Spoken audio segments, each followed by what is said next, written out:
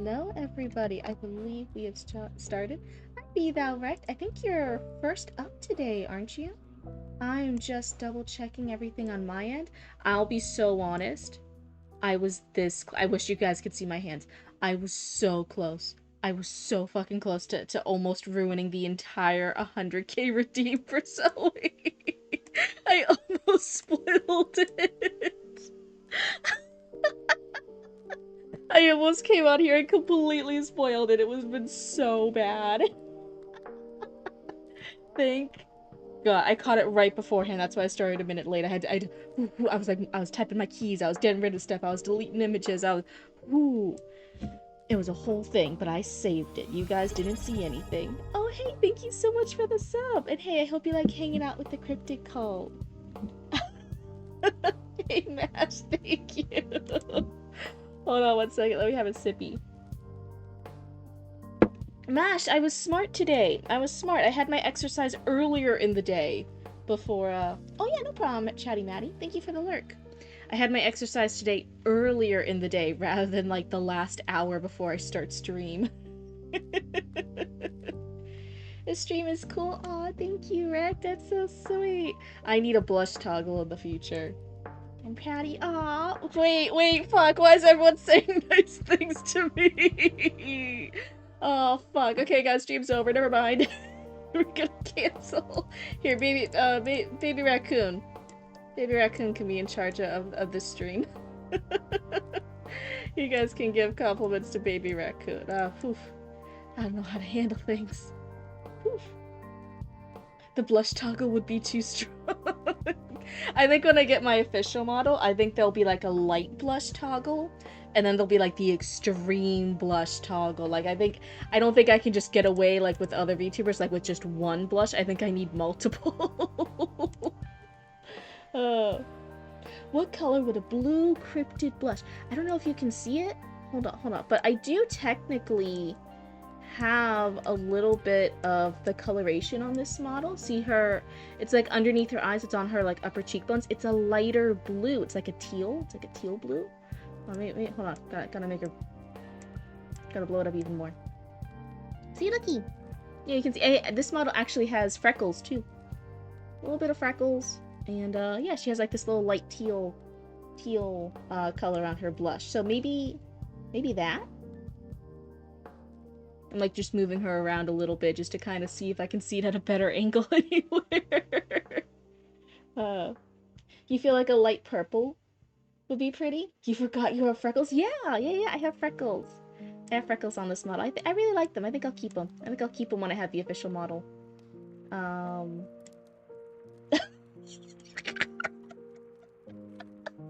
Fucking hell.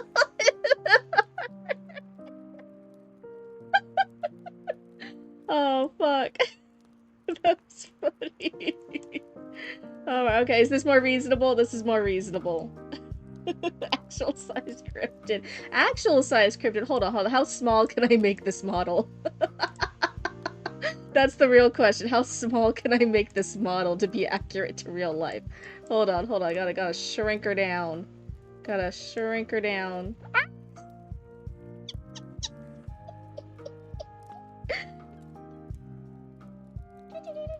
I'm tiny. Oh my god, look, I'm smaller than baby raccoon.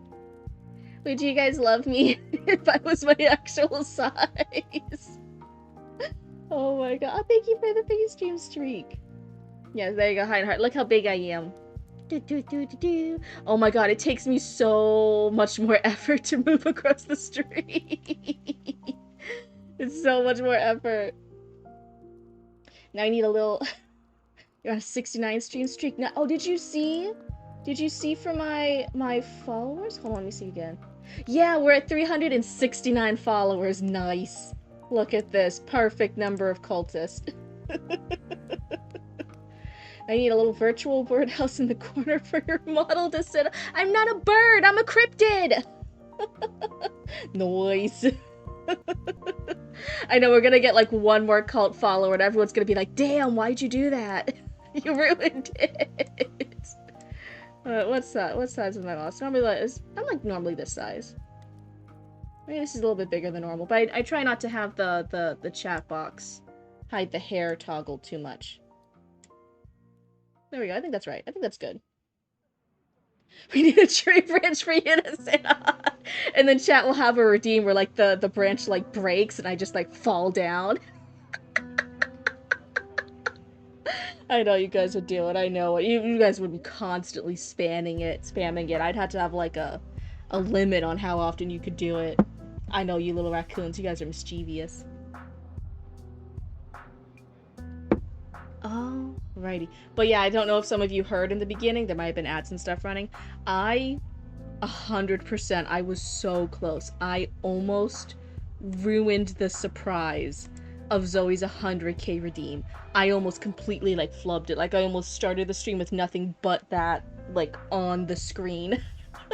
Because we had been testing it. There was like different stuff, and I was testing it, and we were going back and forth between examples, and I've been testing on OBS to see with the sketches from the artist of what was going on. And it was still up. It was still up from that testing, and I almost just pressed start streaming with it right there. Oh my god, it was so close. You spammed the bald one? I'm never getting a bald one. I can't. I would hate seeing my model bald. I might have like maybe I'll have something cool. Maybe I'll have like a spooky one. Instead of like going bald, maybe like a spooky face will appear, like Cryptid will look scary. Oh. Auntie Cryptid, good news. I took care of the green bur. Her body is buried out back. Did I do a good job, Cryptid? I don't know whether to say yes or not. Do I encourage baby raccoon to go smite my enemies when they don't even have a good reason to be in my enemies? Oh. Get a bald dog toggle, please. I don't know, man. I don't know. The model's I love looking at my model, and then if I turn over and my model's bald? Bald? No. Okay. So let's see over here. We have, let me double check who is upside. I did not set it up. Hold on. I gotta get the Discord set up. I'm moving stuff. I'm moving. I'm setting. Like I said, it was last minute. I almost ruined the surprise for everything, so everything's kind of discombobulated right now. That's the point. Sicking a whole raccoon army on your enemies? Hell yeah. Yeah, but it's... Do I encourage that? This is supposed to be a chill cult. We're like fine, just happy, hang out friends cultists. I swear. Alright, who's up to date first? It was Be Thou Rectus first. Okay, let me pull up the story submissions. Let's get this out of the way. Responses. Individual. It is so funny that just the little extra thing of having to fill out a few questions, every like minor block, like every minor little extra step, I have noticed like starts lowering the amount of people who submit. And just this new submission form for people submitting stuff, it has like easily halved or even less than before the normal amount of people we had. We normally had like 20-ish plus story submissions before this submission form. Now we're averaging like around 9-10-ish for the submission form. So it has like halved it. Very interesting. And again, it's not anything like crazy. They're not any crazy questions or answers. It's just a little Google form, but it did lower it. Be Thou Wrecked. Alrighty. Let me click the linky here. Let me not spill water on myself and on my keyboard. I want to look at as a viewer. Oh, fuck. You gotta give me access. Be Thou Wrecked. Hi, brothers, it's good to see you. Oh my god, I almost spilled water all over my keyboard. Right after I said I would.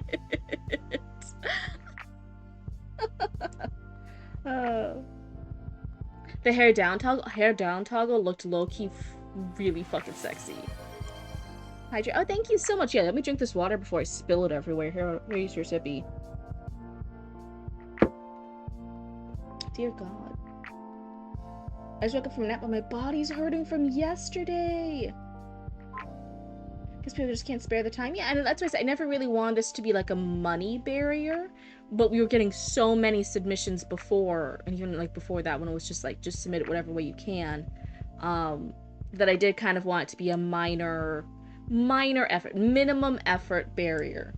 Because I figure if you just do like the minimum of like, hey, you fill out a Google form and you give me a link, like you want the critique, you want the stuff. But a lot of people were like sending me stories and then never bothered to show up for their critique, and I was like, okay, you don't actually want their critique. You're going to the movies tomorrow? What movie are you gonna see, Arya? People keep telling me I should write and upload baseball things online. What baseball things? Oh, it should be open. It should. Okay, let me get it ready.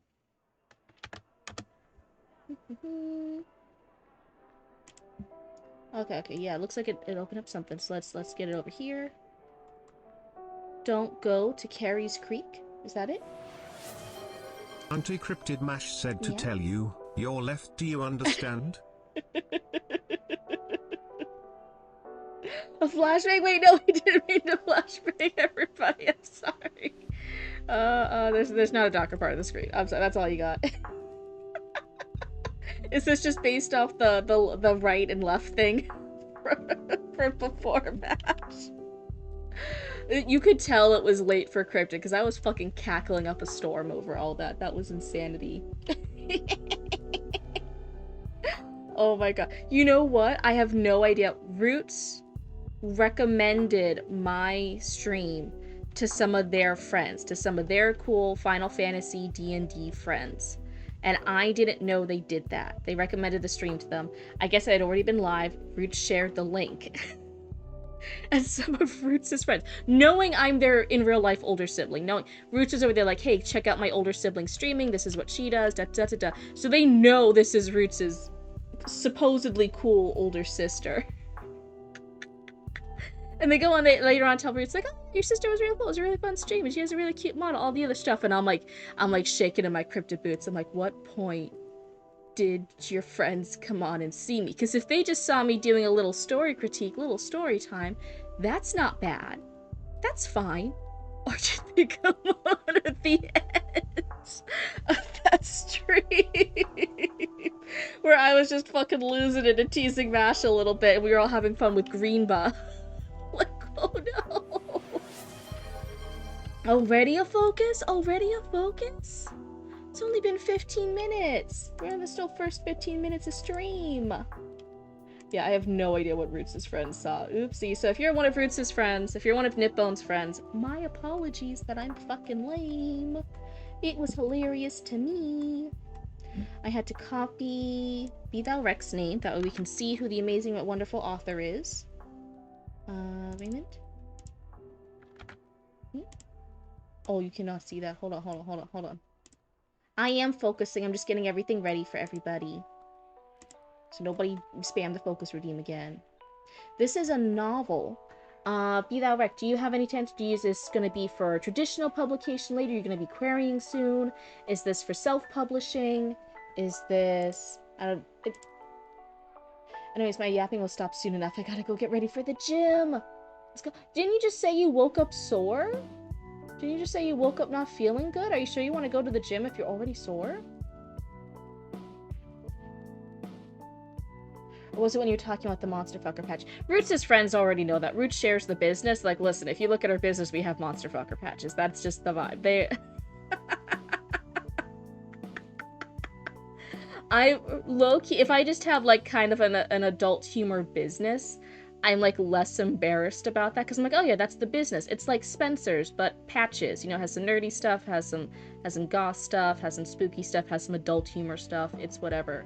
I'm like fine. But when it's me, when I'm being perceived, horrible. Don't look at me. Oh, you were playing paintball? Oh my god, Papa Cryptid loved paintball. It was one of his favorite hobbies. He was devastated when he couldn't do it anymore a couple years ago. Devastated. Mash, when you come back from the gym, one, Ask me to tell you, like, me being a baby cryptid with the paintballs. Ask what baby cryptid did with the paintballs. Horrible. Ask me that later. Otherwise, I'll forget. So this is for a novel. I'm not sure if it's for self or traditional publishing. It just gives me feedback on what kind of critiques we're looking at. And this one's so interesting for the genres. It says Weird West instead of Wild West.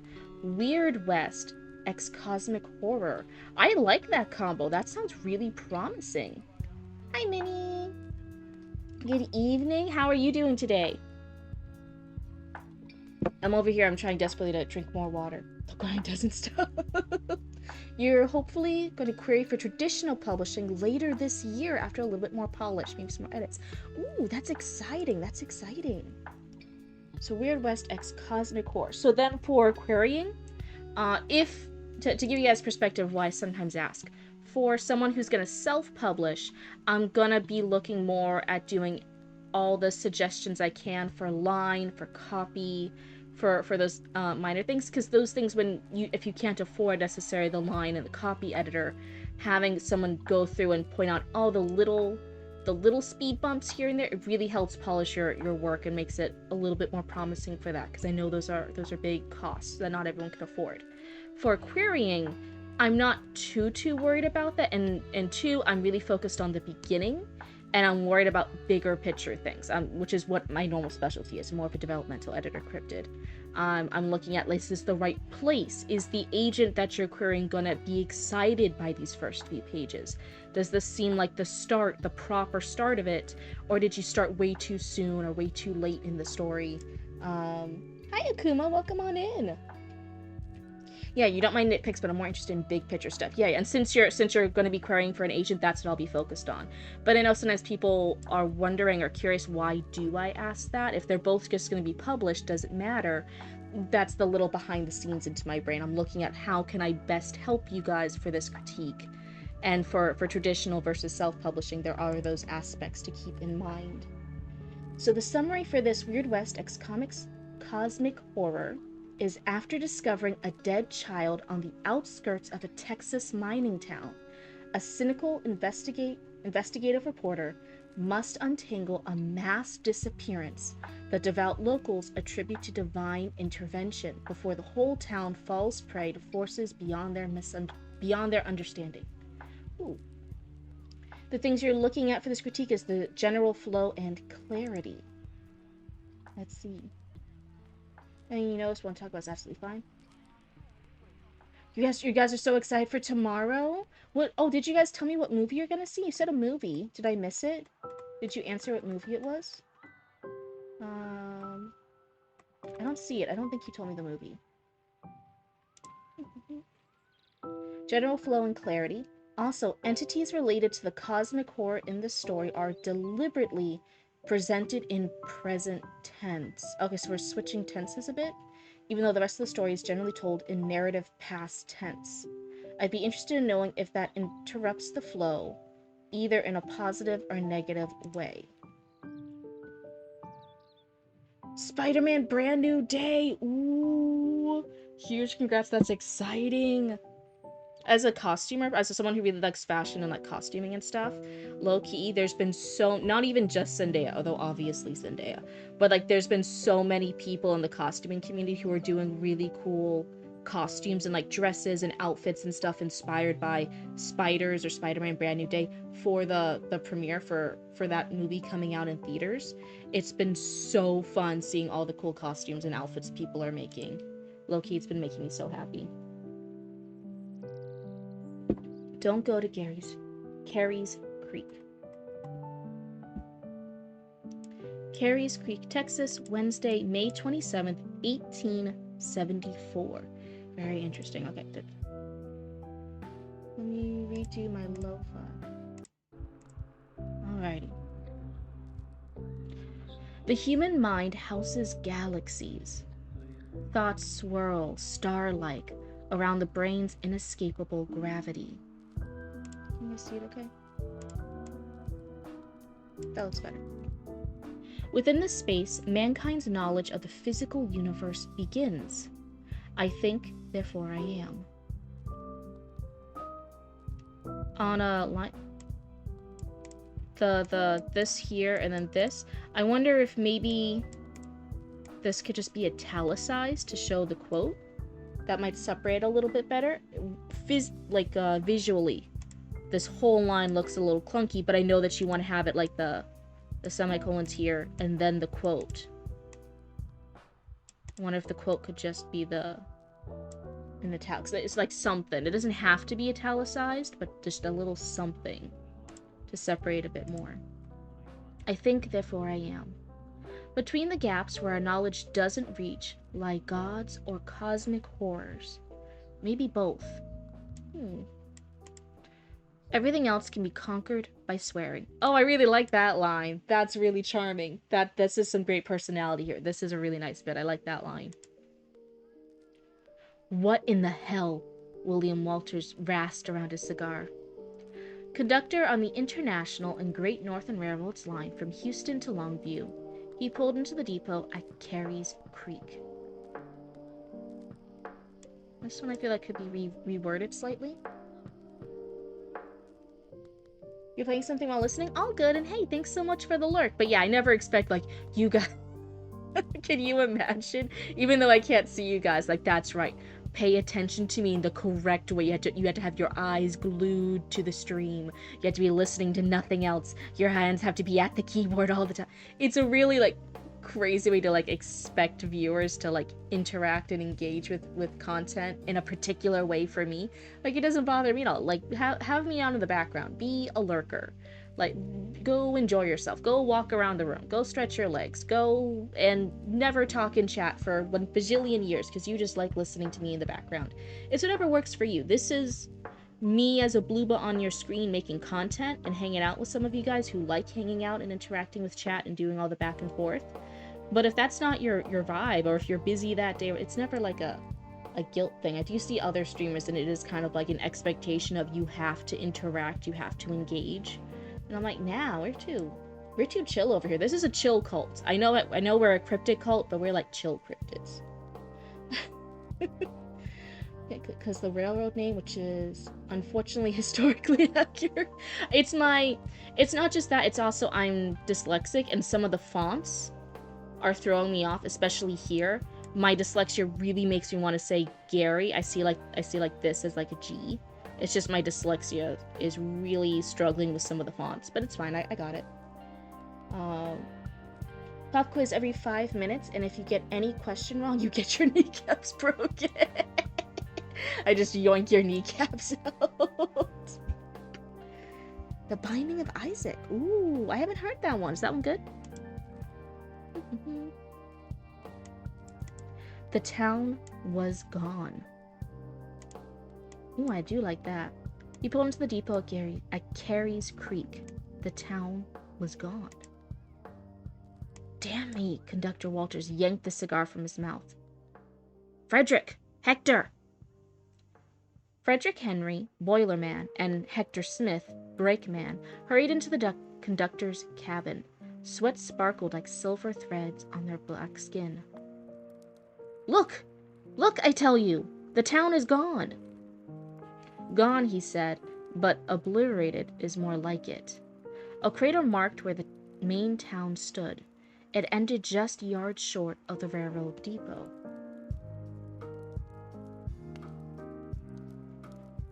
So you can change the text to a better font for you? I think it's okay. Also, I don't even really know how to do that. It's very good. It's a roguelike game where you go further into the depths of your basement, fighting monsters with your tears. Oh no, it's probably going to be a sad one, isn't it? This is going to be a sad game. This isn't a happy beat 'em up game. This is going to be sad later.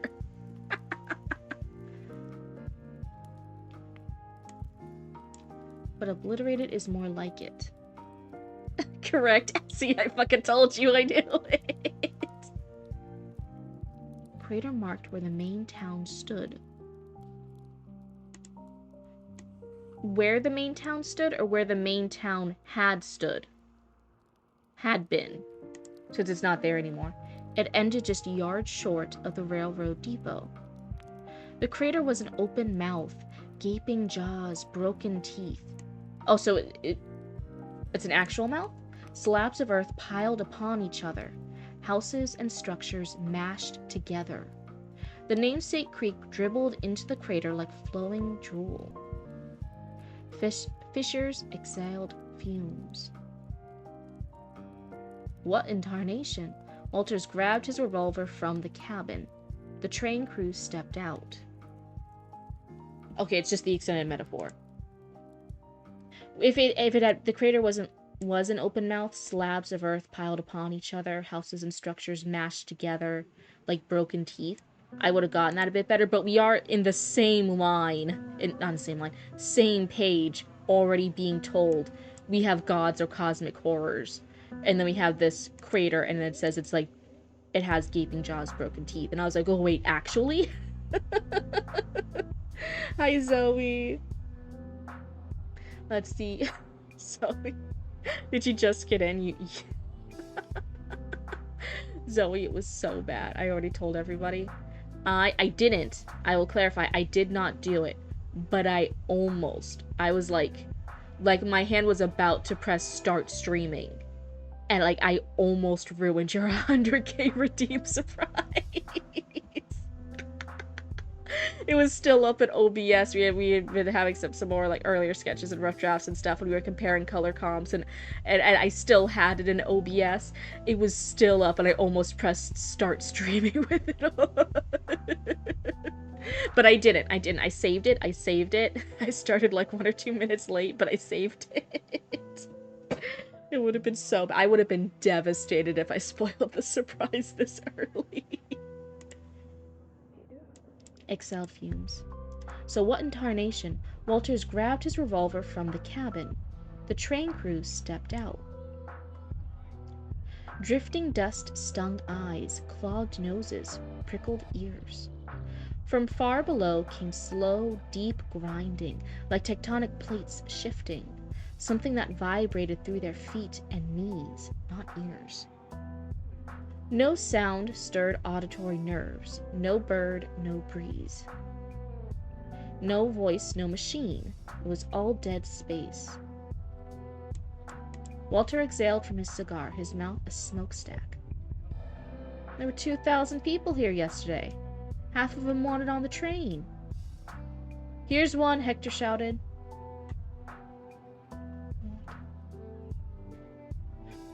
So just as a quick note, it might be fixed later on, but I'm just noticing on the first page, again, this is something you want to query in the future. I'm really focused on both the first page and like the first couple of pages. Is it a singing redeem? Absolutely not. So William Walters is here. He has the spoken aloud text of what the hell. He says, damn me. He calls for Frederick and Hector. We have Frederick and Hector enter, but we don't hear any reaction about them. We have no idea how they're feeling. Do they look shocked? Do they look surprised? We know nothing. We just know that they're sweating. We still have only William Walters talking, saying, look, I tell you, the town is gone. And then we still don't get a reaction from the other two men of, like, looking around and being like, huh? Like, it's only, like, William's, like, almost talking to himself, even though there's these two other characters here with him on the page. I'm not getting what their description is. And then he goes, what in tarnation after that? And he grabs his revolver. And then we know they step out with him, but are they in shock? Do they grab any weapons? Does it look like they don't want to step out with him, but that's their boss, so they kind of have to? We have 3 characters on the page, and I'm only ever hearing about one of them. So just be aware of that. So Walters is, again, still talking. That's William Walters. There were 2,000 people here yesterday. Half of them wanted on the train. Now we have one of the other two interacting. Here's one, Hector shouted. A lone figure lay on the edge of the crater. His left leg was shattered, foot gone.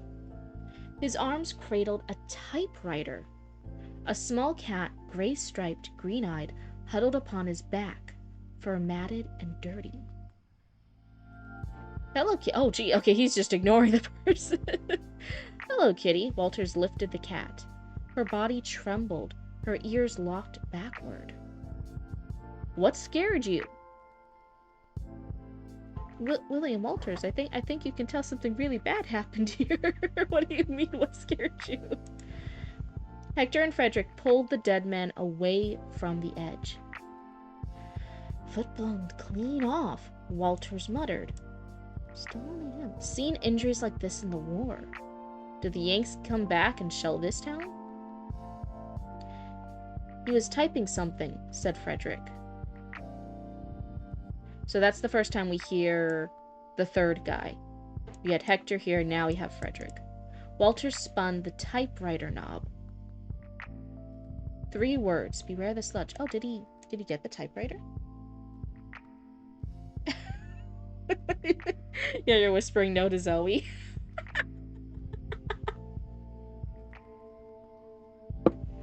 I think I mentioned it before in like a stream a long time ago. If this ever pays enough, if streaming ever pays enough that I can afford singing classes, I will take singing classes for 1 year. If stream can pay for singing classes for 1 year, I will take singing classes for 1 year, and then if I'm somewhat mediocre at it, then there could be a singing redeem. You need to hear Cryptid really poorly sing Bohemian Rhapsody. Why would you make me dishonor Queen like that? Everyone throw her money. No, please don't. Like I said, this will never be like a give me money type stream. This is always just us hanging out, relaxing. Great game, good luck. Ooh, so it's really tough. We only have 4 hearts left? So 4 soul hearts. Ooh, soul hearts. I only have hearts and souls. I don't have soul hearts. Do you just like mix them in the blender? Is that how you get soul hearts?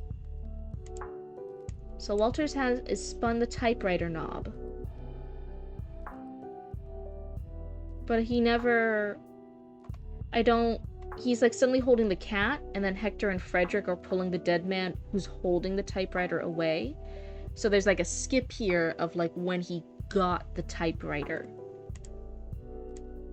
It's 3 words. Beware the sludge. Sludge? That's what it says. Check his pockets.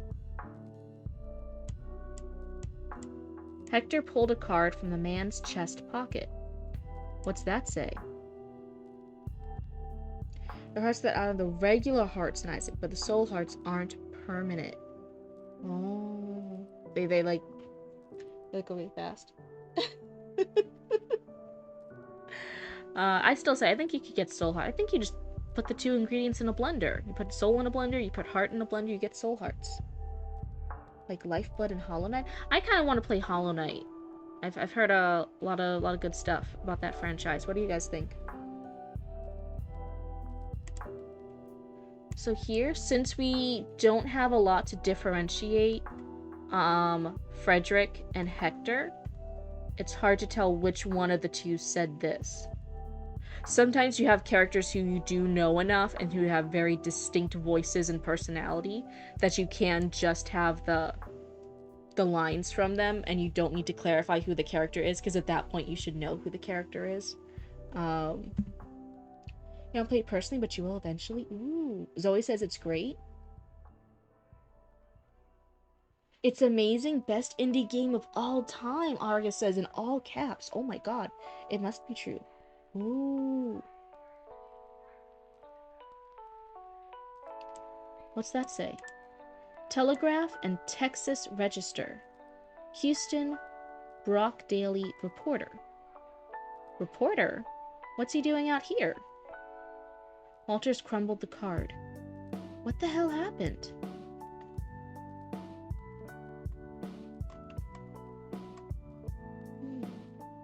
I am curious, is it just a font thing? Is my eyes deceiving? Whenever they're having dialogue, it looks like there's just the single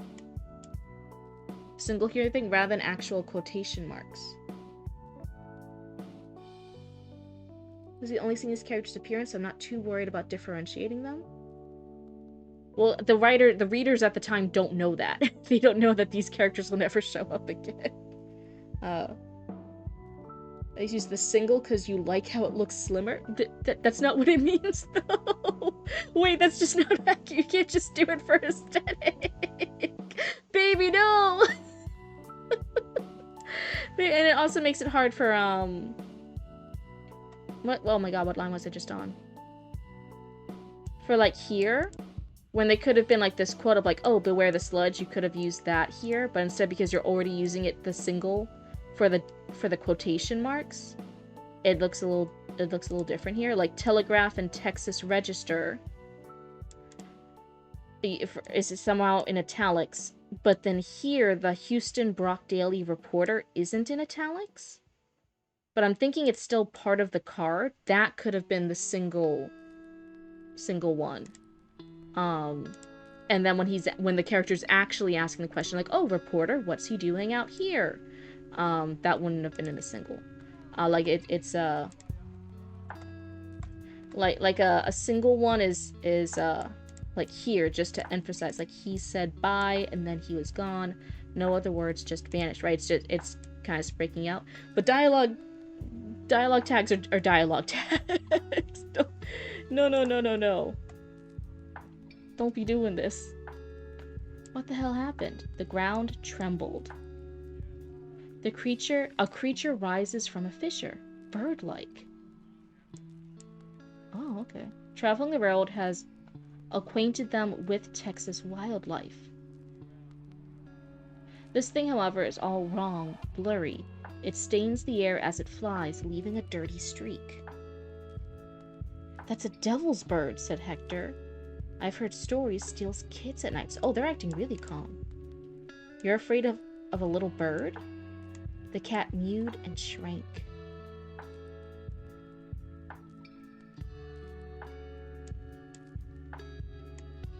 So here, I know you said there's some purposeful changing of the tenses. Is this one of them? So we went from the ground trembled, it's past tense. And then a creature rises from a fissure, bird-like. Traveling the railroad has acquainted them with Texas wildlife. I'm guessing this is still about the characters here. Hi, Zatara. Booga booga. Oh no, I'm so scared. The creature moves in present tense. But this is about the characters. This is about Walters and the other. Right? So would this line still be past tense? If you only want the creature moving to be in present tense? You afraid of a little bird? The cat mewed and shrank. More experimental than settled? Okay. Guess that makes 2 steady cats, said Walters, and set the cat down. She compacted herself at his ankles. The bird loops lazily above. At no distance or angle could they discern its full shape or form. Sometimes it flies on 3 wings, sometimes 4. The bird swoops low over them. Walters pointed his revolver. Heavy air suppressed the shot. More squeak than roar. The bullet passed through the bird. The creature flies on, unscratched. What the hell? I'm going back to the train. Yes, you even see the apostrophe here with the ein, because it's a contraction. Now looks the same as the dialogue tag, the quotation mark, because it's not separated. So it just looks like there's this weird, fancy, decorated I getting back to the train, rather than quotation marks. And then, the apostrophe. I'm getting back to the train, said Hector. Ain't get no coal here. Ain't get no coal here. Should be ain't getting no coal here? Walter scratched his head. But what happened to Carrie's Creek? Look, Hector's voice shook like a train piston. Up through the fissures, dozens of flying creatures ascend.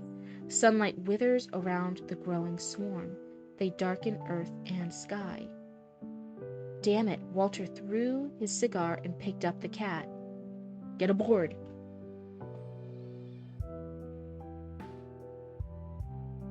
Books published in UK English use single quotation marks. Okay, and I like the look better.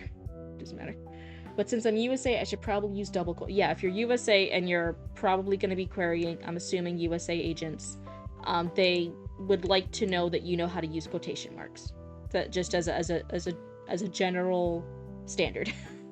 If it gets picked up, and it does get traditionally published, and then you have the overseas deal, and then it also gets its own print in the UK, that will have its own round of line and copy editors that will do those changes to make it UK English. That's why normally there's a UK release and a US release. Sometimes it's even a different one for Canadian release. All those ones sometimes get different releases because they do different formats and different sizes and different words sometimes mean different things for the translations. Let's see. Hector and Frederick hustled to prime the firebox. Their shovels clashed. The train inched forward. So here, once again, I'm like having a little skip here. Like I'm not getting the attention of them racing towards the train. It's just like, oh yeah, get aboard, and then they're already on there and they're shoveling the coal in. The French use that? No, that looks so weird. That looks so weird. Oh my god, I have even more of a reason to judge the French now. Oh my god, that looks crazy to me.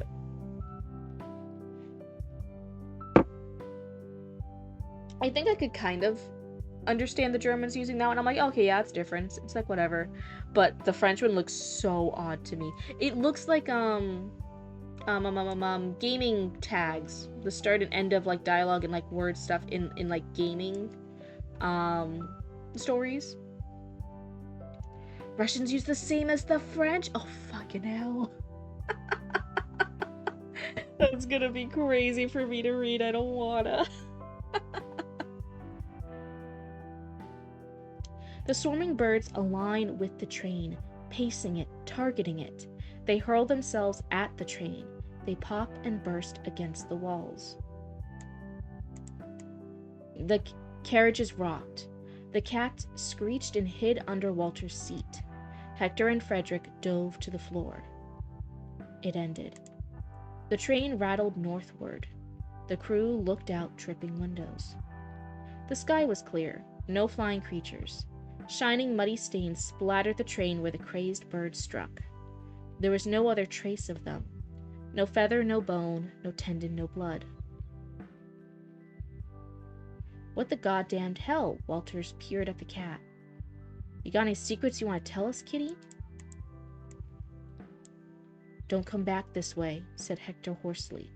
Something happened at Carey's Creek. Something real bad. Well, their dialect sometimes is worded a little funny. You got some chocolate milk? Oh my god, you're gonna make me jealous now. I really want more of my mocha drink. No, but if I have it now, I'm gonna get sleepy, so I should not. At least we got us a cat. Walters reached under his stool. The cat backed away. What did that paper say again? Beware the sludge. Y'all know what a sludge is? Damned if I know, said Frederick. Saints preserve us, Hector answered. I ain't want to know. We gotta tell someone at the next stop, Walters began. They each shivered, and at the end of the shivering, the tension left their bodies. Clenched jaws relaxed, their worried eyes went blank. What the hell, said Walters. Where did this cat come from? Could we talk about more food? Like how I have 2 boxes of pizza? Why y'all do this to me? Yeah, you're talking about mozzarella sticks. Oh my fucking god. Oh, why do you raccoons do this to me? Me and Roots actually had a pizza day yesterday. Enough to share with the class? Yeah, Mash, do you have enough to share pizza with all the raccoons here? Oh my god. I see 18 viewers, so at least Twitch is counting. Twitch always counts viewers, weird though. You gotta share with at least 18 raccoons. 18 raccoons in the class. With the little grabby hands. So, you know, these 2 boxes are only good enough to keep you full till you get back from your workout. You're gonna eat 2 boxes of pizza? Are they like the tiny boxes, like the small personal pizzas that some stores do? You have your writing assistant. She's purring very loudly. Oh my god. 10 out of 10, no notes. What a great assistant. She drinks a mocha drink. She drinks a vodka drink. She sings songs that remind us of the best times. She sings songs that remind us of the better times. There's the Domino's large pizzas. Mash, how do you do that? Where does it fucking go? How can that fit in your tummy? It doesn't give you a tummy ache? Oh my god. That's like sometimes my eyes are bigger than my stomach, that kind of saying where like I want a lot of food and then I actually go to start eating it and I'm like, oh, my eyes are bigger than my stomach. My eyes need to stop blinking one at a time. There we go. And that's like when I'm hungry, I'm like, absolutely, my eyeballs tell my stomach, yes, you can eat 2 large pizzas. You got this, Cryptid.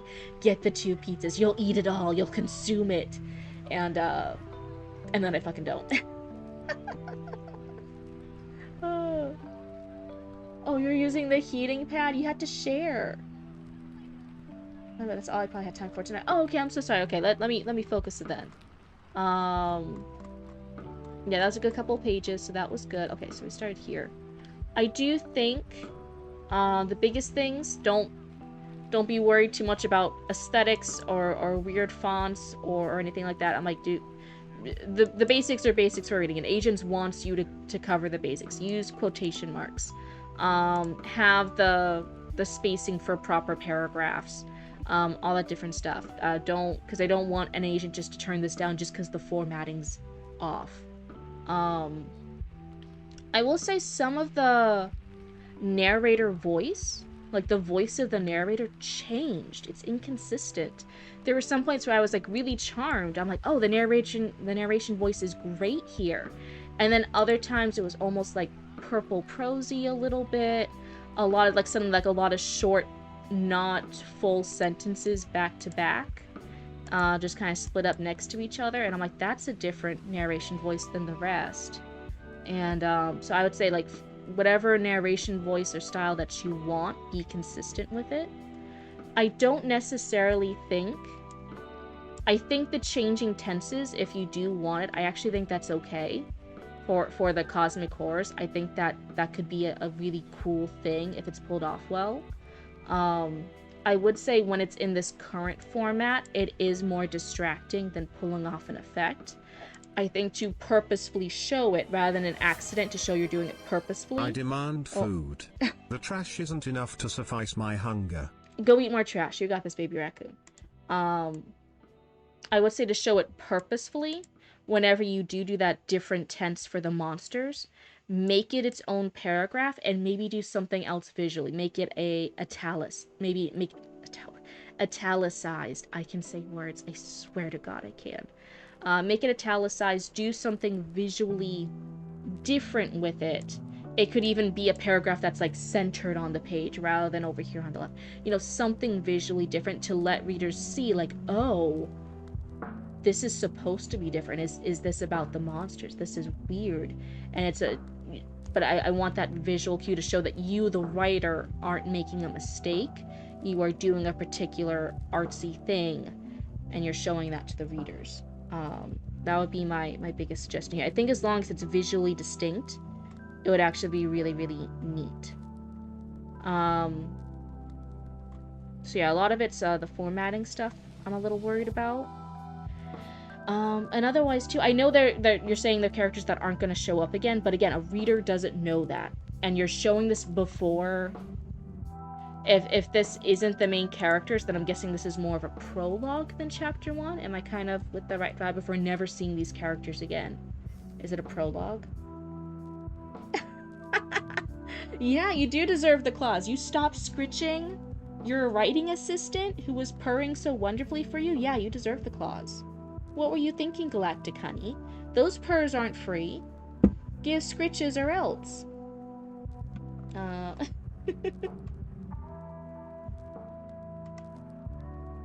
Let's see. Blasphemy, I showed you. But I'll head down now. Have a good drive, Mash. Drive safe. No, you gotta keep burning it off at the gym. Yeah, that's why I need to start exercising more. That's why I'm excited to keep... I've been pretty good about consistently walking.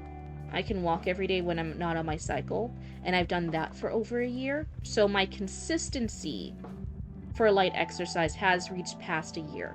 But as far as how much I'm exercising, that's just walks and stuff, right? I've done on and off exercise routines, but I haven't stuck with them. The walking I have, so now I actually want to up my how much I'm exercising. Now that I have the consistency down. Not exactly a prologue, more the end of the story. Chapter 2 and the rest of the story happened several weeks prior to Chapter 1. Okay, interesting. Thursday, May 14th. Okay, but it's in a different format. It doesn't say the year. Interesting. Is there gonna be timey-wimey shenanigans going on? For her nap, I at least get to message in chat. That's what you do for critters. That's what the pets want to drool on you. And trust me, I understand it. All of my boy cats don't drool, but all my girl cats do drool. Especially whenever they're purring and happy. They have happy drool. They just drool. It's disgusting. But it's only my girl cats. I don't understand why. So, but you're still saying that I'm not crazy, right? That these characters aren't shown again? Either way, the fact these are still the first characters we're introduced to, and the readers don't know that. The readers don't know we're never going to see these characters again. We're assuming that this is a story we're following along with. This has to be important enough that it's the first thing we read. So then I don't want you to just be like, oh, blah, like, these characters don't matter. These are the first characters your readers are going to read.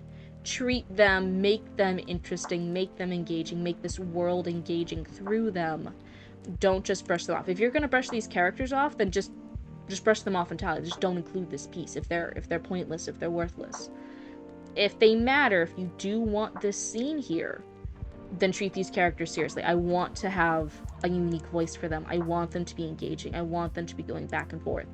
I want these characters to matter. She sleeps with her tongue out. Oh, she does the little blips. Oh my god. And her son inherited that trait. That's so fucking cute. That's so fucking cute. One of my girls all of her girls were outside kitties that I then yoinked off the street after taking care of them for a year. And now they're indoor kitties with me. And the girls, they finally Monkey especially. Monkey's the slowest one. She's only started doing it now after years of me having her. She's finally laying and sleeping, like deep sleep, on her back with all her little kitty paws in the air, just snoozing, just so relaxed. And I'm like, oh. But a lot of the kitties, when they've been out the streets, they don't always do that, especially right away. But all the boy cats I got them either they were fostered, and I got them as they were kittens, or they were Luna's babies, and we've had them since they were born in our house, right? We watched them be born on Halloween. Like, they've always been indoor kitties. And my boys, they have always just been relaxed and cool, and little kitty paws up in the air like they just don't care. They don't give two fucks. They're chill. But my girl cats are finally relaxing, and they're sleeping like that. It's so cute. But yeah, I would say treat them seriously, because otherwise, if I don't care about the character, and a lot of readers do, if we don't care about these characters in the first couple of pages, why would we keep reading? And that doesn't mean that you have to now make these characters like constantly like show up in the next bit. but it just means that if they're important enough to be on the first few pages, treat them as that. Treat them as if they're that important. General flow and clarity. I was saying most of the clarity is just the formatting. I want paragraphs. I want dialogue tags. And if we are changing tenses for the monsters, I think they could be further visually shown. I think they could be their own paragraphs, italicized, something to do that. That was the clarity. And otherwise it was flow. I think for flow, I point out a few times where I'm like, oh, there's like a skip here. Like, when did he have the typewriter? When did they get onto the train? Like, there were like some missing beats. And I think if you did have those beats in and you ramped up the tension, this could actually be a really, really engaging and interesting, tense, shocking intro. The scene itself is interesting and engaging, right? But I think you need to not be skipping over certain things the characters are doing. We learn these scenes through the characters. At this point, for like a quote-unquote prologue, that's not quite a prologue, it still is chapter 1. It is it's roughly 3-ish pages, which is normally how much I like a prologue to be ish.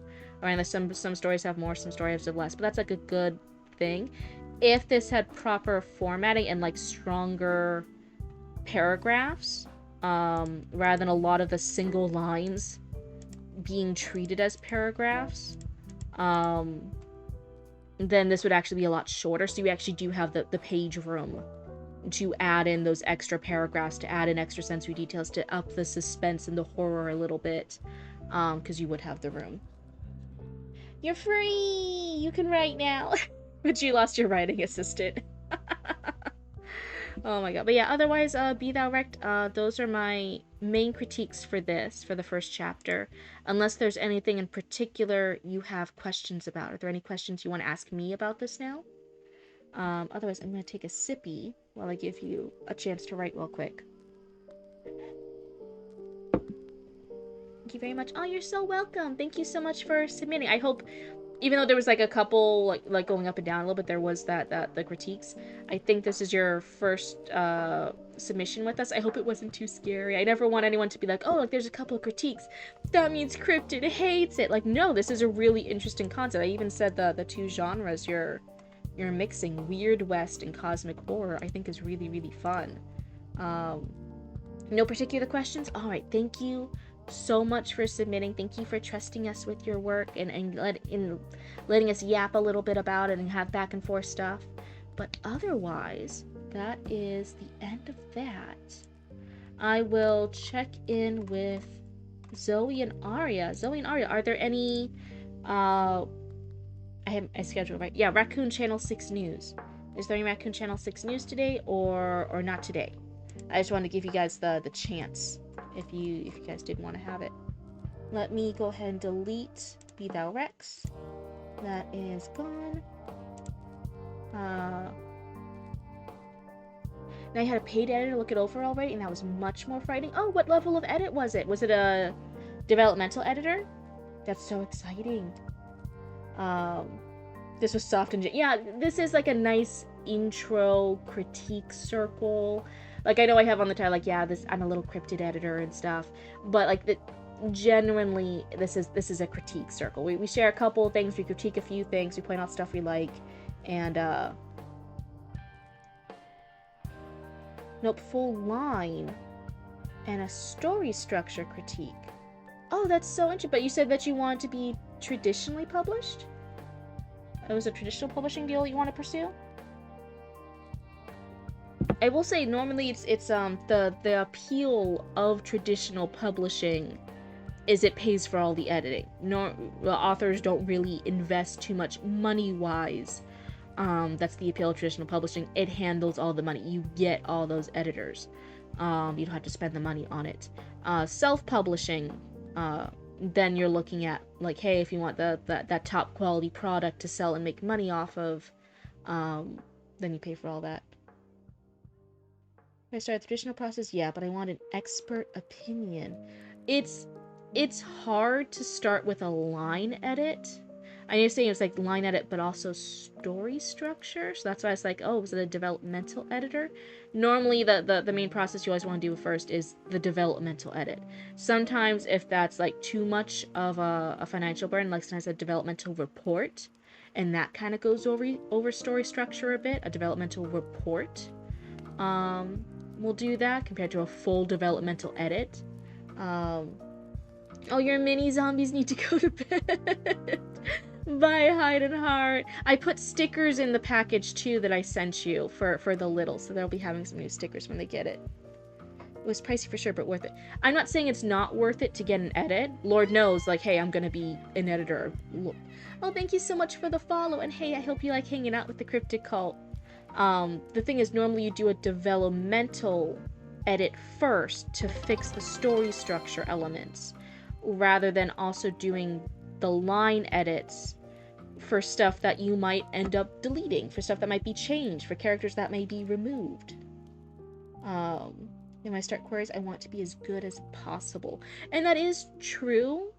I will say for like a lot of my other raccoons listening in, normally it's if you do want to get a paid editor before you start traditional querying, it's normally a developmental editor. If you do one at all, 99% of people do not get any editors done at all before querying. Do not worry about it if that is outside your budget. If you don't want it, just do not. It's normally a lot of self-editing, multiple rounds of self-editing to the best of your ability, and then story critiques like this, just exchanging things, just having that feedback. And then if you still want an editor to look over it, normally, this is kind of a little cheesy way to do it, I'll fully admit it, but like, hey, if you still want those first couple of pages to really shine for an agent, a lot of editors, before you pay them the money, what 99% of them will do, especially if they're a legit one, is they will actually do a free or a very reduced price edit of your first couple of pages to make sure that you guys work well together, because some editors you just might not vibe with, some critique partners you might not vibe with. So normally you can pay like a few dollars rather than a couple $1,000s, just a couple bucks. Sometimes it's even free, and they'll edit the first few pages of your manuscript to see if you guys vibe and line up. And you could do that, and now you have, thank the editor very much for their time. Now you have the first few pages to the top potential, and anything that they gave you, like, hey, you misused semicolons, or hey, you should do contractions and dialogue more, it'll sound more natural. Whatever the feedback they give you is, you can now apply that through the whole manuscript. So that way the whole manuscript is also a little, toughed up a little bit, a little sparkle on top, some little sprinkles, some little pizzazz, and now you can send it to the agent. Because if an editor says, hey, sorry, this sucks, no point in words. What editor do you think is gonna say, hey, sorry, this sucks? And the thing she pointed out. Okay, yeah, so yeah, there's normally sometimes such few pages, and it's a chapter, whatever the editor is. So like generally for my raccoons listening and who maybe haven't approached this stage yet, or who are getting close to that stage and they kind of want those tips, again, for an agent, you do not need to pay an editor for stuff. It's normally to the best of your self-editing, and that's normally multiple rounds of self-editing, like genuinely to the best of your abilities. Get some critique partners in there because they'll point out stuff you missed. And then if you can get an editor in there, they will be able to point out some stuff with like a free chapter, a free few pages. You can apply those changes throughout the rest of it, and now that the agent is expecting that, that's all good. How did you already see a spoiler for Spider-Man Brand New Day? You're just about to see it tomorrow. Get off the internet, Aria. You have to save yourself. Don't be looking at the spoilers, no.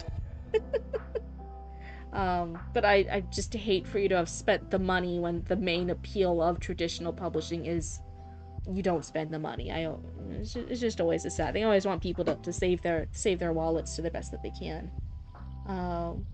Aw, thanks, Shark Punch. Yeah, I'm so happy to share whatever info I can. Some of you raccoons give me compliments and say thank you, and I don't know what to do with myself when you do that. You're gonna go cook dinner now? Thanks for reading and sharing thoughts. Yeah, thank you so much, Be Thou Wrecked. It was such a pleasure. It's something you want to, then yeah, obviously everyone's financial choices and everything that they want to do with their own work and their own finances and their own story, that's entirely up to you. And if anyone else says otherwise, even if it's a blooba on your screen, then hey, just tell them to fuck off. You guys can even tell me to fuck off if I tell you guys something you don't agree with. It's all good. Hopefully you'll say it nicely to me, but you don't necessarily have to.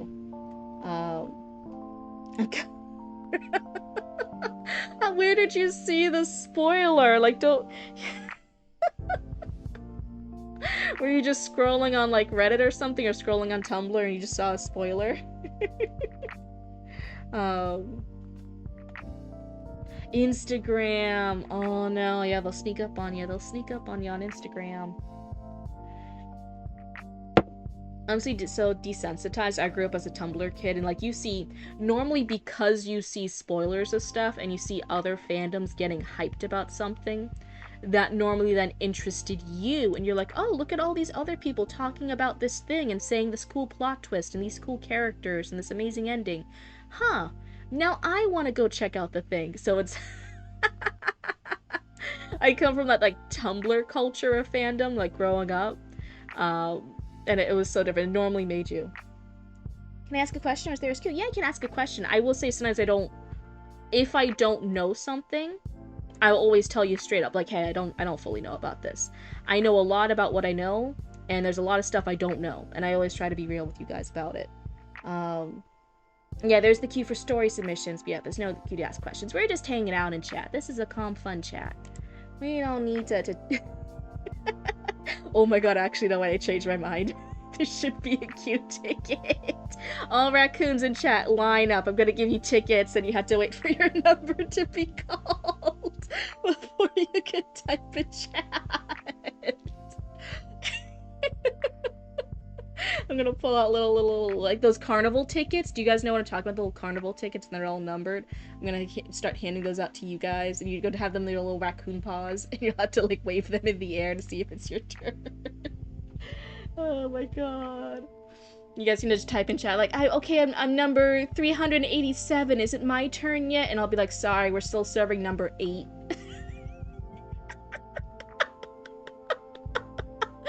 All quiet in the chat unless you're number 8. And then number 357's like, oh man.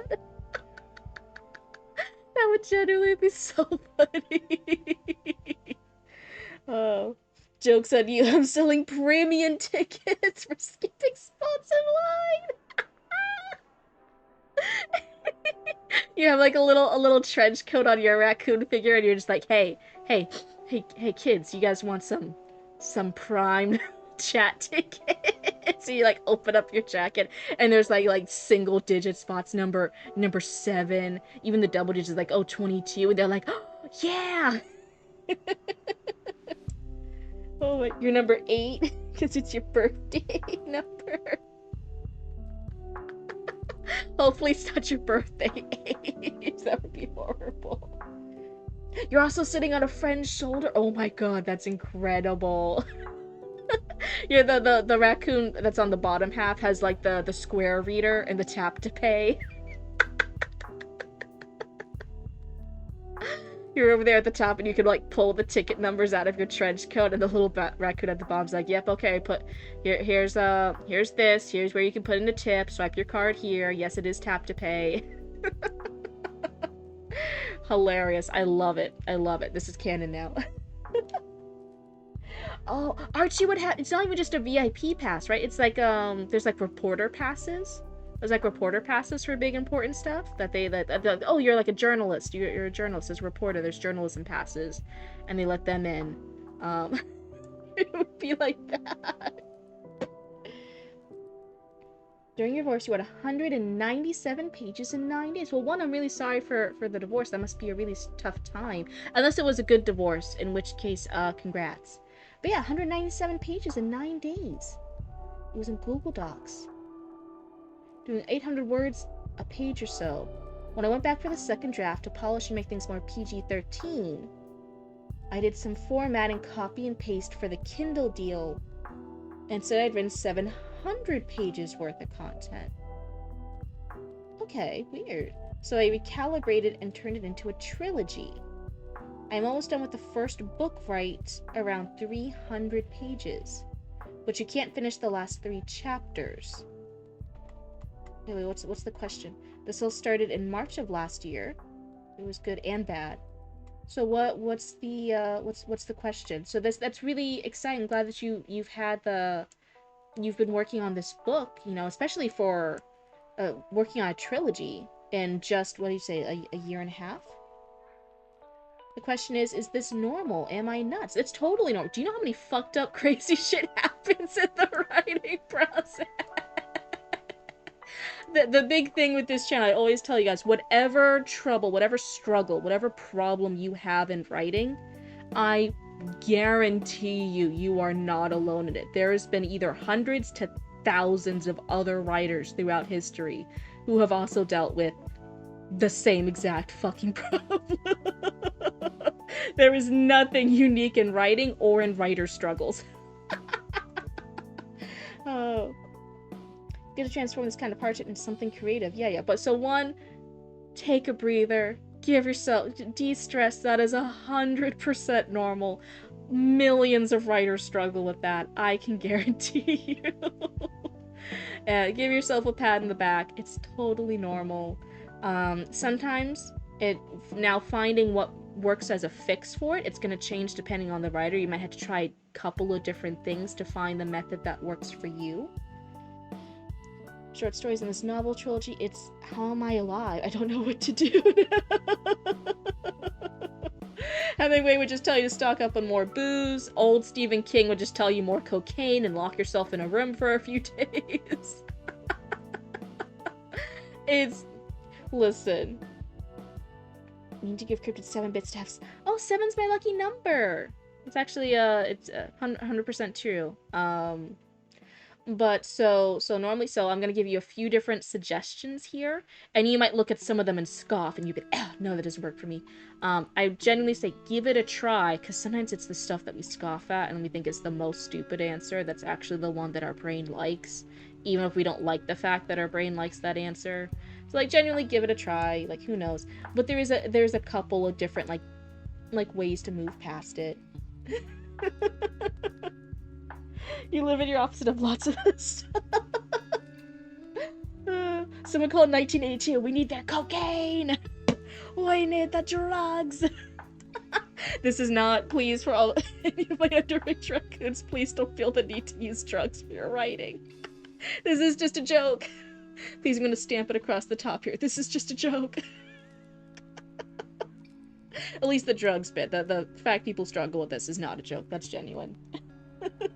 Baby raccoons, close your eyes. baby raccoon, here. You're gonna go. Well, actually, no. Everything after this is fine, so you're okay now. I should have just moved you earlier, baby raccoon. My apologies. So, 1, you've been working on this at 100%.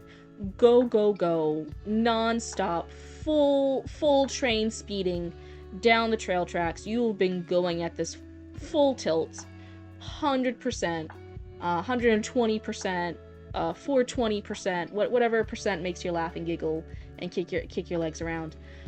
Your brain might just genuinely be like, hey, I'm tapping out for a week here. Give me a break. I just want a break for a week. Give me a weekend. I want to pull in. I want to hang out with some other thoughts. I want to do something else for a bit. And then you'll just like relax for a weekend and you'll like sleep in. And then after that, it's just fixed. It's the human version of just turn it off and turn it back on again. Just like, oh. And that's literally, it's the easiest one. That one's the most chill science. It's frustrating because you're like, no, I have a schedule. I've been going 100% down the train tracks. The next stop is right there. What do you mean? I could reach it right now if my brain just kept chewing down the train tracks. Sometimes it just needs, just it's okay, like I'm not betraying the art. Oh my god, no, you're not betraying anything. Anyone who gets too hoity-toity and says that you're betraying the art, that is not the person for you. That is not, there is no betrayal here. There is no lack of, now that you don't lose your author card, you don't lose your writer credentials, like you're a huge piece of shit for not finishing. No! No, please, please, if you had to separate a little bit, please have a little bit more love for your own brain. Your own brain has just done a fucking incredible job. There are full, like, multiple, like, prize-winning pulls out.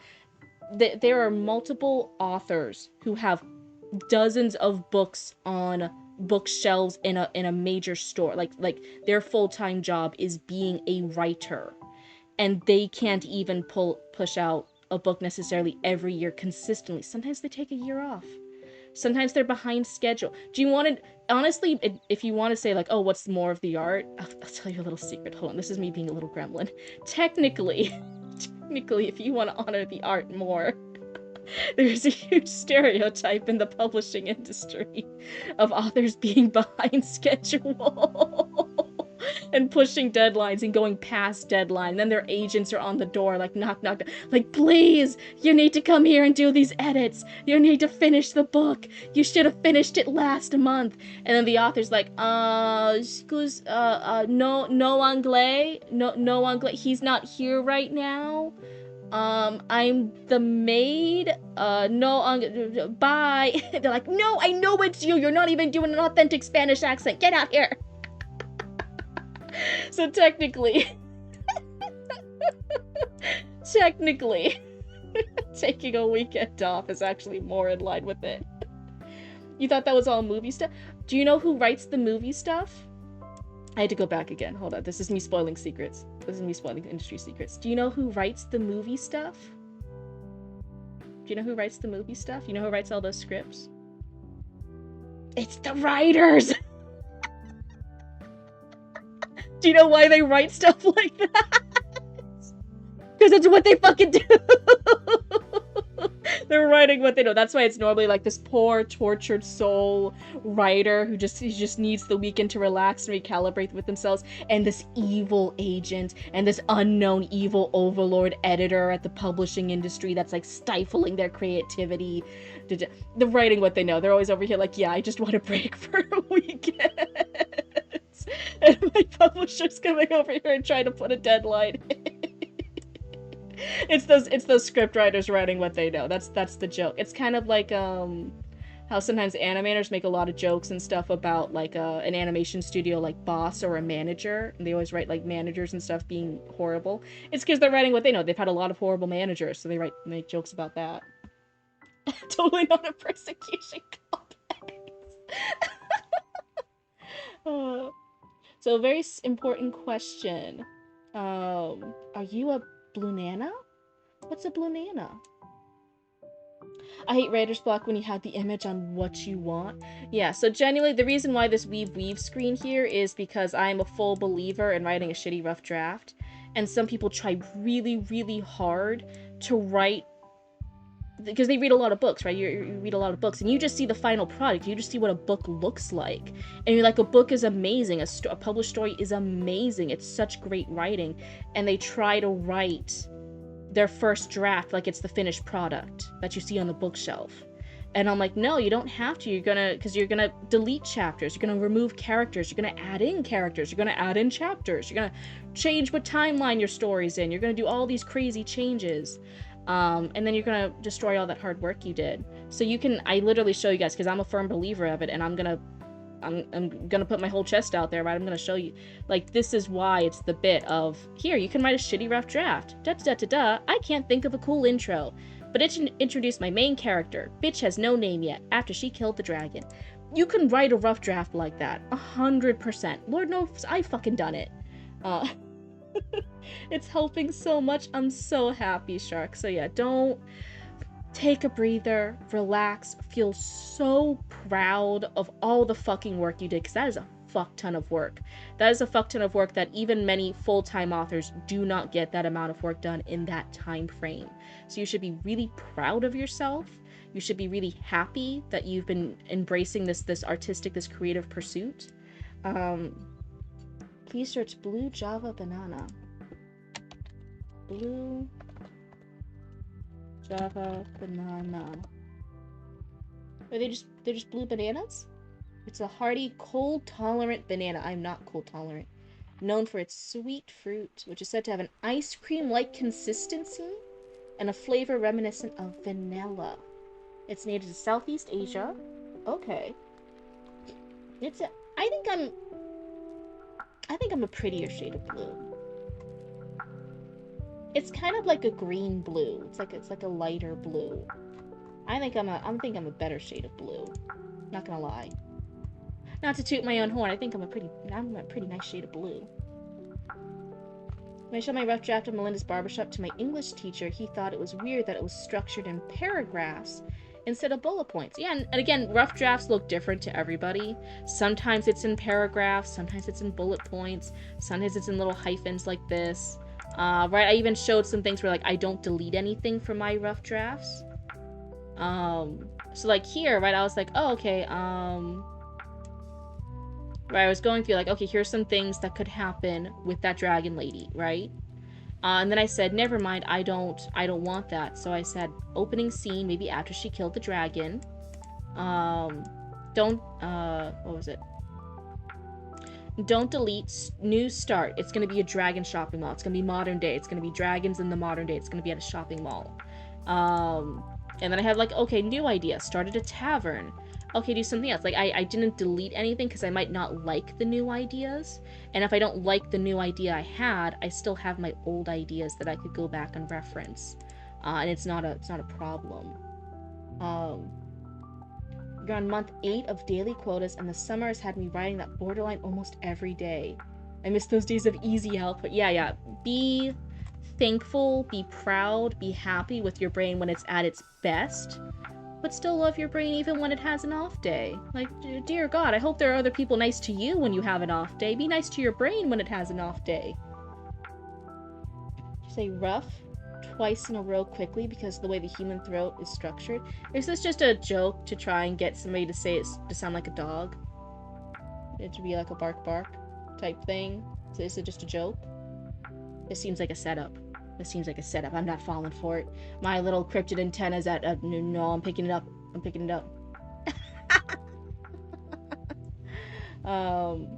So one, relax. Give yourself a weekend. Give yourself a week. It's all good. Right? Nothing happens other than, like, hey, maybe you have a nice relaxful weekend. My cryptid sense is tickling. 2, sometimes it helps to step away from the project. This is a huge thing. This is actually standard for if you do edits. To step away from the project, work on something else, do a new short story, do some journaling, do something else for a week, give your brain that restart, make it literally do some work over here instead, and then it wants to. It's like, no, I don't want to do this anymore. Now you go back to the first thing. You're just like, oh yeah, by the way, here's this, and this. Because it's kind of like a toddler and it just doesn't want to do whichever project you tell it to. So if you make it do the other project, it will go back to the first project.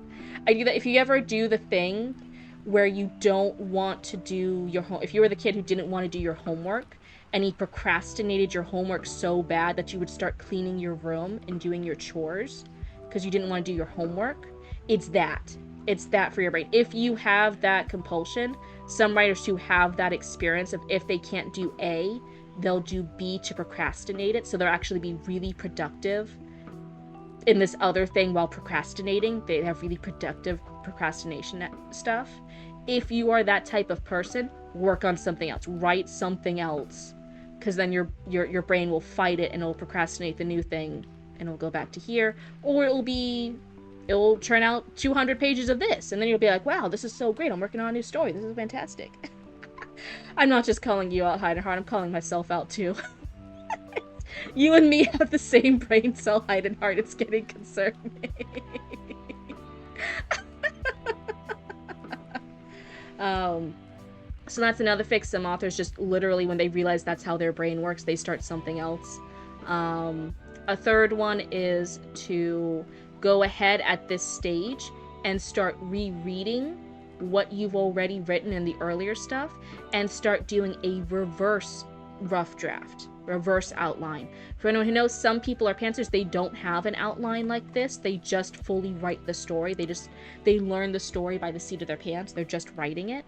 Now that you've written it, even if it's not quite done yet, go ahead and do a reverse odds. I'm going to do the outline after you wrote the story. Go through every single thing and write down in bullet points what's happening. Right? When do you introduce a character? When does that character die? What happens here? What's the info this character shares? When do you put a little red herring here for the readers? What happened here? What dungeon did they visit here? What mansion here? Oh god, the vampire attacked them here. Oh, but then the secret vampires over here, the real bad vampires over here, and it just you'll do an outline of everything.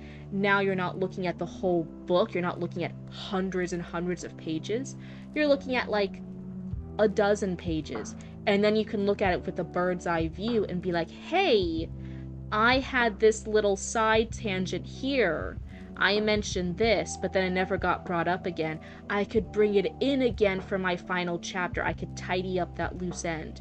Or maybe I need to cut it. Maybe since this loose thread was never brought up again in the rest of my story, maybe I just delete this thread, and now I don't have to worry about bringing it in for the ending, and that changes something, and now the ending can wrap up this new way, because I don't have to worry about that loose thread.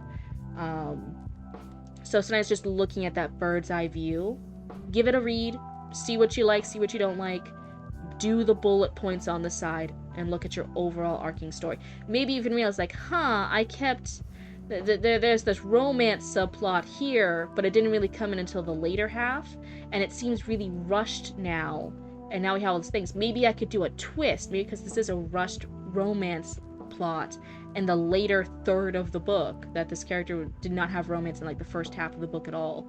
Maybe I can do some fun twist to justify while this romance element's only here at the very end and why it feels wonky. Maybe this romantic interest is really a spy, and now she, at the finale twist, is going to be cliffhanger, and she's going to turn around and betray my main character and stab him right after he gets the whatever item they were going to rob and steal together. And that's the cliffhanger, and now you start part 2. Because you realize there was something funny with your plot outline here. Just give that bird's eye view. That's really helpful.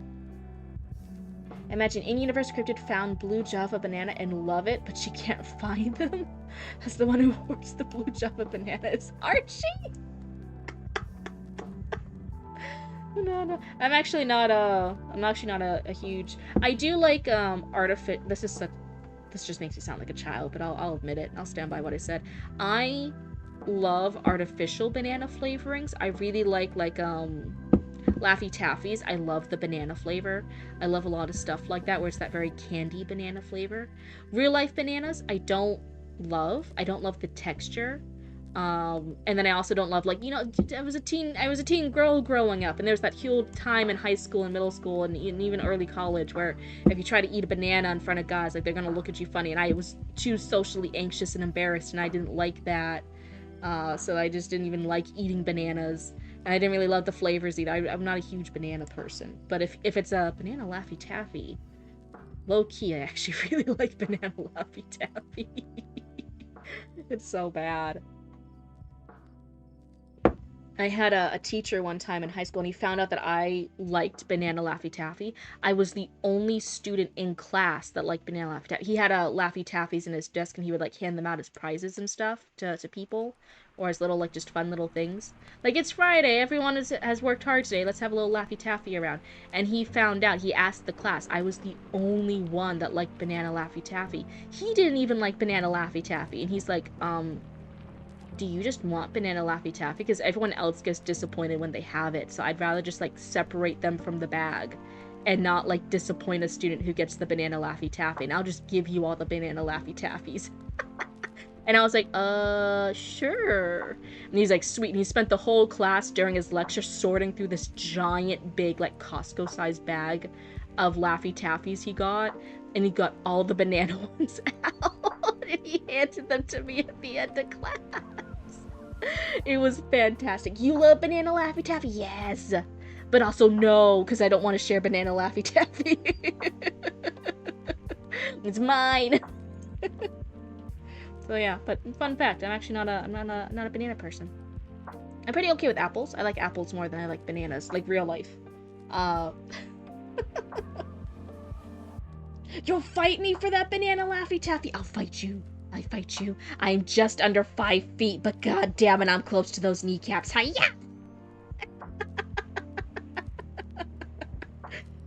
Banana phone. Do do do do do do do do do do do do do banana phone.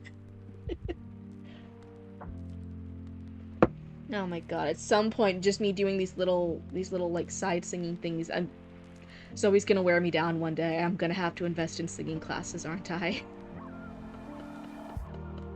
I've kind of accepted my fate in the future, because Lord knows, I only became an editor because, like, people in chat were asking me about it, and people, like, kind of recommending it. I was like, sure, I'll learn how to do editing stuff so I can be a better critique partner.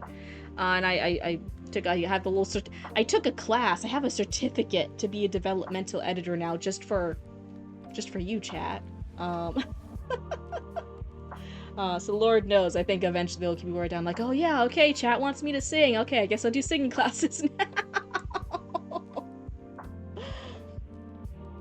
You sell banana Laffy Taffies? Archie does? Oh my god. Banana candy had the flavor of the extinct banana. Yeah, so oh my god, like literally if everything could be that extinct banana, I would love it. I would love it because I love that flavor. New tech to fight Cryptid. Get on top of a fridge and get a pole, poke her head to stop her. Okay, maybe this sounds too vicious. I don't mean this in a violent way. I'm just saying this in a very factual way. I know that I can... If someone does hide above me, like, I'm willing to throw things. I'm willing to grab a pant leg. I will drag you down with my full body weight. If we're at that level where you're using dirty tricks to try and, like, avoid me and throw things down at me, I'm gonna use all the dirty tricks too. I'm gonna pull you down to my level. And then, too, I also have a lot of practice. Lupin, but also several of my cats, but Lupin is always the troublemaker, and he discovered that as a cat, he can get into very high places, but as his human mama, I had to stay in very short places. I can't go... He'll go to the top of bookcases. He goes and he's trying to hide on the top of fridges, and oh my god, he's so fucking smart. He gets on the top of the closet. He's not the third. No, he's Lupin, his brother is Lucius, and they're my, werewolf and vampire little kitties.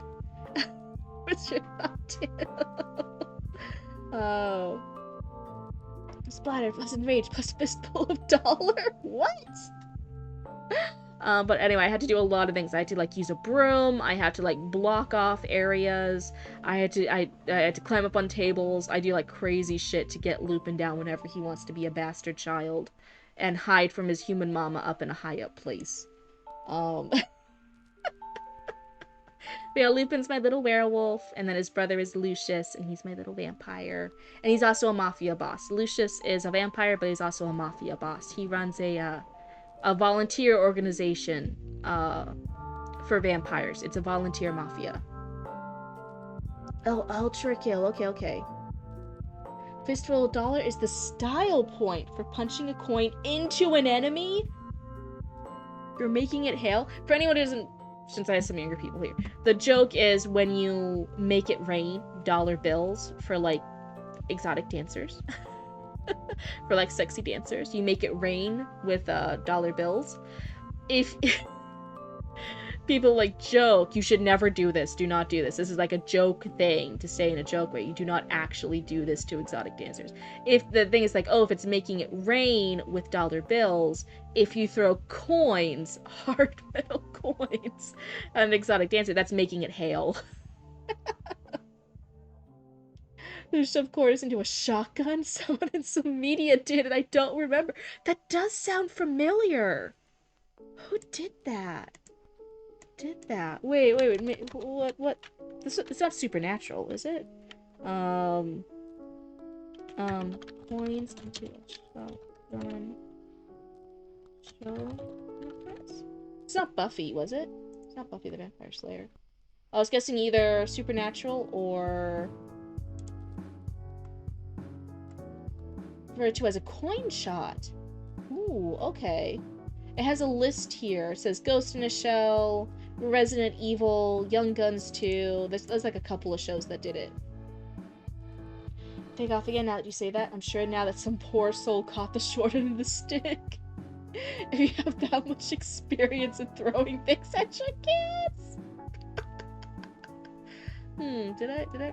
No, generally, I actually really do. Like, I like play fighting. I like funny and giggles and like play fighting. I like doing the jokes. I like generally like having a good vibe. So like, practically, has anyone actually like really made me like be a mean bitch and like play dirty in a fight? No, not really. I don't like that. Similar spell? Oh, okay. Resident Evil is the one I thought. You know, Wes Anderson's fanfic that stars his wife? I don't know that reference at all. Also because I haven't watched Resident Evil. So maybe that's why. Ghost in the Shell did it. Games do it. Ultra Kill and Fallout New Vegas. Let's see. Yeah, there's a few different things. See, I don't fight, I nap. If someone pisses me off, I just sleep off the anger. I did that for years. That was my coping mechanism. That was the coping mechanism I was raised on. That I would get all having my attitude, having my big feelings or whatever, and then you go nap, and then you sleep it off, and then you're less of a bitch in the morning. The next day is a new start type of thing, right? That was my coping mechanism. It was in high school I met him. In high school I dated this guy, and then this is the same person who eventually would become my fiance and now my ex-fiance of several years. They had the thing of like, no, like you have to like talk it out right away. And I was like, I had to do a lot of maturing to like communicate and talk through my feelings and talk things out and figure things out. It took a while, but you know, that's what you do in a relationship, right? You kind of like figure out good communication styles that like work for you to do all that. So I had to like really get used to and like really pivot everything to like, no, you talk about this right away.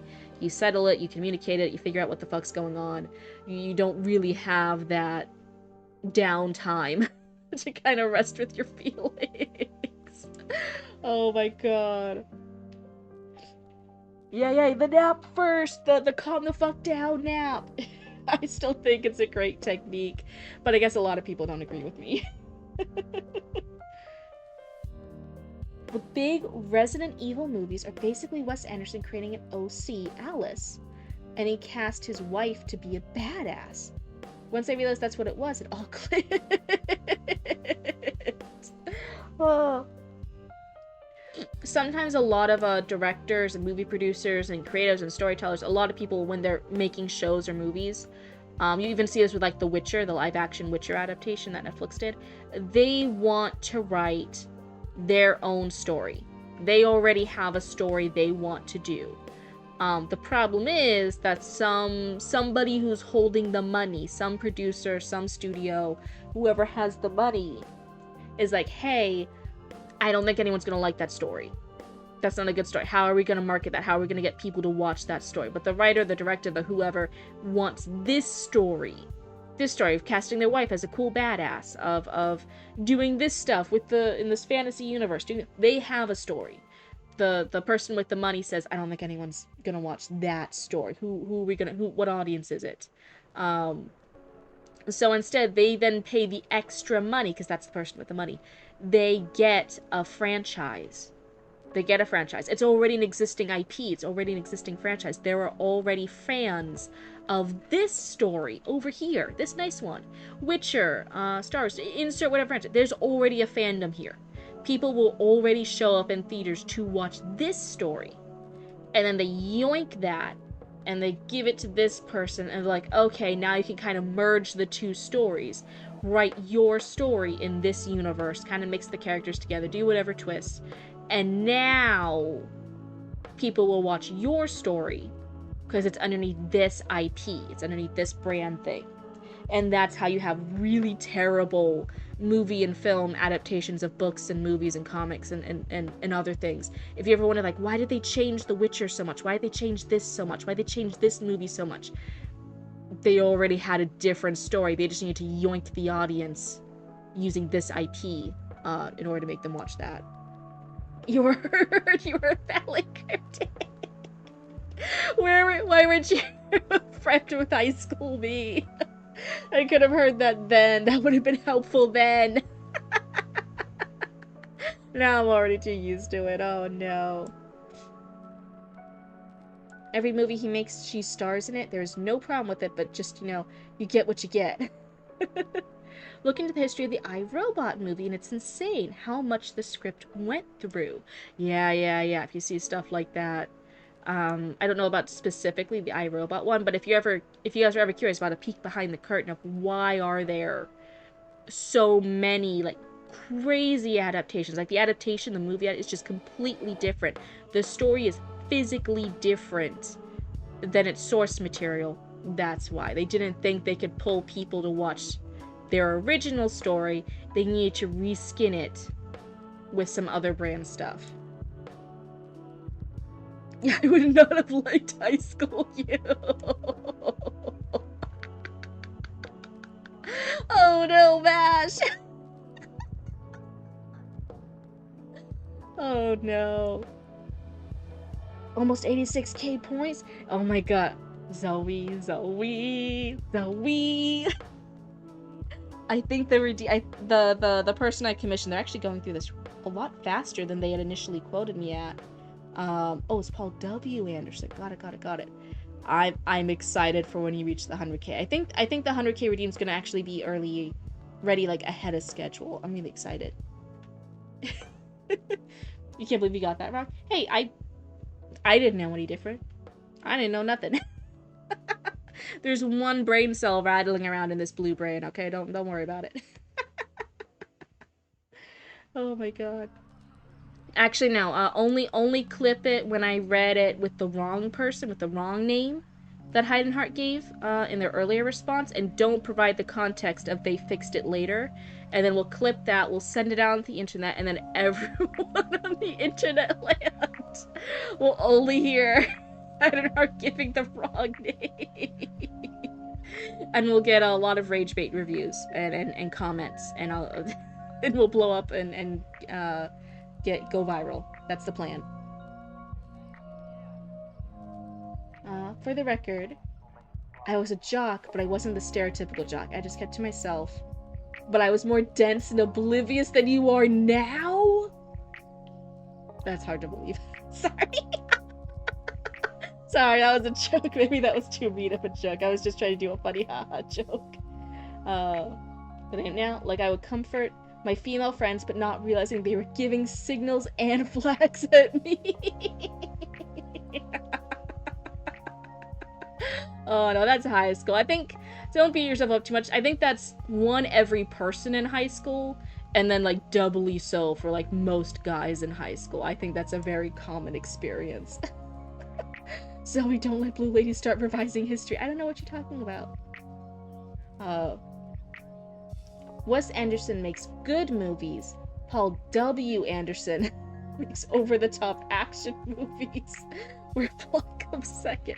Oh no, I'm never gonna be able to tell these two bitches apart.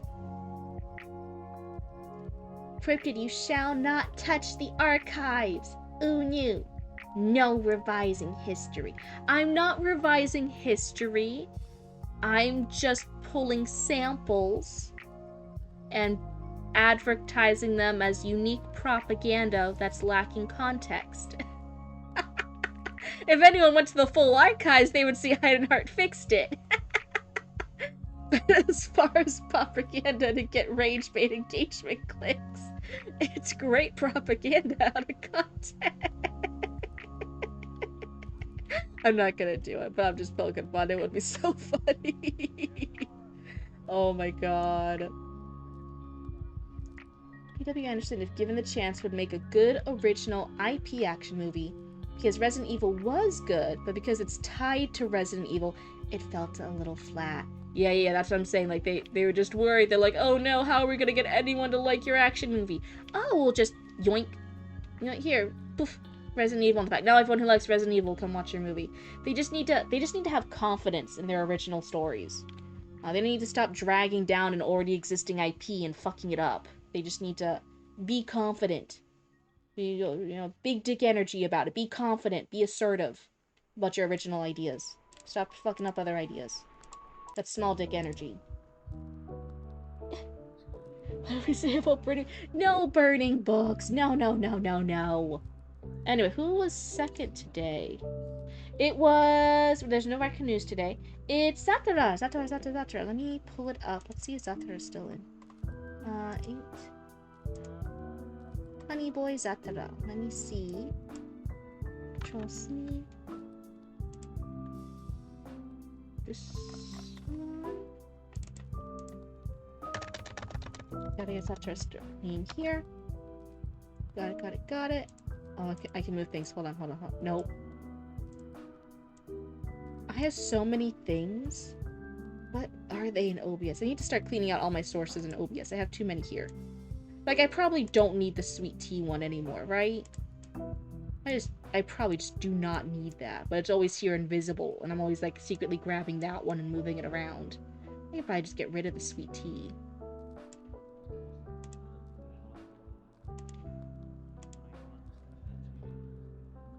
The Halo TV show was bad? How do you screw that up? Hi, Ethelrect, it's good to see you. He's doing different IPs, though. Like Monster Hunter and Into the Lost Lands. He's done good work like Event Horizon, and his Alien vs. Predator movie wasn't bad either. The propaganda shall rule the ring! The one ring to rule them all. Novel. More of the pirates. More pirates.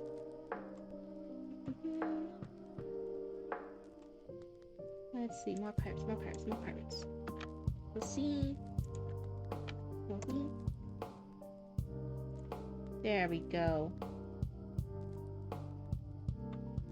If you get rid of the sweet tea, Baby Raccoon might bring an era of darkness upon this world. Oh no! Okay, what if it's just a really tiny sweet tea? What if it's like a normal size sweet tea? That's not laying right. Hold on. Hold on. This is now the most important thing in the world. Is that something right? You know, now it kind of looks like he has a nice little drink in the corner, right? Does that look cute?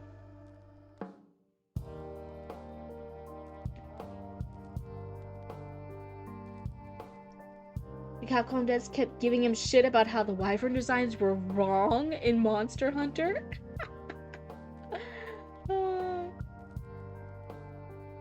You know, the Pineapple Pizza Apocalypse. Like a second era of darkness in addition to the one we're currently in? Oh, that's true. We are in a post-apocalyptic wasteland right now.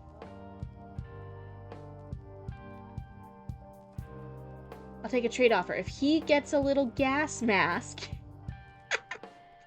a little gas mask of Baby Raccoon, you can get rid of the sweet tea.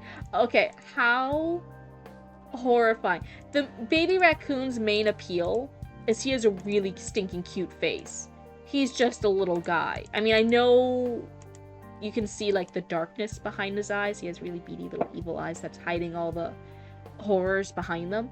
But he has a cute face. He has a cutie patootie face. He has little pinchable cheeks that, yeah, you can just bite him. He has little cute little ears. He has a stinking cute face. If you put him in a gas mask, I think that he just looks like a monster. I think he just looks evil. Oh my god. He would be really cute though. Oh my god. I kind of want it now. They're just a hollow eye. You think those are hollow? Oh, that was actually really scary if they're hollow eye sockets. I actually really don't like that now. He's a cute evil raccoon with a gas mask. I might need to put a gas mask on him now, because now that visual of those are just empty eye sockets is creeping me out. Oh no, Baby Raccoon, they made... Oh wait, hold on, let's drink. Thank you for the sippy. It's like a little juice pack. It's like juice pack sized. Thank you. That's a nice sippy.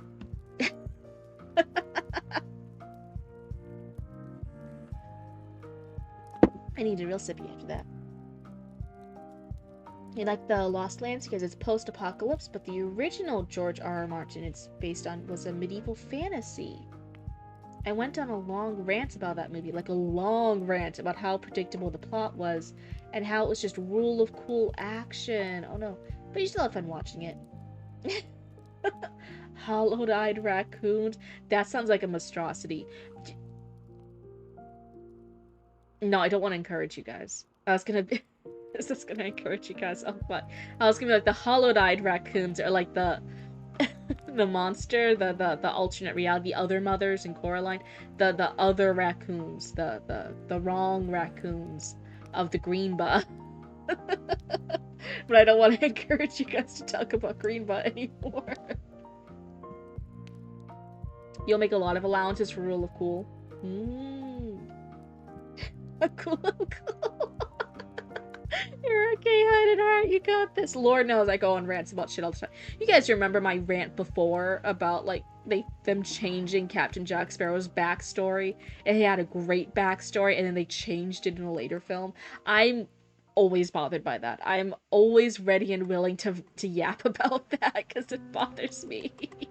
Because this new backstory is so fucking stupid.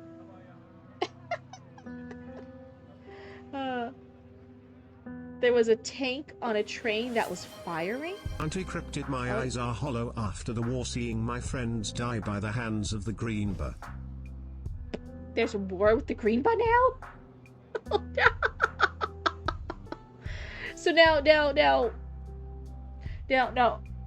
So anyone who witnessed people dying from the Greenba, they lose their eyeballs? You lost your eyeballs?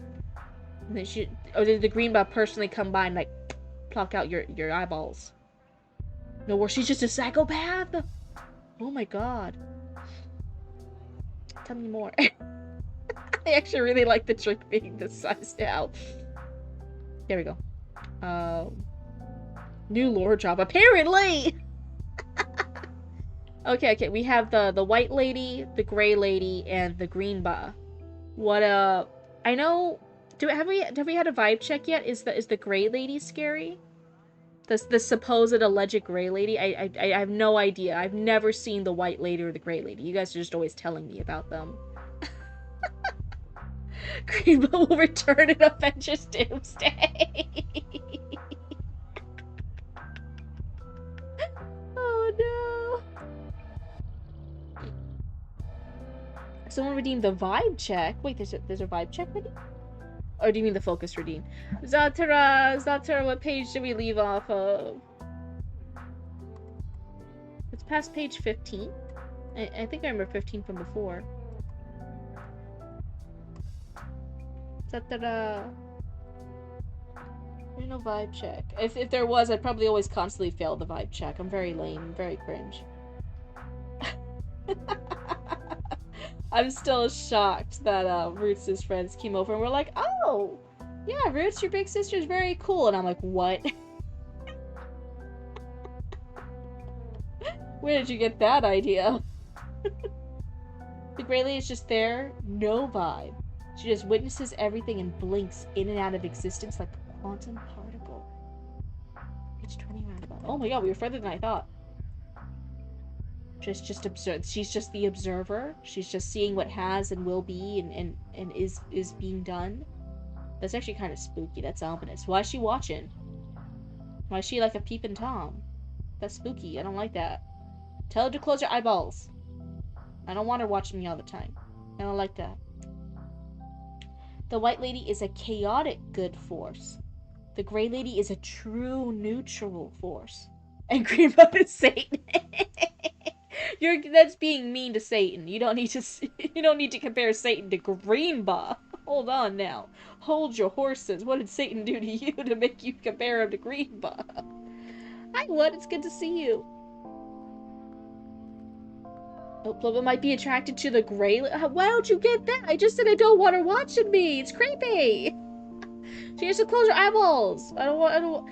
It's the same thing. I got really, as a kid, I really did not like the idea of of a figure who's watching you at all the times and like judging whether or not you're naughty or nice. I did not like that part of Santa Claus lore. I'm like, that's if he's watching all the time and judging my actions, but if I'm ever in a bad spot, why is he ever not helping in creating a better world. He's only watching to punish you for doing the wrong decisions, but he's never willing to punish for bad things leading you down the bad path. Santa seems a little corrupt over here. Why is he watching a lot of kids? Is he watching me in the shower? What if I do something evil in the shower? Why is he watching little kids in the shower? I did not like that part of Santa Claus lore. It really bothered me as a kid.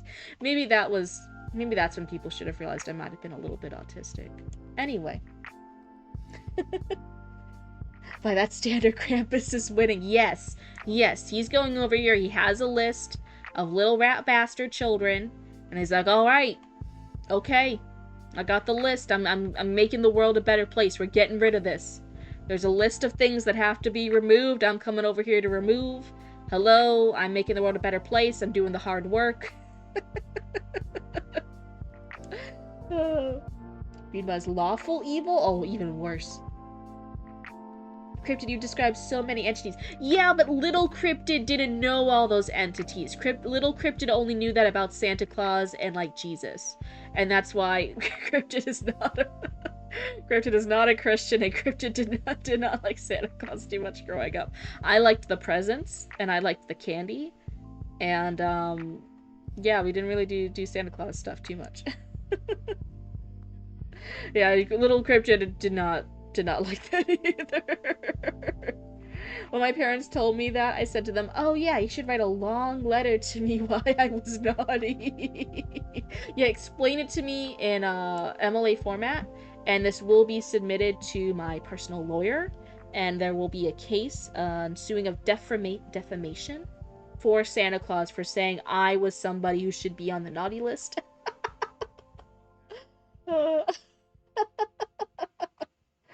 But yeah, little Cryptid did not like that idea. That was something that really bothered little Cryptid, who really, like, respected, like, privacy. Because, like, my parents taught me a lot about privacy and, like, respecting boundaries a lot as I was a baby Cryptid growing up into a kid Cryptid. So the fact that there were these, like, people who did not have to do that, and they could get away with it just because you couldn't catch them, like, you couldn't see Santa Claus watching you, that really bothered me. I'm like, they're breaking the rules. You told me that there are these rules, and they're breaking the rules, but because I can't catch them, they can get away with it. It really bothered me. Oh my god. Okay, someone just asked me at the gym who I'm watching. Say anybody else. Say anybody else. Say somebody else's name. Don't say me. Oh no, don't perceive me. Oh my god. The Easter Bunny is just a bunny that has the power to make chocolate eggs. Yeah, see, the Easter Bunny, and also there's no thing of like, oh, if you're a good or bad person, the Easter Bunny will show up. It's just like, the Easter Bunny himself has his own schedule. He is coming by, he has the eggs, he has the chocolate eggs, he has all the stuff. And that's just him doing his own thing. And then as long as you can come out afterwards, and then you get to have chocolate eggs. You get to find them and have chocolate eggs. He has no rhyme or reason to care about who collects the chocolate eggs. He's just doing his own business, and then you get to reap the rewards afterwards. Makes much more sense to Child Cryptid. Don't cross the salt circle. The elf on the shelf is just creepy. Yeah, never invite the fae into your home. I never knew that was a thing until I was an adult, until I was mid-20s. I never knew Elf on a Shelf was real, and I asked Mama Cryptid about it, and just because Mama Cryptid thought it was creepy, and she just had a ban on it, like, no, we are never doing Elf on a Shelf. Are you crazy? I don't like that. So Kid Cryptid grew up never even having the thought of Elf on a Shelf. Never knew. It's the second time someone has asked me whose stream am I watching. This is why I don't talk at the chat. Oh my god. You're gonna recommend my channel to somebody like during a time when I'm doing like really wholesome stuff. And we're just like vibing and being really cool and having story critique time. Poor Zatra waiting, I'm so sorry. And you're gonna be like, oh yeah, this is a nice little VTuber. She does those story critiques. It's really nice and chill. It's really wholesome. It's really sweet.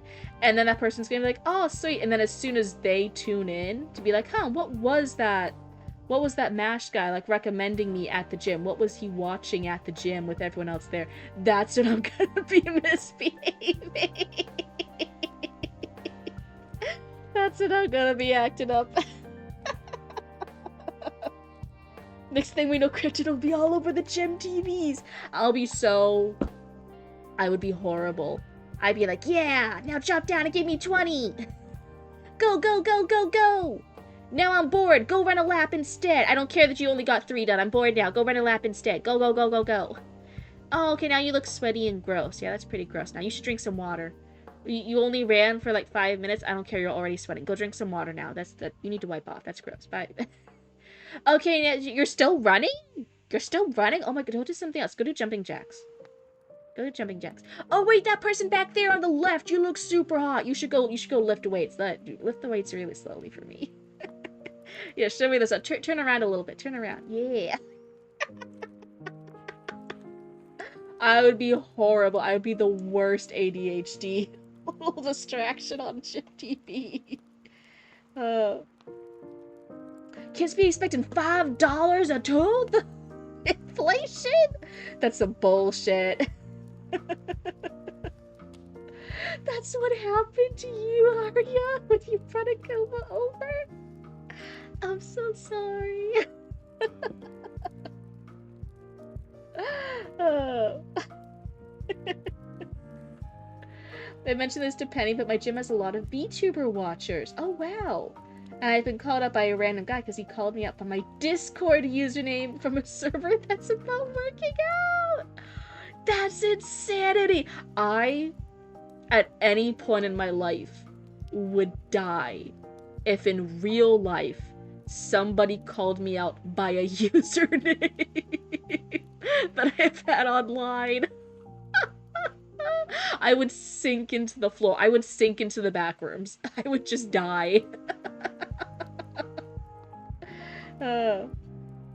Cryptid, have you ever heard of the Tooth Fairy's older sibling? I don't know if they're the older sibling, but yeah, the Tooth Fairy is related to the Bone Fairies. Yeah, I don't know if that's an older sibling though. It's just like a collective family. There's different things. But yeah, the Tooth Fairy is part of the Bone Fairies. Blue, we got $5 for a tooth. Now might expect that much. But $5 Australian isn't the same thing. This is why your kids are over there. They're learning a valuable lesson though about communicating and sharing their what their pay rates are. That you should talk with your coworkers about how much money you make for the same job. That way you could argue for a better deal with your boss and or your parents.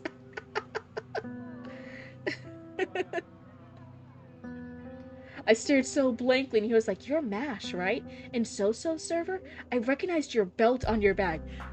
How horrific would it have been if you weren't that person, though? If you were just another person who had that belts and bag combo. Oh my god. Y'all getting dollar bills out here for your teeth, right? She must have hated my house steak. But yeah, teeth are like bones, so the tooth fairy is just related to a larger group of entities that are collectively known as bone fairies, and they all collect different parts of bones. For those who didn't know, the bone fairy best friend is the Easter Bunny, and they give children chocolate eggs for tooth fairy teeth collection. It's all a conspiracy. It's all a conspiracy by Big Chocolate, is that what you're saying? How much does the kidney fairy take for what? So I will say there's a sliding scale in the comprehension of human morality for the bone fairies extended family tree. The tooth fairy is on the higher end of it. She understands human morality and trade bargaining, of giving something to take something in return. She gets that, so she's trading. She waits, and she already knows you're gonna drop them eventually. She'll take the tooth after it's already out, and she gives you the currency, and she can take it. She gets that deal. She's very high intellect on human culture and trade and morality. some of the others in the extended bone family of the fairies do not understand that. And on that spectrum, the ones for organs and the more squishy tissue stuff, that's a separate branch, like, because that's not bone. Okay, tooth is part of the bone family tree, separate family tree. Further away, that's the organ phase that are collecting organs and tissue. They are very rarely called upon. They don't we don't have many of them, but they are very not rural. Rural's not right. They're very feral. Much more feral. Much more, they see it, they like it, they take it. You'll just not have a kidney anymore. It's very they're not very great for exchange rates. You have for me. I'll come by if you're still alive when I start my cardio. Bye, Mash. The dentists are the ancient bullies of the tooth fairy. I would think they'd be like like ancient priests of the tooth fairy. I met my parents, I still believed in the tooth fairy until all my baby teeth were gone. I managed to milk Santa for stocking stuffers until I was 13. Our Mom and Papa Cryptid genuinely are so sweet. Me and Roots are both adults. We are both, like, not even just adult. Roots is in their young 20s, okay? Like we are adults. I'm a young hag. I'm 30 now. Like, we are adults. We are grown. And Mom and Papa Cryptid actually still give us little stockings and full of stocking stuffers and candy for Christmas. It's very cute. It's very sweet. We're very lucky with that. But yeah, it's still part of the family tradition. We still get stockings. Some of the animals do too. They get there's little kitty stockings. It's not for like because there's too many animals to do it for each one. There's like a stocking for like the cats, and then all the cats will get like new toys and stuff. And there's a stocking for like the dog. Auntie Cryptid. Oh, yeah? A man came to my front door today and asked if I wanted to talk about this magic man that saved people. I told him all about the cryptid in the swamps in Florida. Why did the guy drench me in water? It's Florida water. Very, very nice stuff. Very high in magic, actually. Which is, true stuff. Okay, wait, hold on, let me back up. There's people who's not gonna they're not gonna get it. Florida water is an actual thing you can like buy, and it's not just water from Florida. It's just the name of it is Florida water. It's technically a cologne. It is technically sold as a cologne, and the name of the cologne is Florida water. But its purpose was not to be a cologne. It had a lot of spiritual connections. And when colonizers were coming over and trying to stomp out a lot of the native ritual practices, they were getting rid of a lot of those practices and removing the tools for it, and in order to preserve the culture for the local religions in the South US. So think Georgia, Florida, etc. They wanted to preserve it. They didn't want to remove this mixture of water and scents and essences that they used for ritual practices. So they lied and they said, "Oh no, this isn't a magic thing. This is a cologne. You guys have cologne, colonizers. This is just a cologne. It's not a spiritual thing. It's cologne." And they were like, "Oh, okay. We're just gonna keep chomping out all the rest of your religious stuff. Hold on real quick. But yeah, you can keep the cologne, whatever." So the cologne Florida water has been preserved, and you can still buy it today, but it is for religious practices. Hi, Roots. You knew the ADHD would take. Fuck you. But yeah, anyone new here? Knitbone is actually Roots. I'm Cryptid. They're Roots. Together we're Cryptid Roots. That's my in real life younger sibling, but that's Commander Roots to you guys. So, dear gods, to be fair, we didn't have Raccoon Channel 6 News. I'd say the yapping session was in replacement of Raccoon Channel 6 News. So, unofficial Raccoon Channel 6 News is over. Yapping session is over. Let's take a look-see here. We had our pirate captain. He was meeting with Jeanette. He was thinking back on his deceased wife, on past memories, and it seems like Jeanette has led him to a trap. She is a betrayer. There are all these other people here coming out of hiding to capture our pirate captain. You missed a yapping session? Stop bullying me! Oh my god. So... let's see. But yeah, there's... I wanted to know...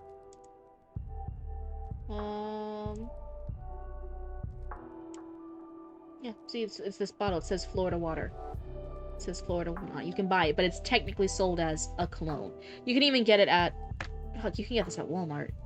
You can also get it online, but you can get it on Amazon, see? But yeah, it's Florida water. But that's the little history there. Fun history lesson. Oh my god, you're being bullied to eat. Fuck! Everyone keeps mentioning food! I eat before stream, and then you guys talk about food, and now I fucking want food! What is wrong with you all? Roots, are you still in chat? Someone tried selling me man water? That is... gross. Wonder what your insides will smell like after some food. You don't drink it! You don't drink it! It's not normal drinking water! It's not drinking water! Zatara! What food?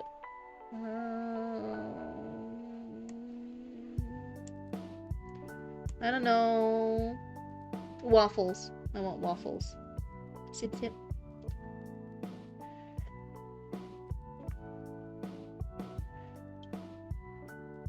I actually really like having the little cup over there for my model. I want waffles. That's the answer.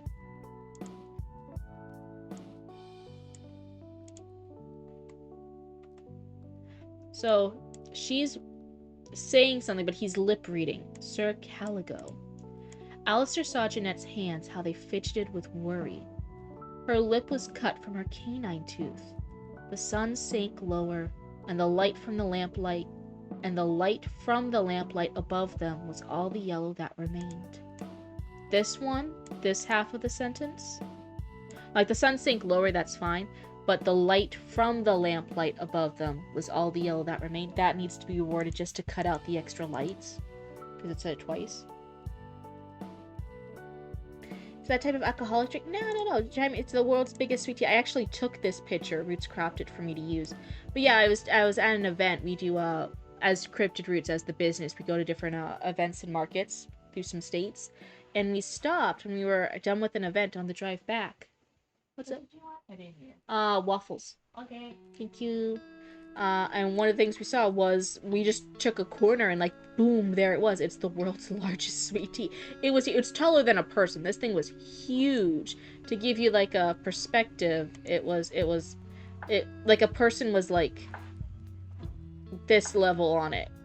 It was at the sweet tea level, like where it says the word sweet tea. It's this huge thing. It was this little tourist attraction bit. But yeah, I got to see that, and then Roots cropped it out for me, and then we were able to give it to you guys, to Baby Raccoon. Here we go. Fuck, now everything's moved. Eat. Is that good? That's good enough.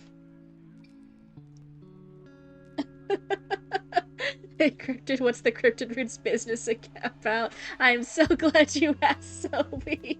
Cryptid Roots is me and my in real life younger sibling Roots. Yeah, they said hello in the background. And we do embroidery patches and spooky apparel and then some other little things that fit the vibe. And you can check out our Etsy shop. We're still getting our own personal website up. You can check out the Etsy shop, Cryptid Roots LLC on Etsy, and you can see all the cool stuff we make. We're almost back up to 100 products on that goddamn thing. Technically, if it were the world's largest sweet tea, it wouldn't fit on your screen. It's just perspective. Technically, like Baby Raccoon and the sweet tea are actually huge. They're just really, really, really far away from the camera. So they look small. It's true. It's true. Like, here, baby raccoon, get closer to the camera so they can see your true height. Okay, here he goes. Oh my god, that'd be so funny.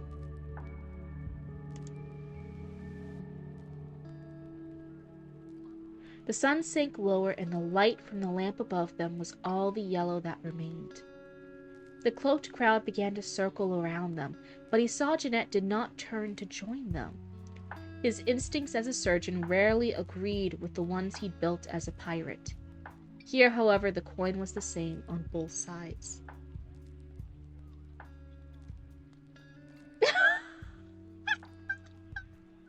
Charles!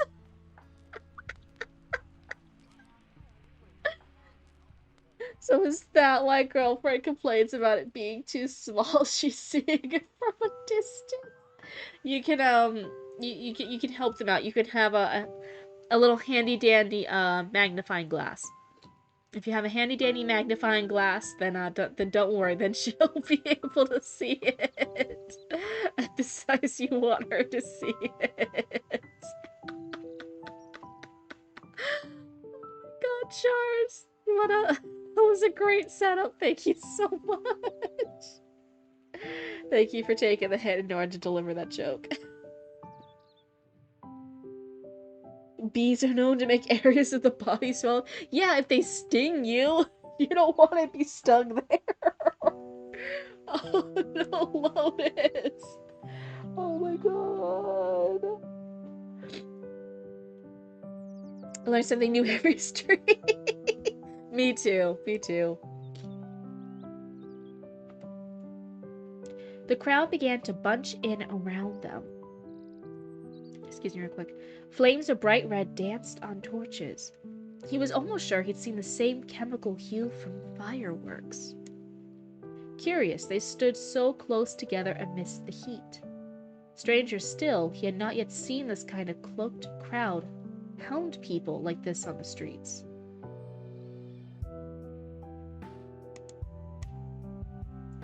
Stranger still, he had not yet seen this kind of cloaked crowd hound people like this on the streets.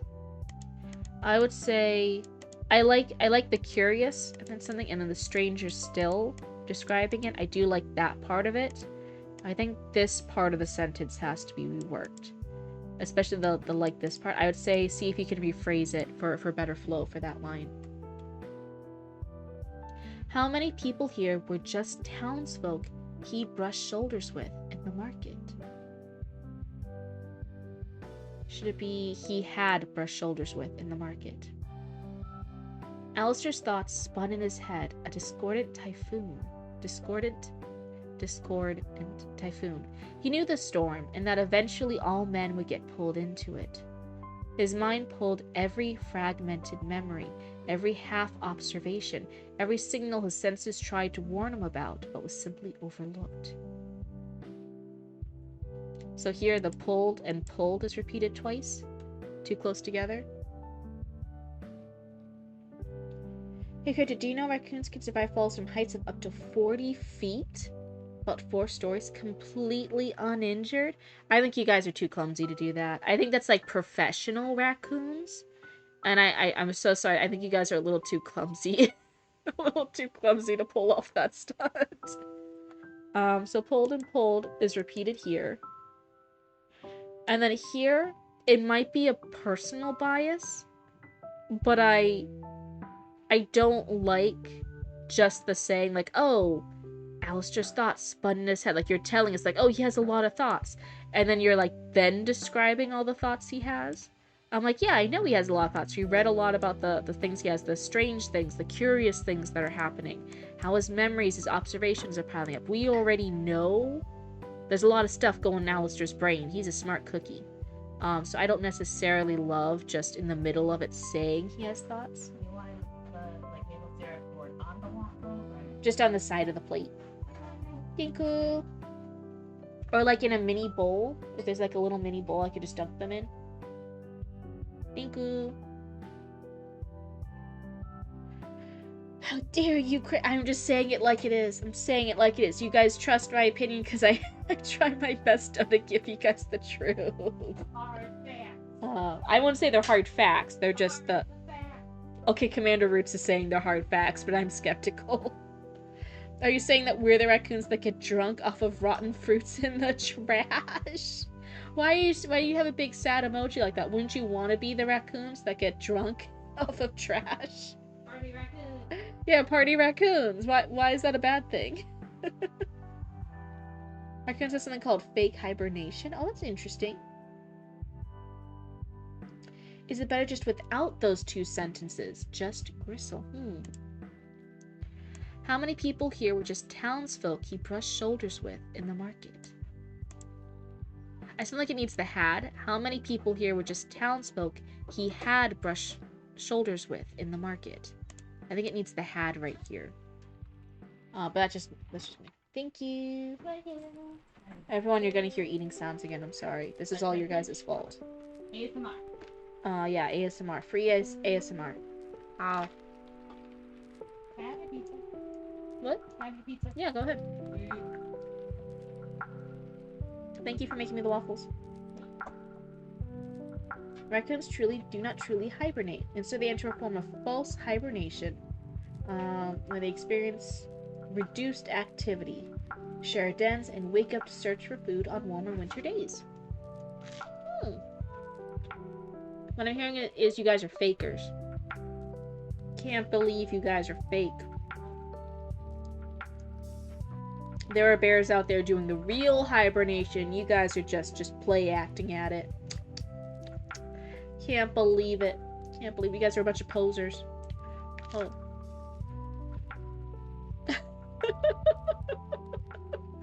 Those appeal to be poser raccoons. I'm starting trouble, aren't I? I'm just getting a lot of raccoons mad at me.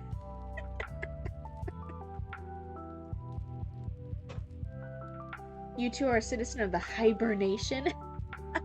Is that what we say every time we like take a nap? We're just going to visit the place of hibernation and to visit the city of hibernation.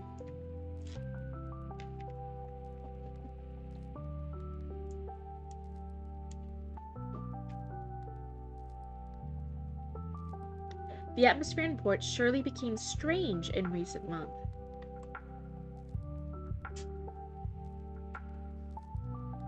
Maybe it is without the hat. Wait, hold on. I have to check the tenses again.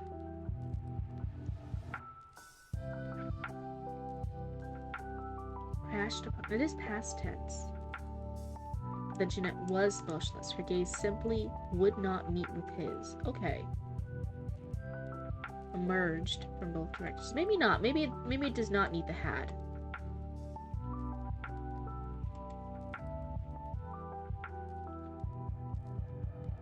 But he could not hear. Okay. Maybe that's fine.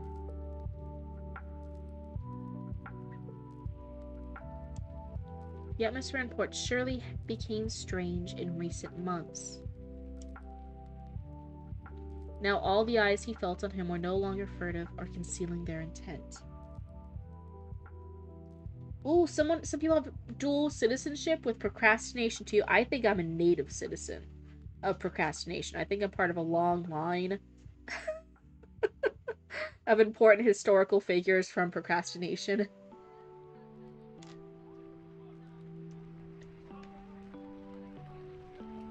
Oh, bears do it too? How dare you call us fakers? Listen. Game recognizes game. Fakers, you call you posers.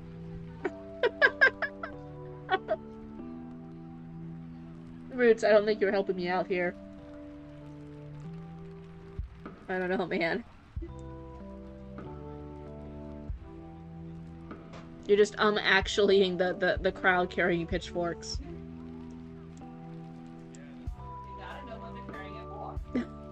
All was obscured behind torchlight, save for grins that were littered with cracked skin. Oh, that's interesting. And so the stogie that still had more tobacco to burn was withdrawn from his long coat. Hoarse whispers slithered through the crowd as he casually held the end in a dancing torch. The bearer only made the slightest of flinches.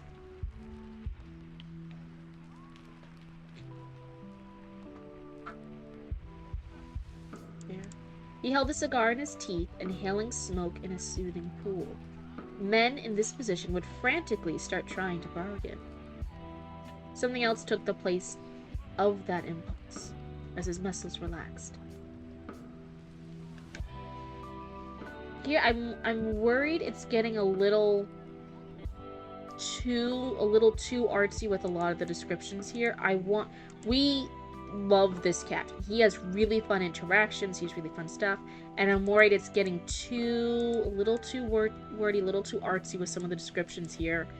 His actions make him interesting and cool, especially here, especially with the earlier when he was lighting up the cannon when his shipmate person was right next to him. And I don't want to get too lost in how artsy you can make the scene in descriptions, rather than just genuinely how cool this scene is. So here, like the bearer gets a little confusing on who the bearer is. Is it talking about somebody in the crowd, or is it talking about him because he's casually holding the end of something here? Like, it gets a little confused who the bearer is. Inhaling smoke.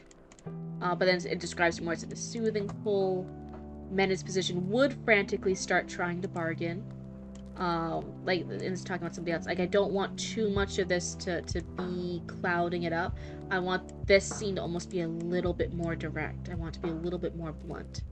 But I still like the idea of his muscles relaxed. I do like that bit. This was good. It may have been a fine day to die. It may have been is interesting. Oh. These waffles are actually really undercooked.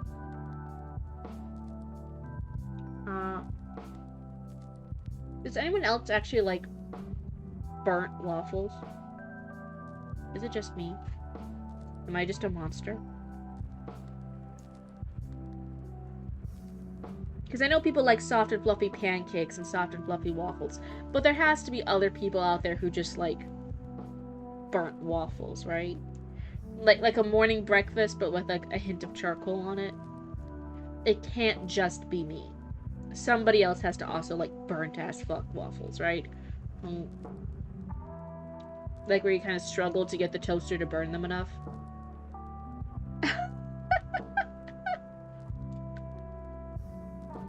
Zatara, no, you don't like my burnt as fuck waffles? Oh.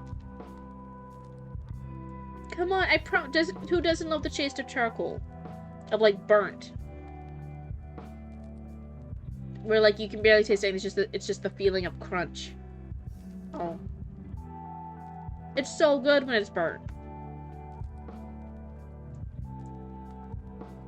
I think most solid foods would be better if they're burnt. Low key.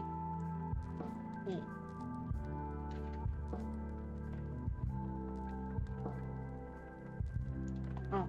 Okay, that is the last bite, so I stopped chewing in your guys' fucking ears.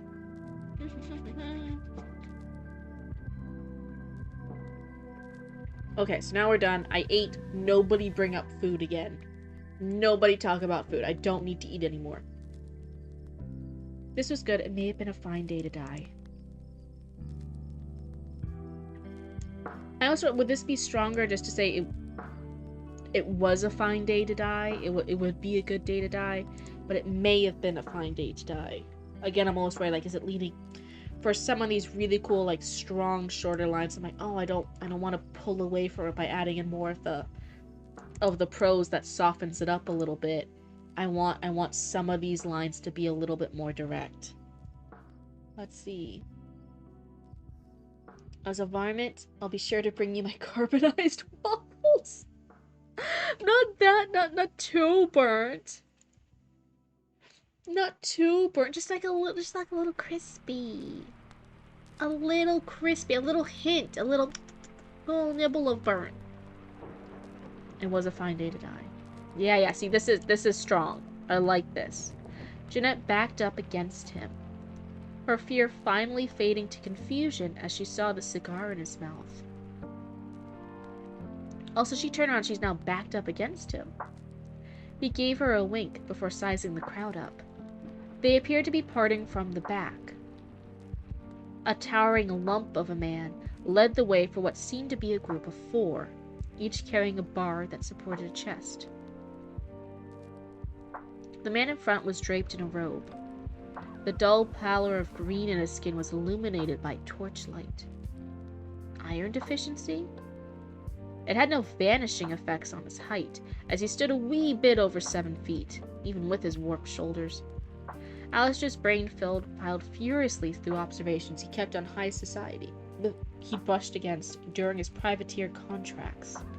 The French and British never had any high-ranking officials like this gnarled, hunking mass among their ranks.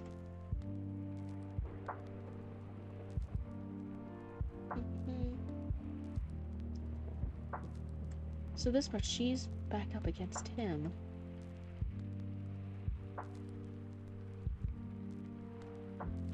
Which I did not tender to his instincts. I'm like looking back.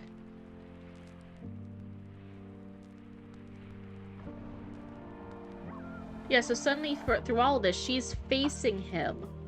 And the crowd's coming up behind her, surrounding him. And then suddenly at this point, Jeanette backed up against him. And that to me means like her back.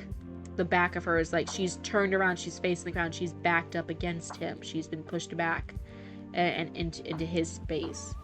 But I don't quite know when that happened.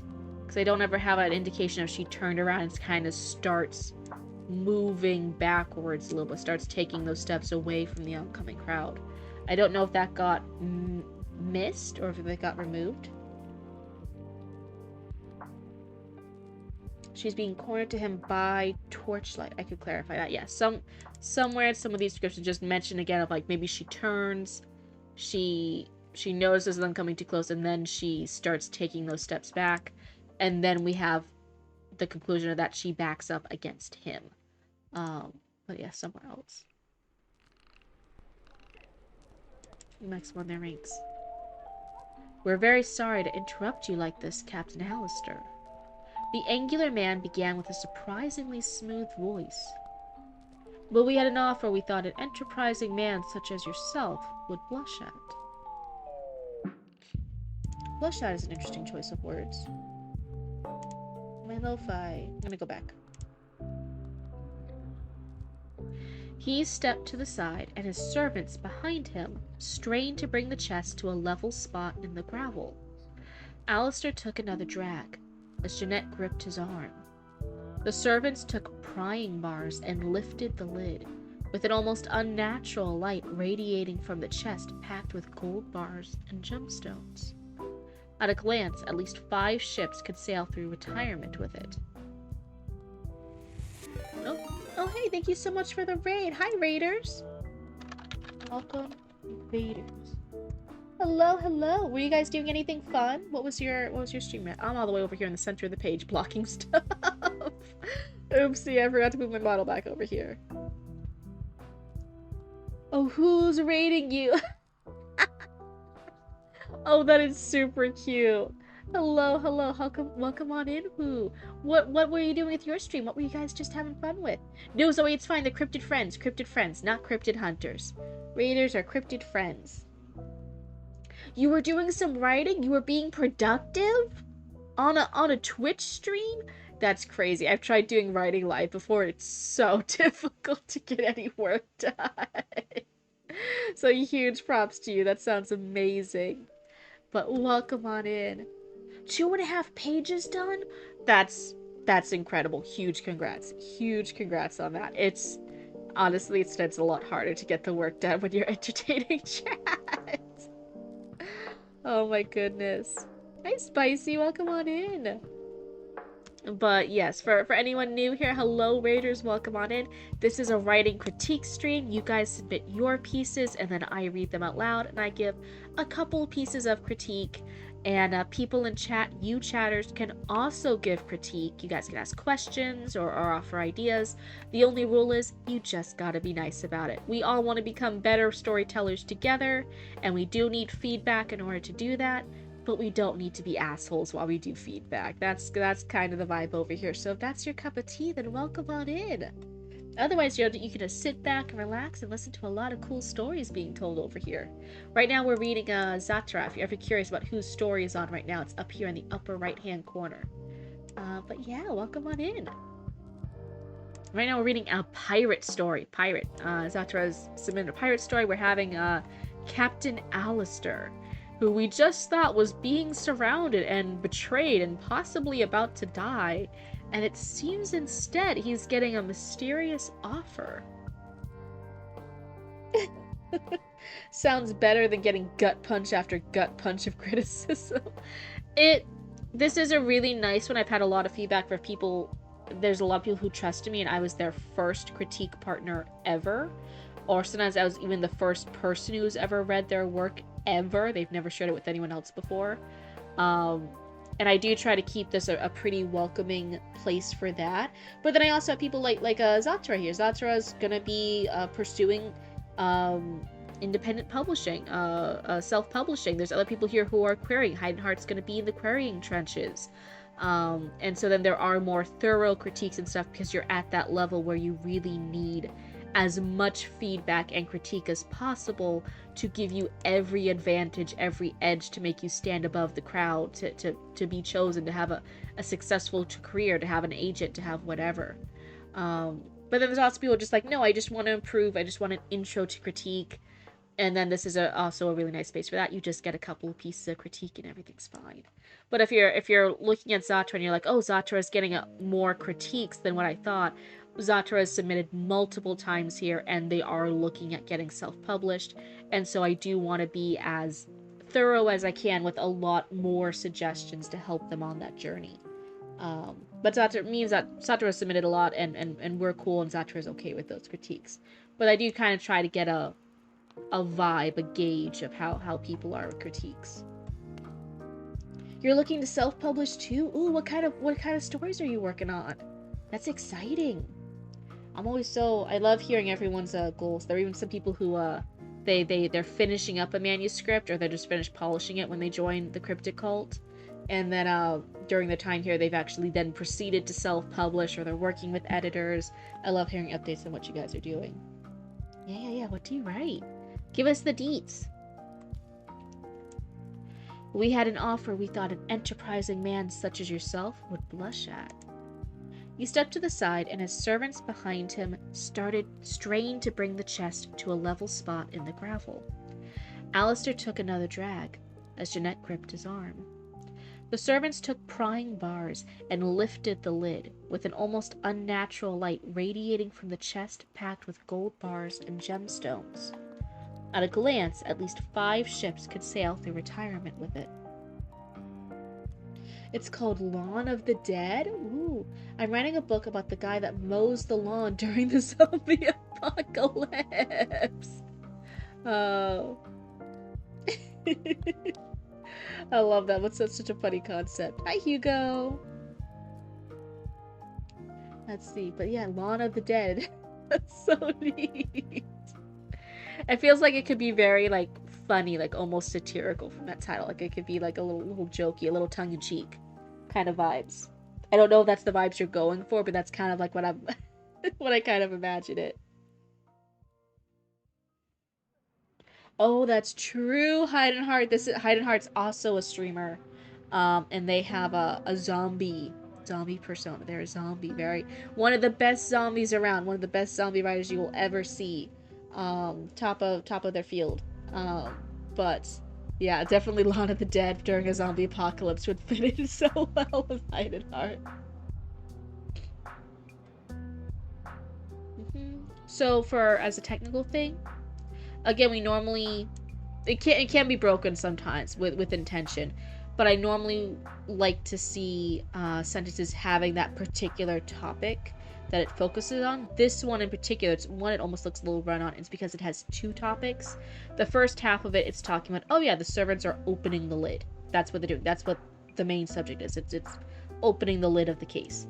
Then the second half of it suddenly describes like, oh, it's the lighting. What does the lighting look like? What's in the chest? What is these gemstones? The gold has this unnatural lighting. And even does it with an almost unnatural light. Describing them prying the lid open. So prying the lid open with an unnatural light. Like, wait, that doesn't quite grammatically make sense. I would split this into 2 sentences. I like the info that's being conveyed. It just has to be 2 sentences. To which things you called me hide in heart. Calling some of our raccoons a hoe right here in my chat. I can't believe it. As if I didn't, like, correct people last stream. And I'm like, hey. You can't say what's up, bitches. You have to be inclusive to everybody. You have to say what's up, bitches and hoes. Okay, we have to include everybody. You started writing this 15 years ago. We got 5 chapters and then took a very long hiatus. I forced myself to write a minimum of 1 page per stream starting 3 years ago. And now we're closing in on the last chapters of the first draft. That's so exciting! Oh my goodness, huge congrats! It must feel like such a huge milestone. It's because it is. That's a huge milestone. I'm so excited for you to be there. The only hoe here is me? No, the only hoe here is me. I'll fight you for the title, Hidden Heart. Oh my goodness. Yeah, huge applause. Spicy's got it right. Huge congrats. That's fantastic. But also no. Me and Hidden Heart. I swear sometimes it gets a little scary. We have like the same brain cell. We have the same personality. And like oh my goodness. You're purchasing my services, I take it. Terribly sorry, but the Montagues crew has business on other islands. Though she'll make an exception for Cape Horn. His hand wanted to hide in the refuge of his coat, despite the conversational air he put on. Anything to feel the lacquered polish of his flintlock handles. Oh hey, thank you so much for the follow, and hey, I hope you like hanging out with the Cryptid cult. You need to raid and run, but you're going to dip it on wine. Yeah, no, have a wonderful night. Thank you so much for the raid. Relax, calm yourself down a little bit, stare at the wall for a little bit while you kind of unwind. At least that's what I do after stream. Rest well, have a great time, and I hope you feel so proud of all the work you got done. But it was not time to draw anything other than more tobacco. Yet. It was not time to draw anything other than more tobacco, yet.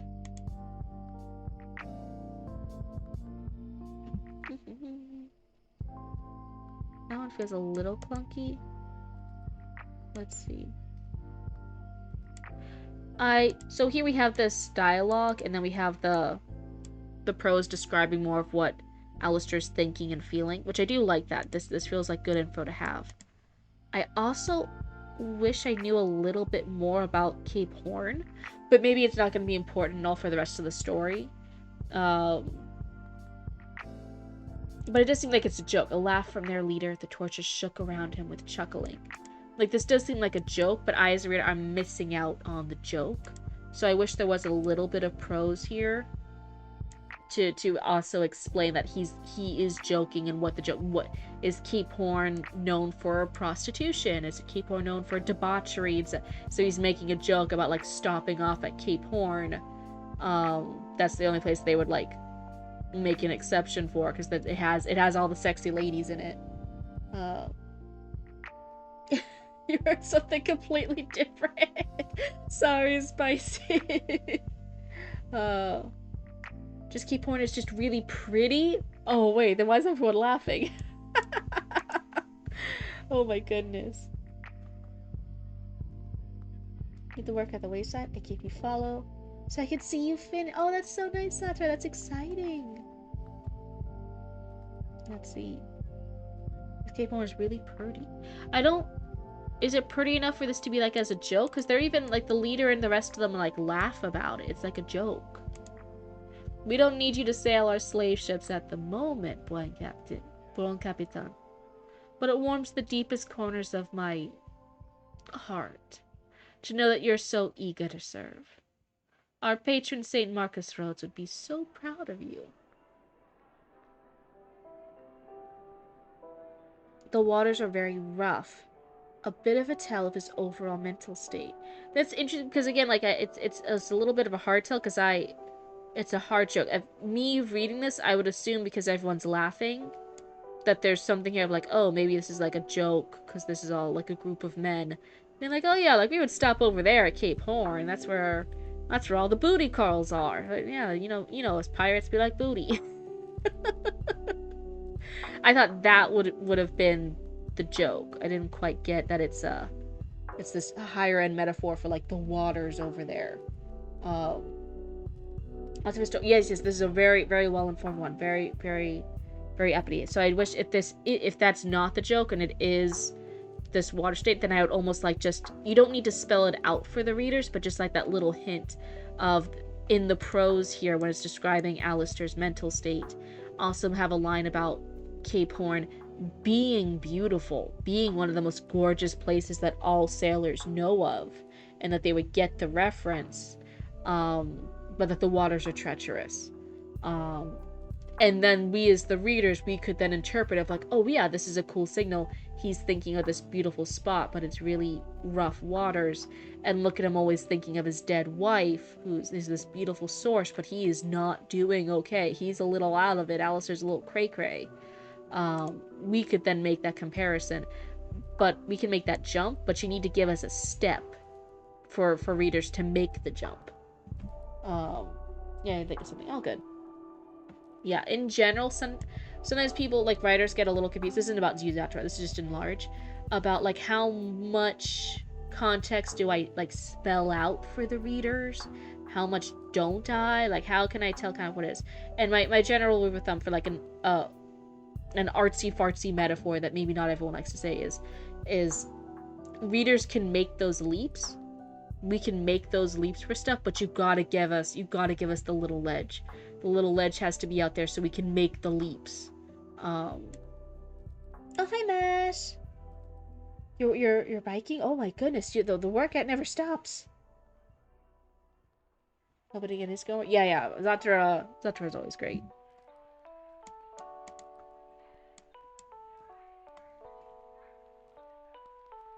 Let's see. Alistair's fingers nearly locked like a vice around the cigar at the mention of Rhodes. His brain screamed to not allow this to shake him visibly. He drew a breath and stepped forward. His neck craned as he looked up at the stark height of this monstrosity. He felt Jeanette's reluctance to close the distance, but he knew any musketeers in the crowd would be less prone to take aim with their leader so close. The grind don't stop. Your goal is 8 miles? After your workout, you're still gonna bike 8 miles? That's insanity. That's crazy. I mean, huge props to you. I'm not, like, discouraging you. I'm just over here like, oh, my cryptid self could never. I feel happy about just doing, like, having done my walks every day for, like, the last a little over a year. And now I'm slowly amping up my exercise routine. I'm like, that's nice. That's good. I have a little 30-minute exercises every now and again. This is great. I'm like, 8 miles. Oh my goodness. I'm also a Central Florida cryptid, so it's all gross and hot and sweaty. Yes, you get gross. You get gross and sweaty when you work out too much in Florida. It's too humid. Oh, you're just making yourself tired, not you'll be up till sunrise. That's true. That's a good way of approaching it. Your workplace is 5 miles from your house. I do not miss biking there and back. You love working out in the humidity? Get out. You're crazy. You're crazy. Mosh, you're going for your nursing degree. You need to ask one of the doctors to scan your brain. There's something wrong. So horrible. Amash isn't human. He's not even a raccoon. What is he? Oh my god. If you could change anything about raccoon news, what would it be? If I could change anything? I don't really know.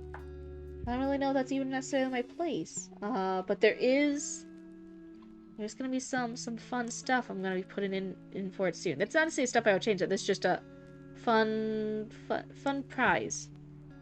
Fun things gonna be happening soon. Since after I averaged 12 to 15 miles of cardio because I used to be in track and wrestling. That makes sense. Are you a Spartan? Mash lives in the marshes. Used to live in the tropics with humidity year round. Okay, this is adding up. The math is mathing. Cardio is still hot garbage. I might still have been able to handle that commute a few years or so ago.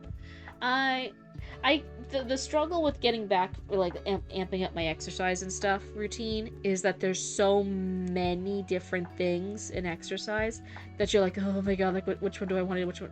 And, like, they're all cool. Like, you can be focusing on flexibility, you can be focused on mobility, you can be focused on cardio, you can be focused on weights and getting more muscles and stuff. You can be doing this.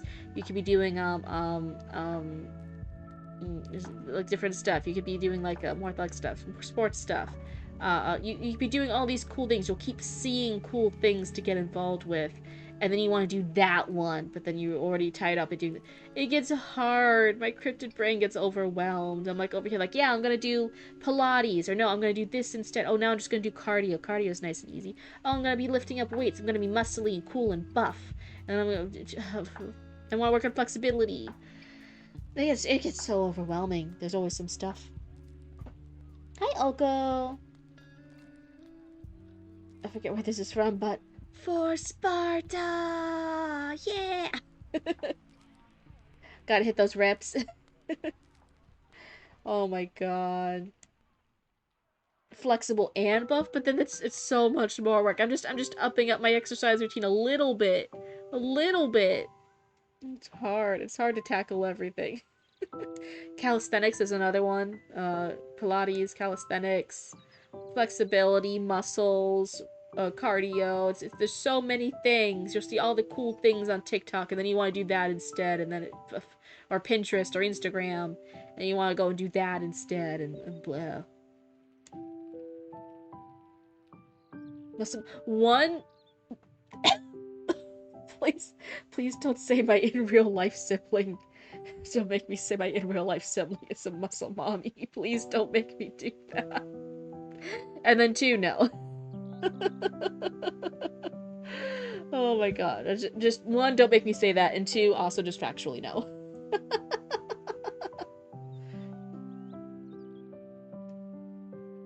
Yeah, we take the baby steps and slowly build the foundation, Cryptid. I do feel like I'm pretty proud that I have the foundation of a routine, that I've been able to walk and do cardio and stuff for over a year now, that I kept a routine for over a year with exercise. If you asked me like a few years ago, I'd be like, a routine, a consistent routine with exercise? Hell no.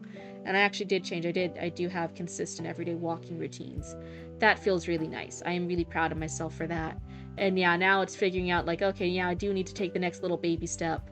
Well, there's so many directions you could go. I don't know which baby step to go in. They're all so cool. It's like when you get like a skill point and there's like 11 billion different directions you can build out the skill tree.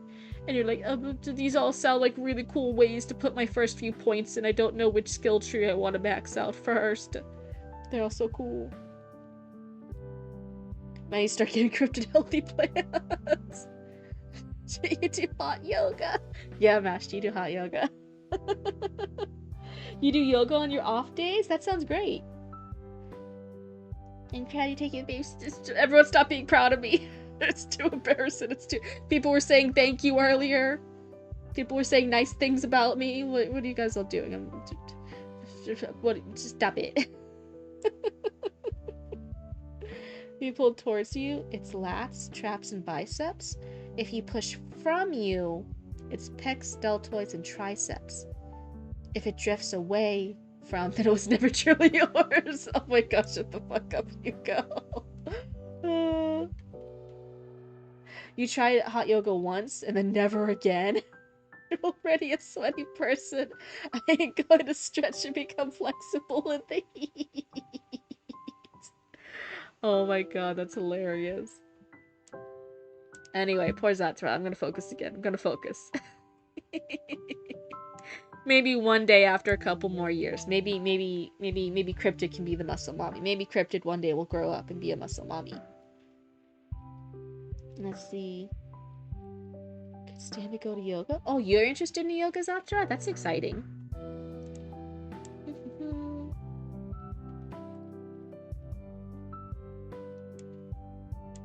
So he's feeling Jeanette's reluctance.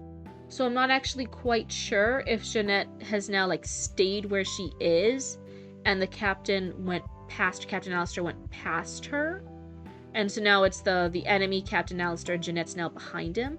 Or when he's stepped forward, is Jeanette being, like, pushed forward with him. So it's still the enemy Jeanette and then the captain. And Jeanette's kind of, like, stuck in between them and she doesn't like it. And she on his side. I'm a little confused with where Jeanette is. I know her vibe. She doesn't want to be where she is. She's reluctant to be where she is. But I don't quite know where she is. No, what we need from you is El Sumero, as well as Senorita Albrecht. Her scholarly expertise has been invaluable for learning more secrets of the treasure you now hold. This is your island then, Calico? He said as he slowly let his words and nervous system redirect the conversation. There's the tiniest hint of hesitation in the peanut.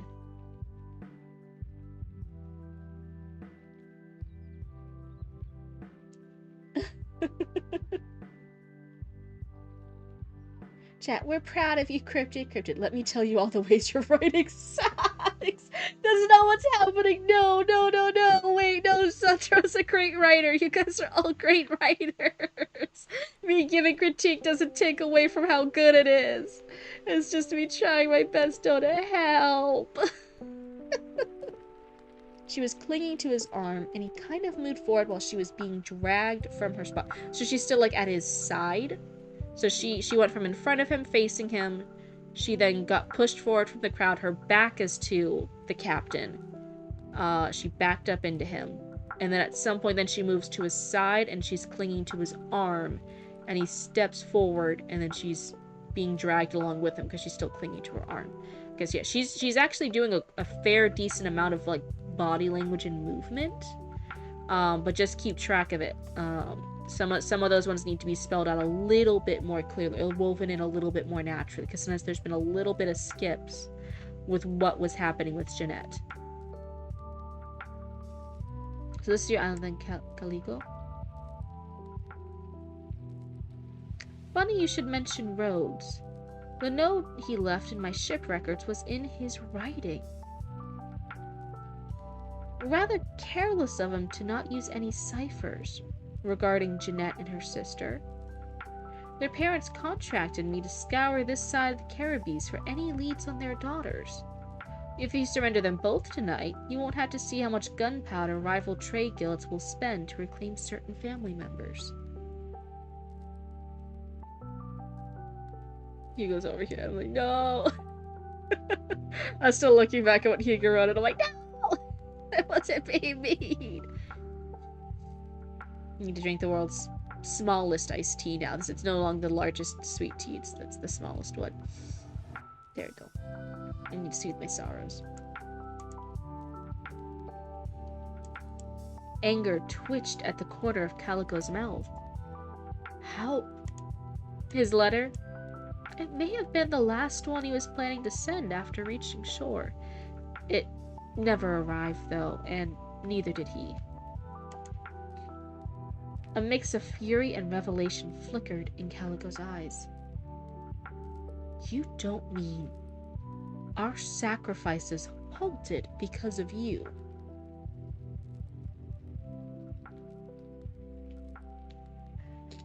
My Twitch tab crashes. Cryptid, everyone here is a great writer.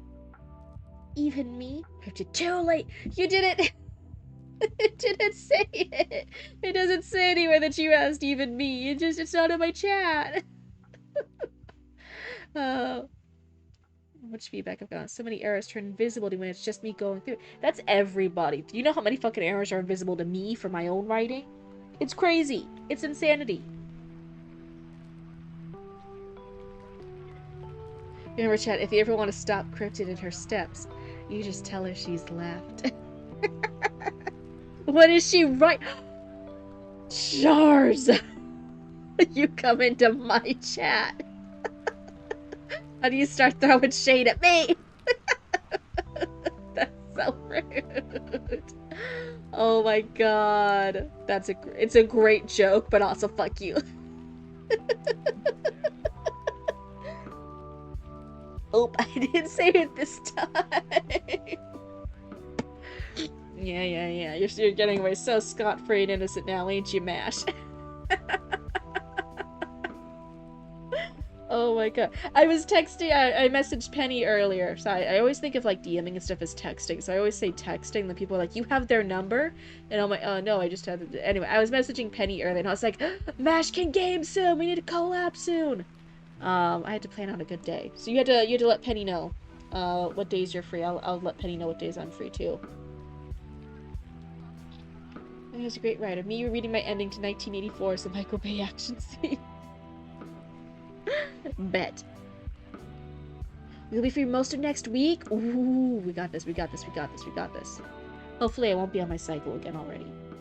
Hopefully we got this. When was it? It was the end? Like, Woe was like the 6th, 17th, 18th, 19th? Was Woe?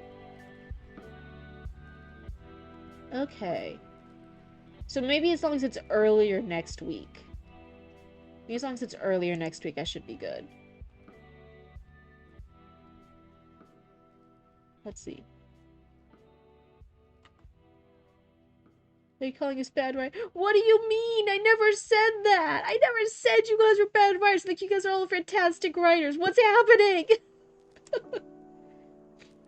Probably won't be back to stream until the week after next. Okay. Wait. We'll see. We'll see what my schedule lines up. After the John firefight appears, the firefights. Everyone not looking at the fiery explosions. What? Yeah, that's the only main thing that makes it really hard with collabs.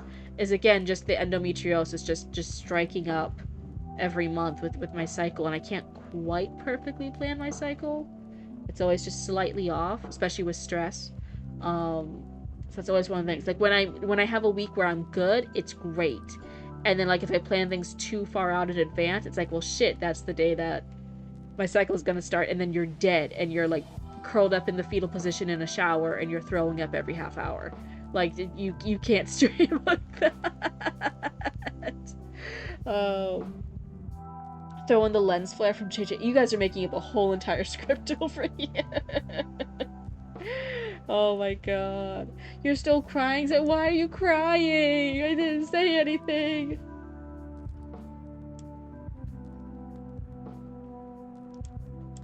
Let's see.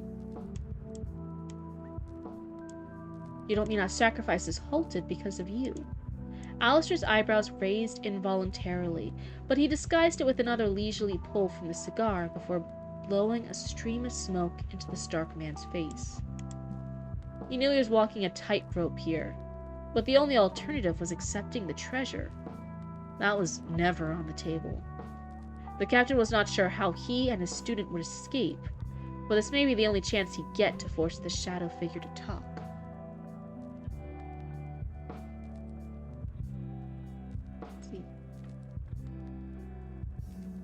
You're surprised there's not a horror movie about periods yet?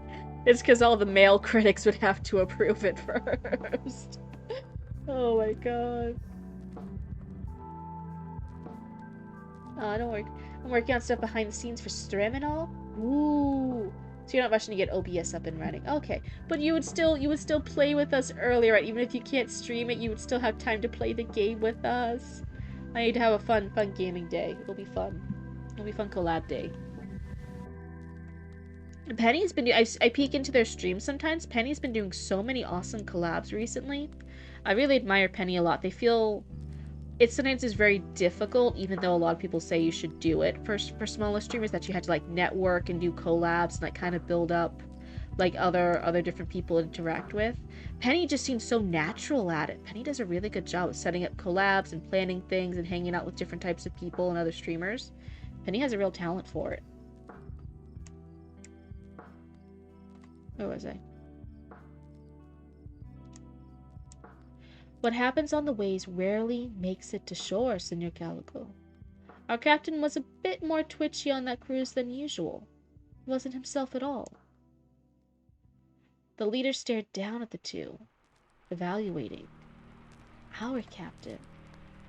The torches hovered in ever closer during the course of the conversation. Alistair felt the rise in heat before he noticed the flames dancing closer. It seemed they were rather experienced with these matters, not being provoked or making sudden movements. But the slimy line of their leader's mouth curved tight into a broken grin.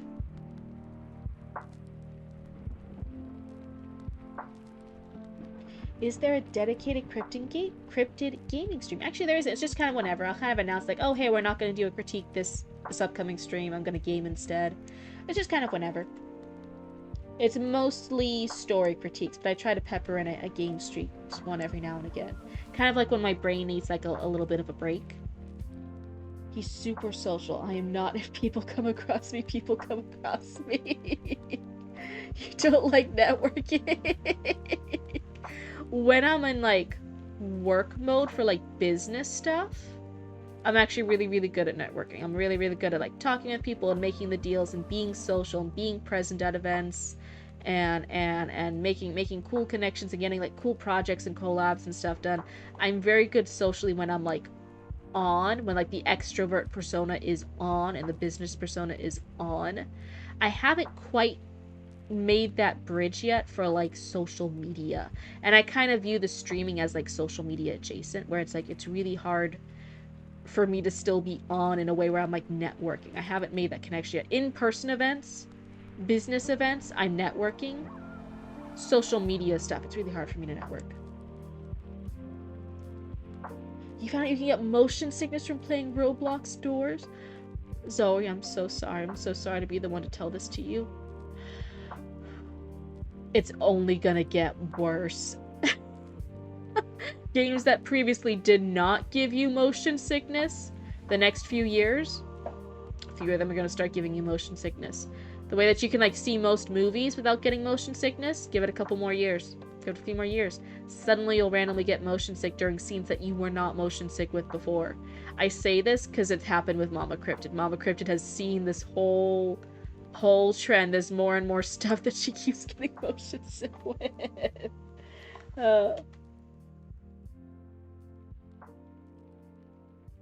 She's going right again. What do you mean? Oh, you mean my model? See, yeah, I'm on this side down. You will find me for my shitposting memes from whatever game I'm playing. I already plugged my end of the Ethernet cable. Let me plug in yours. What do you mean it's gonna get worse? It's got more and more things are gonna start triggering it. More and more things. You're saying like, oh, this one game caused me motion sickness. You're gonna find another game. And then an old game you haven't played in years, that one's gonna get you motion sick now. Greenba, Blueba... Twins? Twins? You think Greenba is a twin to me? What?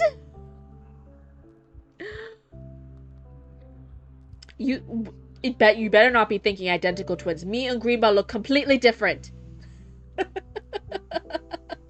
I look nothing like her.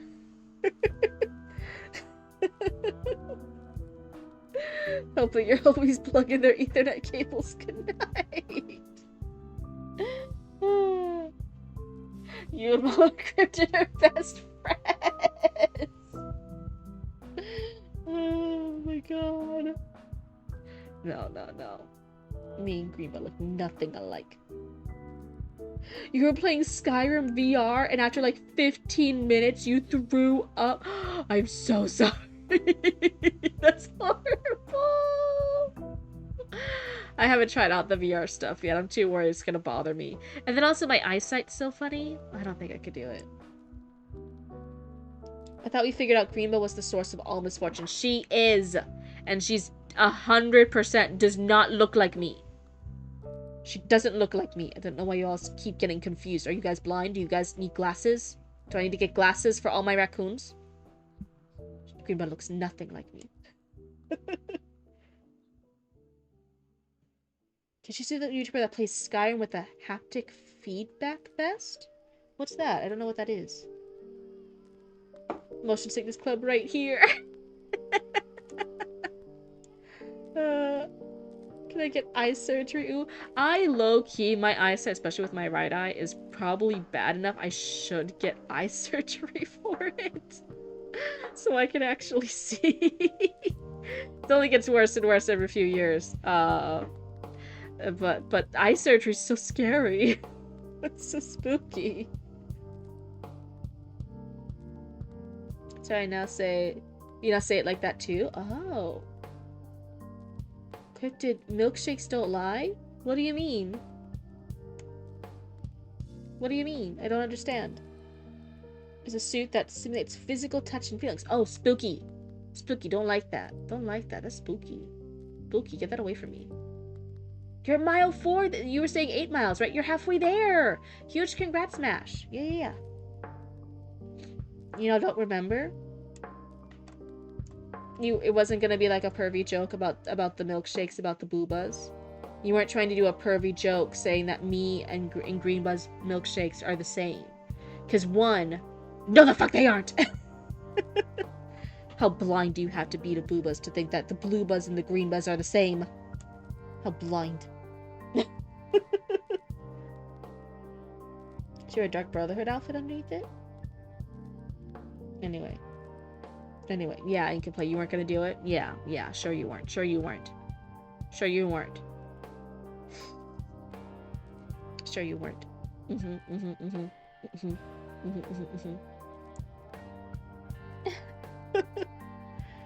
Jesus ain't had nothing to do with this. Greenba is Blueba's evil twin. No, she is not. From an alternate reality? Then she's not a twin. She is not related to me whatsoever. She looks completely different. Oh. So your apartment director dropped 3 projects on your desk. Curse you, Greenba! See, that's right. That's the only reason that we're gonna mention Greenba in chat right now. It's to curse her. Otherwise we do not talk about her. We don't need to. She's a reskin of Blue. Why are you saying she's a reskin? She looks nothing like me. Nothing. She's a separate character, separate entity. A lesser entity. Separate lesser entity. What is this? I'm not crashing out. You're crashing out. I'm doing nothing. I'm doing nothing. I'm fine.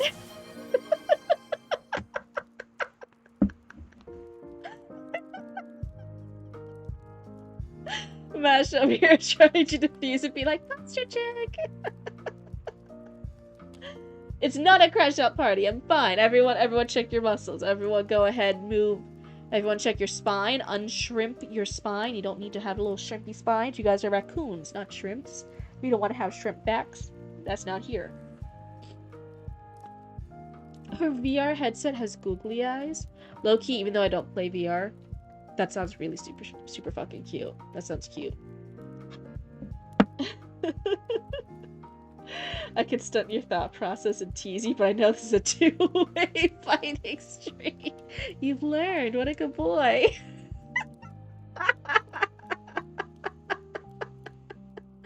Oh no. Okay, I'm gonna focus now before someone hits the focus routine. The leader's mouth curved tight into a broken grin. What a sorry state Rhodes was sent to the other side in. We can ask you more about what you know in our dungeons. Calico lifted his hand, motioning for his followers to approach. I'm already focusing! I already focused. You distracted me from the focus by hitting the focus button. Look what you've done. Look what you've done.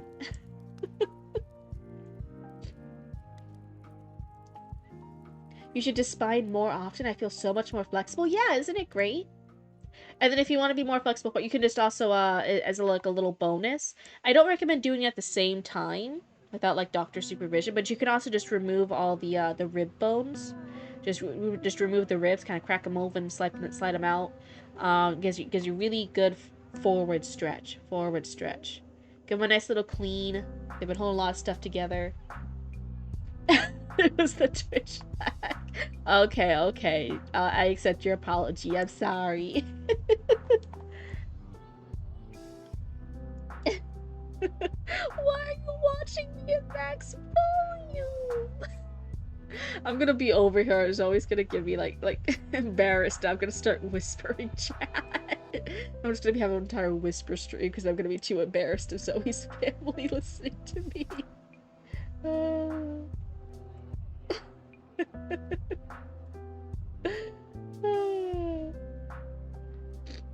Oh no, you got a migraine, Heidenheart? Yeah, go ahead, step away from the screen. Have a great night, Heidenheart. Go rest. I hope you feel better. Look what you clipped. Why is the title of the clip crashing out? That never happened. That's fake news. That's propaganda. How dare you? That never happened. Oh no. Oh wait, no, it's gonna bring all the ASMR weirdos if I whisper. Oh no. Oh fuck. There's no winning. Oh my god. What joke ASMR would you guys want me to do for a YouTube video? I low-key think that would be a really fun YouTube video, but I want like a jokey one. Yeah, go drink some water, Heidenheart. Go. Why are you typing? Leave. Go feel better. Go rest. You should grab more speakers. Oh my god. And he mentions the dungeons. Caligo lifted his hand, motioning for his followers to approach. Alistair felt Jeanette freeze in terror. The captain slid a foot forward, flinging his long coat open. The dense weight that hung on a leather sling swung with the motion, a sawed-off blunderbuss. He drew the weapon and pointed ahead, catching the hint of surprise in his captor's eyes. Several of them lunged forward. Too slow. The sound that rang as he squeezed the trigger was less like gunpowder igniting and more like a mountain rupturing the earth.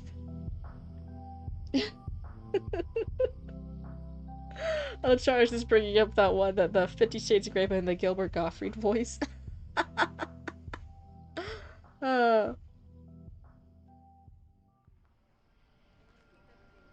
My family's getting used to you, Cryptid. Don't worry. Zoe's family, I'm so sorry.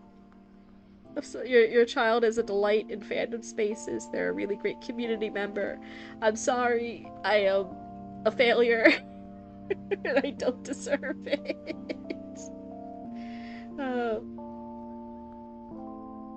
You think the craziest one you heard was the girlfriend apologizing as she hits you with a cast iron fan repeatedly.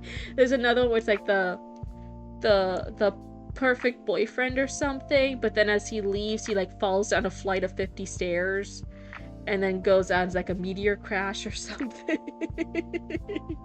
Oh. You love that one? They're so funny. That's what I want. I want like a funny bit one. I want a funny joke. Adair is here to say Greenba is going to be watching you as an angel tonight. What does the Greenba say? Crash crash. Never mention Greenba in my presence ever again. Do you hear me, baby raccoon? Never again. Anyway. I'm a family member now. I'm visiting you all for Christmas. And I'm also... Actually, no, fuck that. I'm not visiting you guys for Christmas. I'm too lazy at Christmas. I'm visiting you guys all on Halloween. I'm visiting you guys for trick-or-treat. I'm gonna knock on your doors, knock, knock, knock, trick or treat, and you guys have to. I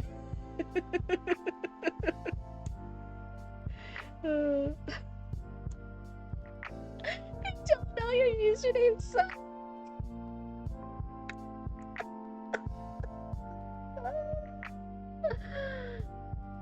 Well, then everything is pointless, isn't it?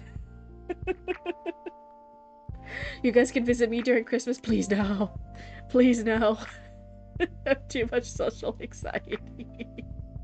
I need to plan way in advance. I need to know exactly who's showing up and when. I always said if this ever gets famous enough and we have enough money, I'll 100% host writing retreats. And we can just hang out in an abandoned haunted castle. And we can all just like write away for a weekend. And we'll hang out and yap every night.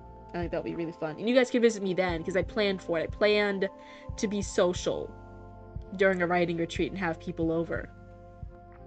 But if you guys just show up, it could be like, oh, I wasn't ready. I'm in my pajamas. Please no. I won't tell you. I'll just come by your booth at a con. And select you a gift card to buy food. Mash. You can't do that. I have been teasing you this whole time as a friend, but if you give me a gift card to food, then we'll ruin this dynamic, because then I'll love you. It's not a good back and forth. It changes the dynamic. You can just give me a normal gift, or you can just you can't give me money for food, though. That's... Oh no. That speaks to my heart too closely. Does the haunted castle have Wi-Fi? 100%. 100%. The same way that the abandoned, empty parking lot of the 8-Eleven where I stream from the trash cans also has Wi-Fi. It just does. You would do the same and confuse me.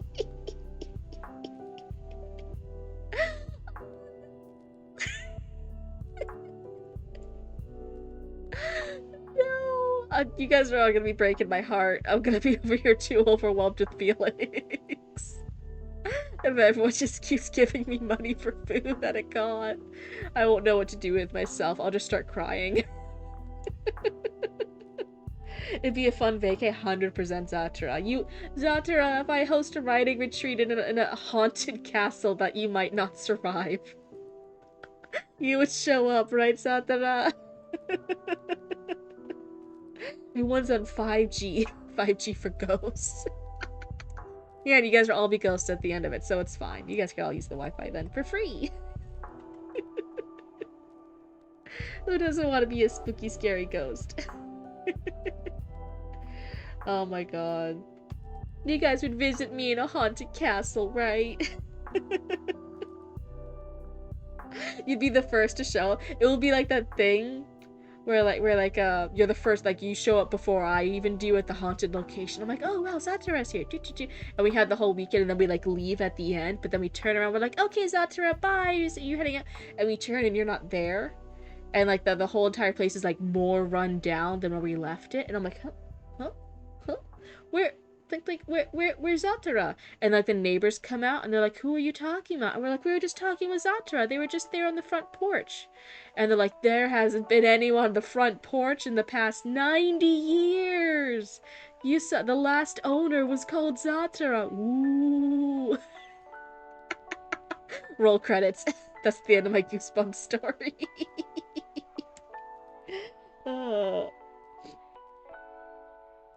You never experienced Halloween or even trick-or-treating? Oh, wow. So to you, it would just be me knocking on your door and asking like a thug for candy or else. Since when do castles have porches? Exactly. Goosebumps. Ooh. Spooky.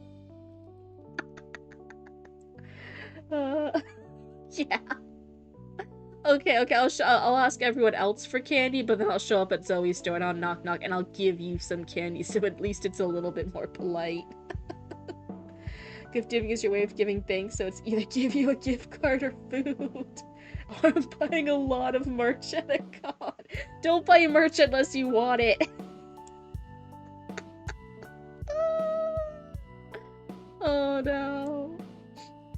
You said you do art, right, Mash? You said you also like doing art and stuff? You could give me an art print. That could be your gift. You're gonna put a rocking chair and moonshine by the gate. You're pushing for 12 now? Go, go, go, go, go. You got this. Green bum might shut the fuck up. Banned.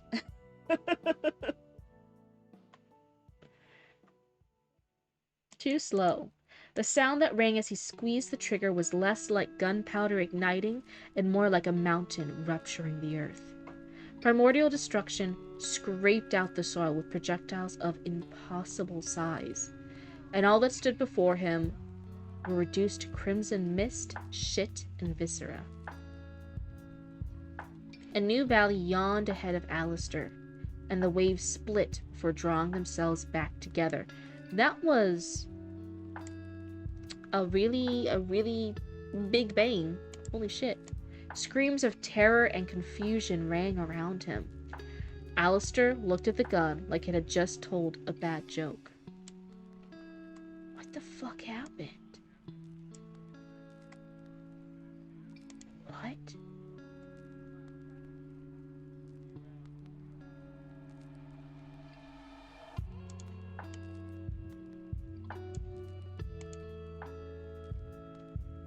We'll make theories about it. You love art? You cannot draw for the life of me, but you do make music. Everyone who finds Blue will give her a food gift card and don't tell them who you are in the chat.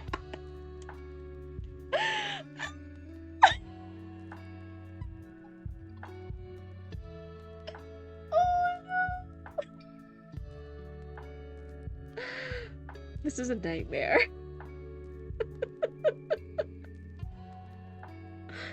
Low-key, the more I think about it, I actually do want that other hairstyle the other model was wearing. The other me was wearing. I kind of want that hairstyle now. I feel...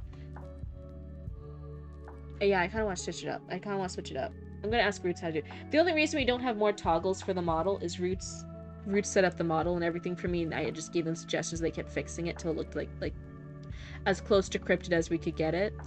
And now Roots doesn't know how to go back to the editing for the model.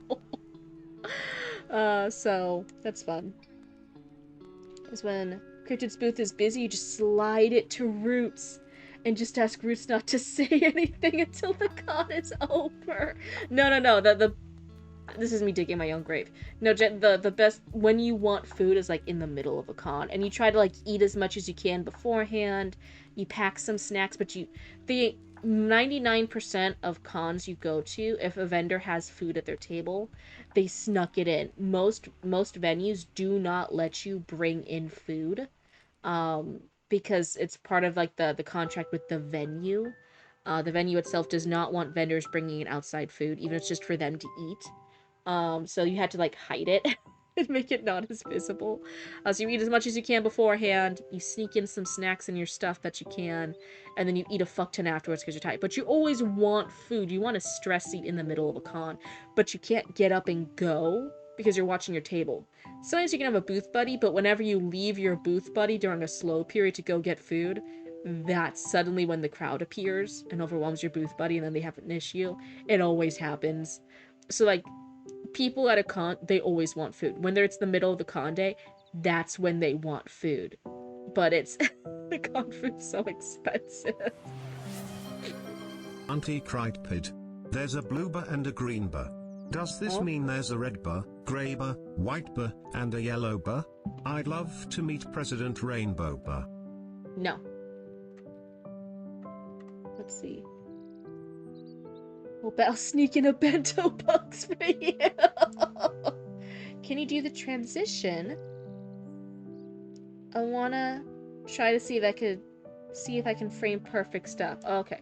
I'm gonna go look for the white lady real quick. Are you ready, Zoe? I'm gonna go look. I'm gonna turn. Every time I look away, you guys always say that you see the white lady. So I'm gonna look away, and we'll see if the white lady appears. Okay, I'm looking. I'm turning, I'm looking. Did you guys see her? I didn't see nothing. I looked over there, but I came back and I didn't see anything. I didn't see a white lady at all. I looked over here. Did you guys see it? What do you mean? What do you mean? I literally looked over here. You guys are always telling me to look over here. You guys always say that she's like in this corner of the screen. I don't see her. Where was she? You only see blue, but no one else.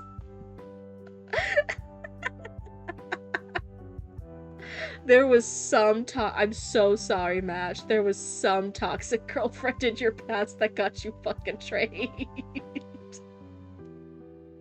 I am so sorry for what you went through, but it's also so funny seeing it come out. You didn't see her, just the blue lady? Yeah, that's right.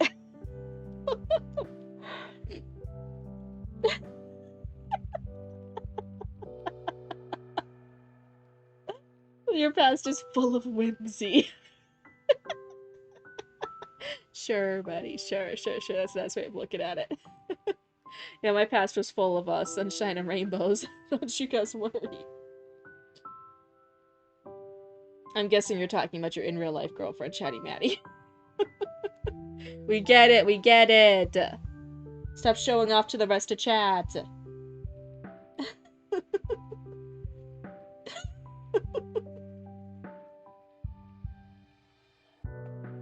So I really like this scene. So this is, even though it's not a fight action scene, it is an action scene as in like explosion. It's an explosion. Sorry, I need to like yap a little bit while I thought it over. It's an action scene as an explosion. Explosion is action-y stuff. That's why so many action movies have explosions in them. So normally for action scenes, and this is just a general bit. It's not 100%. I'm not saying it's 100% ratio, but in generalization here, for action scenes, we want a lot more sentences, and we want shorter sentences, short, high impact. Fight scenes, action scenes, getting very blunt to the point, fast. A lot of short, quick things. Very long, drawn-out sentences lose that action, lose that momentum. When we have a lot of short, quick sentences back and forth together, right next to each other, back and back, it amps up the tension. It feels faster. It feels more action. It feels like we're in that moment. It feels like we're seeing the explosion, and then the heat, and then the boom, and then the this, and the that. It feels like that action. That's kind of how it translates over. It's a very quick moment visually in an action movie, but in dialogue, to really get us in the moment, it's a longer bit. Shorter, high-impact sentences and back-to-back with each other. 12.8 miles. Holy shit, you even went past 12 miles. That's crazy. Also, huge congrats, Mash. That's incredible, but also, holy shit.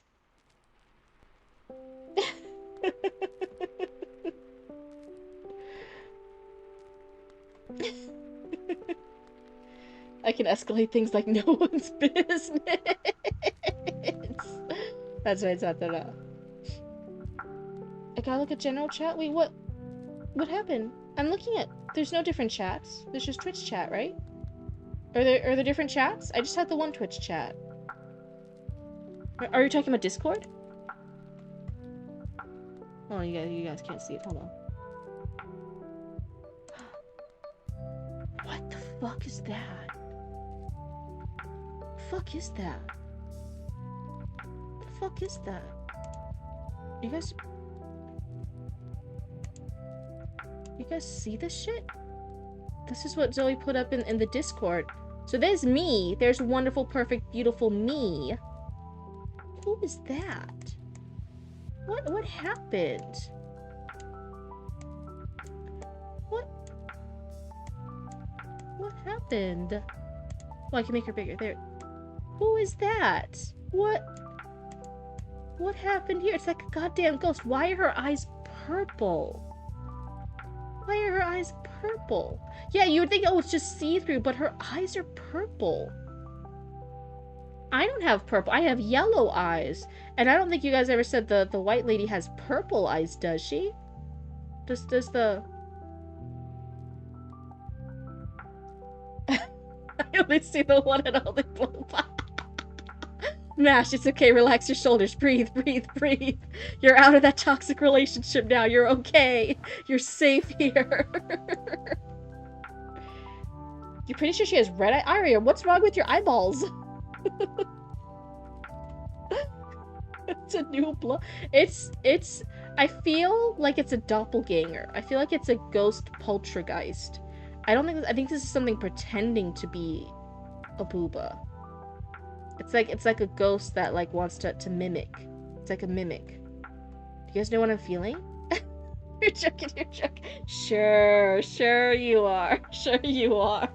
Take a deep breath and relax. Do you feel safe right now? Omniba? Oh. If it was a poultrygeist, wouldn't it be a chicken? Get out of here, Chaz. You're banned. Oh, you're fighting the new boss. Mash says Omniba, and I think it's a fake one. I think it's like a doppelganger ghost. I am safe as I light a smoke in the bushes. Are you lighting a smoke in the bushes, like outside the range of the camera that she has watching all the front yard and Ben 10 Omnibus? I don't know the Ben 10 reference. I'm so sorry. I wasn't a Ben 10 kind of kid. I was a Danny Phantom kid, though. Oh, you have captions? Yeah, it says I'm looking. That's crazy, though. This is the Omniba. Lights a signal fire for hell. Don't let her catch you. Whenever you try to make your escape, that's when they get crazier. Oh my god. Same thing with guys, too. Whenever you make your escape, that's when they get crazier. Just in general, everybody watch out. Crazy can be scary. This is insane, Zoe. Why is it different every time? I saw the chicken in your mouth. You're not even sharing the chicken. How could you? Let me take a sippy real quick.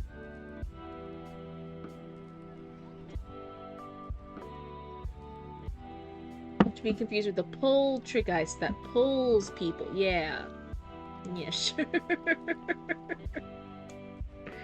Oh my god.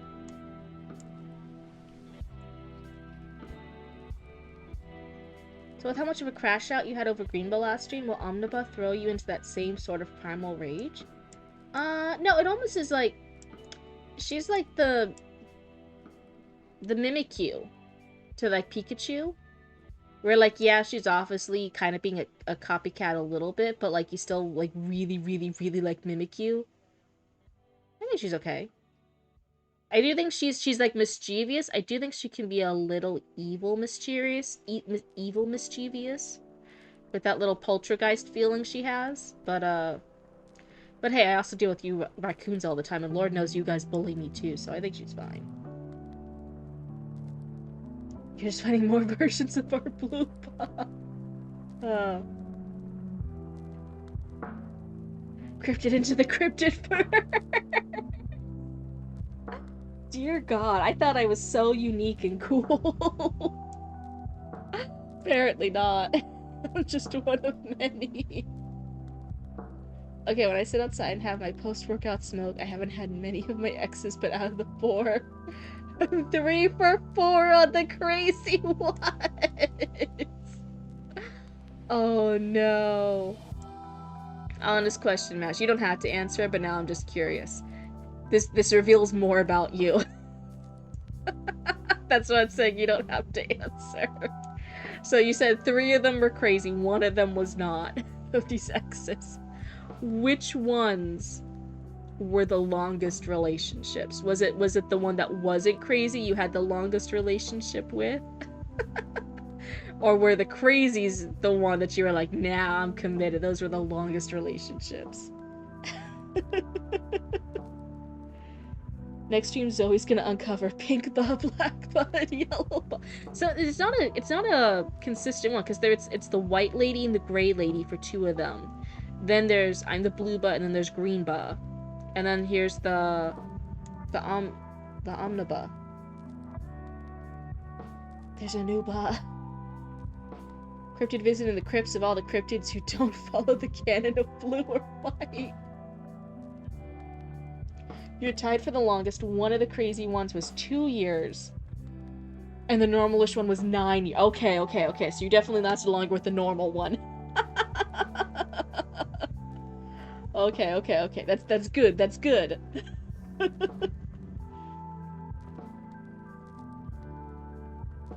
Let's see. There's someone that's always cold. Check it in chat again? What am I just moved everything over. Oh my god, it's fucking food. Do you guys see this shit? You guys see this shit? There's a food advertisement. I'm being good and my eyes are closed to the food advertisement. Oh, it's actually not for food. It's saran wrap? Lunch recipes on the go? It looks like saran wrap? Or is it food? Food or saran wrap? Is that green book? No. Oh my god, wait, it does have the red eyes this time. Wait. Is that green bow? Oh, it's a flavor additive. Oh, okay. Cryptid's so hungry she could eat a roll of saran wrap. My cats will lie to you and say that they're so hungry they have to eat saran wrap. And I'm like, you literally have food in your bowl right now. And they're like, no, mother, we have to eat plastic. I had to hide all the fucking plastic from those cats. Oh my god. I'm the green, but no, we're not adding any more. This is getting too crazy. Maybe this is still, I don't know who she is. This bitch can fuck off. I don't care about her. I don't. We have too many. We're messing with the canon. Everything's fine. Everything's fine.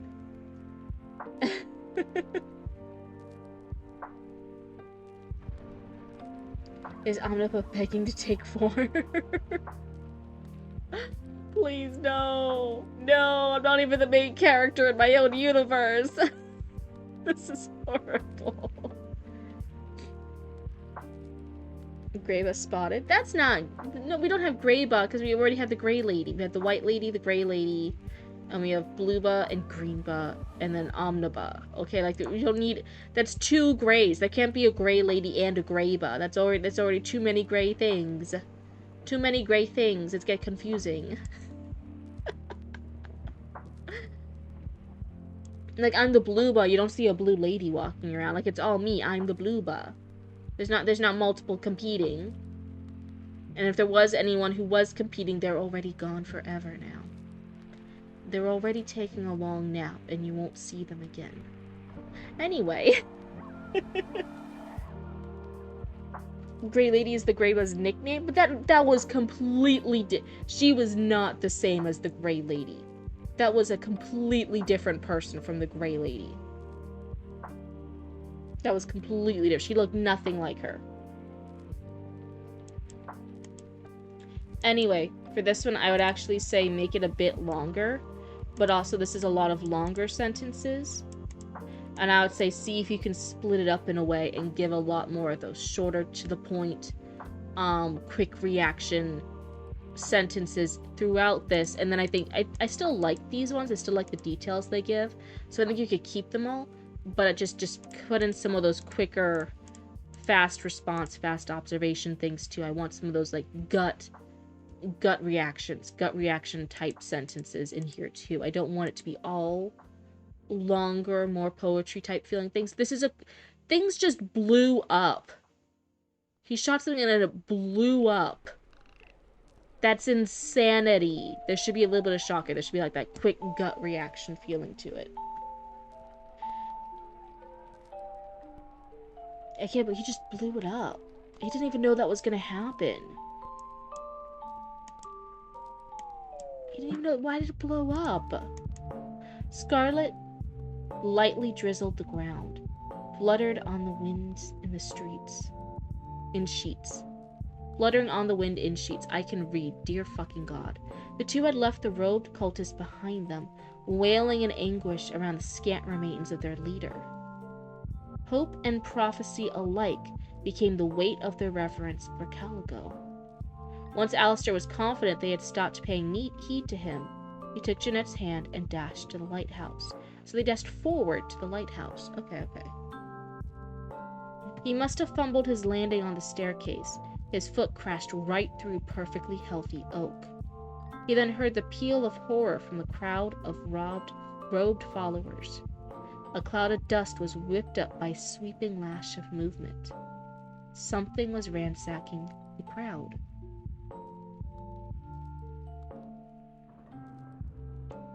In real life reveal?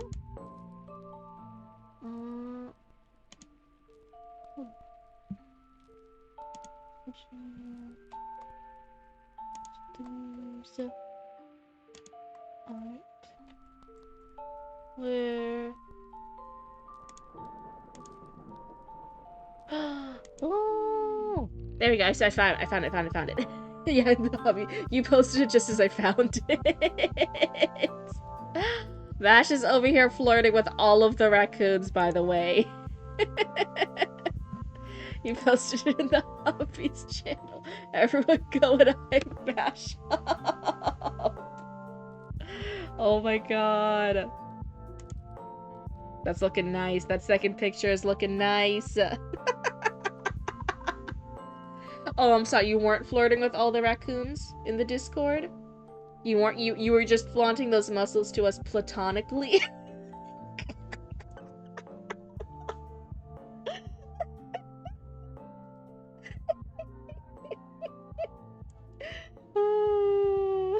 Vash can have your babies, Charles, put the brakes on. You had to ask for dinner first. You had to ask for dinners first, Charles. Otherwise, you seem too forward. Platonic? No, tectonic muscles.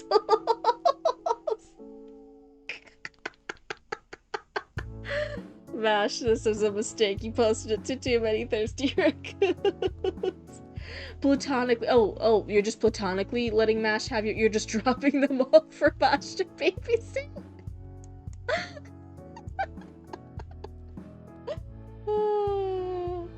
Oh man, even Chatty Maddie's feeling seduced. Chatty Maddie's seduction language is tacos. That's what gets you in the mood, Chatty Maddie. No, Mash, it's not taking the cake. You gotta give Chatty Maddie tacos. He literally spelled it out for you. How could you get the two foods confused? I'm a comedy genius. I'm the funniest person I know. Thank God I don't know a lot of people. Oh, this is funny. I don't want to put it on the live stream just in case. I don't know if you want it in the VOD or anything later, compared to, like, it's a bit more safer on the Discord where it's not as something I'm, like, broadcasted to YouTube for forever in a VOD. But yeah, Mash has their photos up in the Discord and we're all just we're all hyping them up. Tacos and cake? This could get explicit.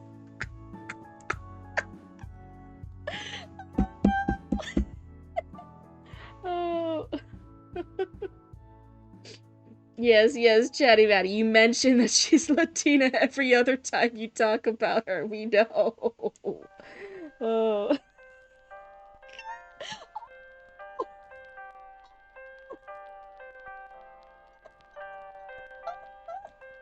God damn it, you guys got me laughing like a goddamn seagull. Used to train for MMA and judo, but nowadays you only train kickboxing and judo. Oh, artist cover sold out. Yeah, everyone over here immediately, they didn't even flirt back. They're just instant like, here's my babies, and also here's redacted stuff. You guys need to learn the art of the flirt back. If you like somebody, you gotta flirt back first. Everyone here needs to chill. Oh no. Oh, you're gonna be moving soon, Satara? That's gonna be a workout in and of itself. Yeah. Oh no. It's supposed to be sausages and tacos? Oh no.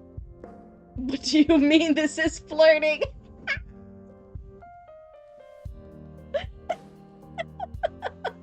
So, wait, hold on. Maybe I'm old now. Mash, I'm so sorry. Maybe I'm old now. So now that I'm 30 and I'm a fucking hag. Baby hag. I'm so sorry. Is the youth now? Is it the new thing of if you're low-key flirting back casually, do you just instantly jump? Yeah, you can have my babies. Is that the new casual flirting technique? I'm so sorry. I might be behind on the lingo. I have one. Was that always there? There's like one hair strand on my model. Was it always there? It's like different from the others. I don't know if I like that. I kind of want to wipe it out of my in real life face, but it's not in real life. It's just on the model. I will not match your freak. I will surpass it.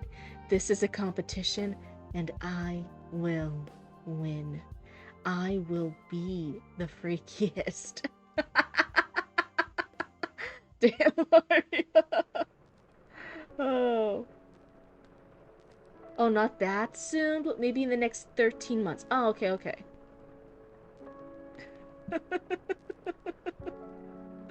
For sure. Could you ask the wrong person? I do not flirt with others. Last time I flirted, I asked a girl who joined me for a game of pool at a bar.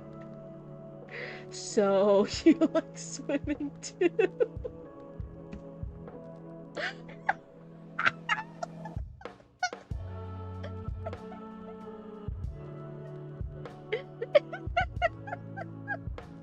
Oh, sweet baby. Oh no. Impossible. Arya, you're a baby. I don't want to hear about you, how much a baby thinks they're freaky. Please. Please. No, no, no. Mash, you fool. Those are flirting words.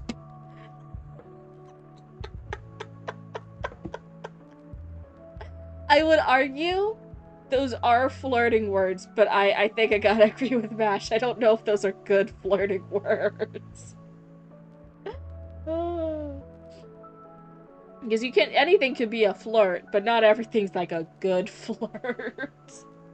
Not everything like lands. Like anything could be a joke, but some things are great jokes, and some things are like, ooh, that was not a good joke.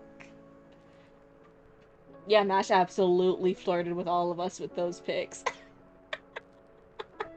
Everyone fan yourselves a little bit. Everyone calm down. Oh my god. They're on the list of the awkward flirting book. There's an awkward flirting book? Dear god. Oh my god. When I posted in real life pics in the Discord, the entire community didn't fall in love with me. Ari, you also mentioned the Discord that you're barely fucking legal. You are a child. No, there's nobody on the internet no one that you should trust who's instantly gonna be falling for you at your feet. You can't. This is mostly adults in this chat, Aria. You gotta calm down. You have to have basic internet safety. You know, I'm just a canon personality. I have asked a girl for her email because I didn't feel like asking for her number. We've talked about this. That would work.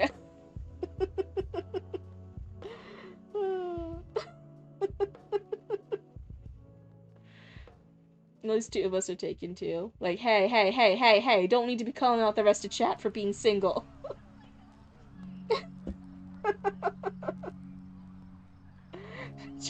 detective deploying safety measures.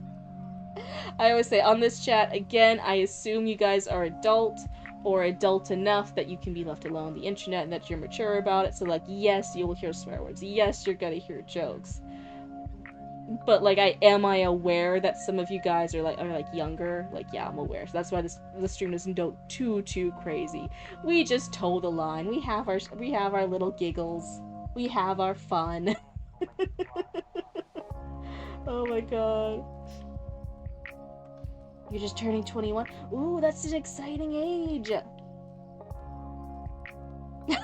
You wanna shoot your shot with this girl? Gotta give her your AOL chest password!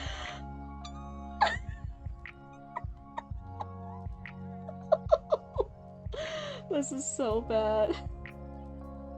Everyone else is single and ready to mingle. No, there's more than two. There's more than two. Heidenheart's one of the best of us all, and they're already happily married. Okay, there's hope for all of us. Heidenheart's a great prime example of this community, a pillar of this community. She is the coyote guard, and she's happily married and living her best spooky life. We can all hope. At least, dear God, I'm hoping.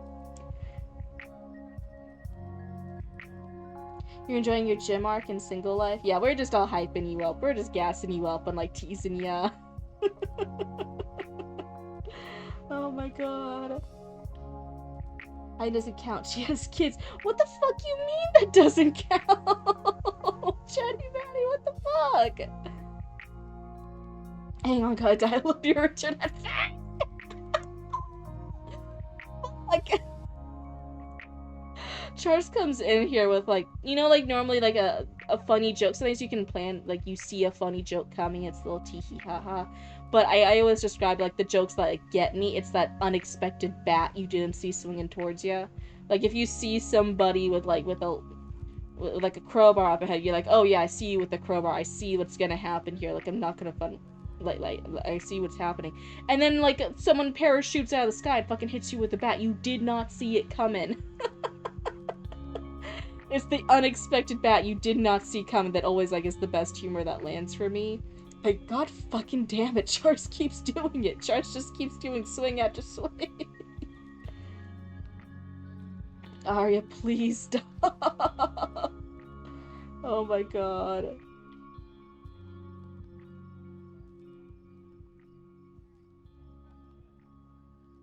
You mean she has an ex-boyfriend? For who? Messing around. Listen, I think Arya would... Not Arya, sorry, I'm getting names confused now. I think Heidenheart would still...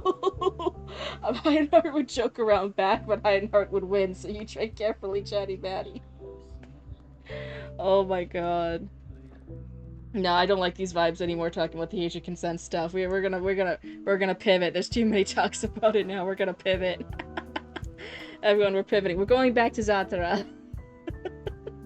Poor Zatara. I'm so sorry. I love you so much, Zatara. I'm sorry. I'm such a failure when it comes to focusing on your peace. I'm so sorry.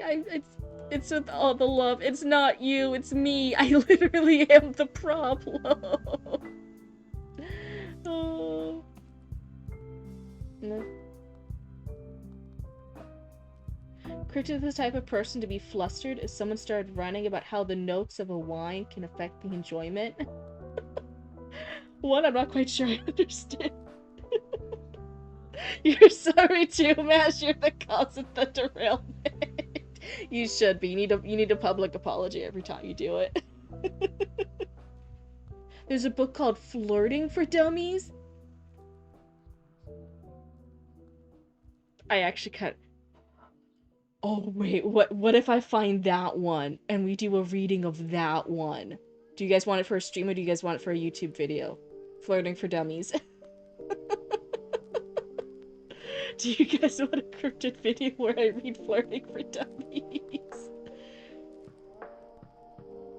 The flow state was broken, the narrative doesn't work anymore. Time to start from the beginning? Azaniel, please understand, I would never get anything done. Please don't ask me to be that much of a failure. I would never get anything done. Stream and vid. Imagine making that video just be talking on how I am.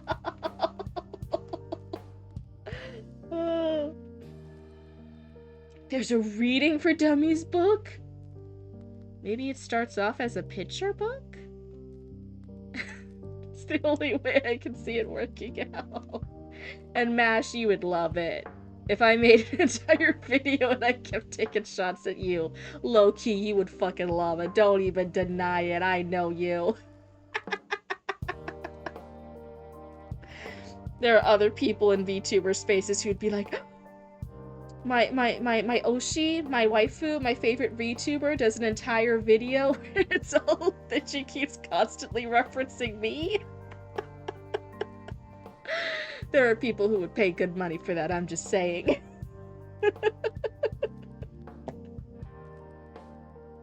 You know what? ASMR reading flirting for dummies.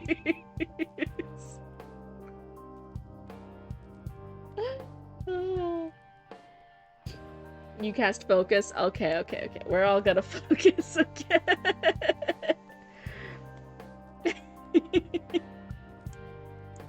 So here, this part. We have he's fled to the lighthouse. He's bringing Jeanette with him.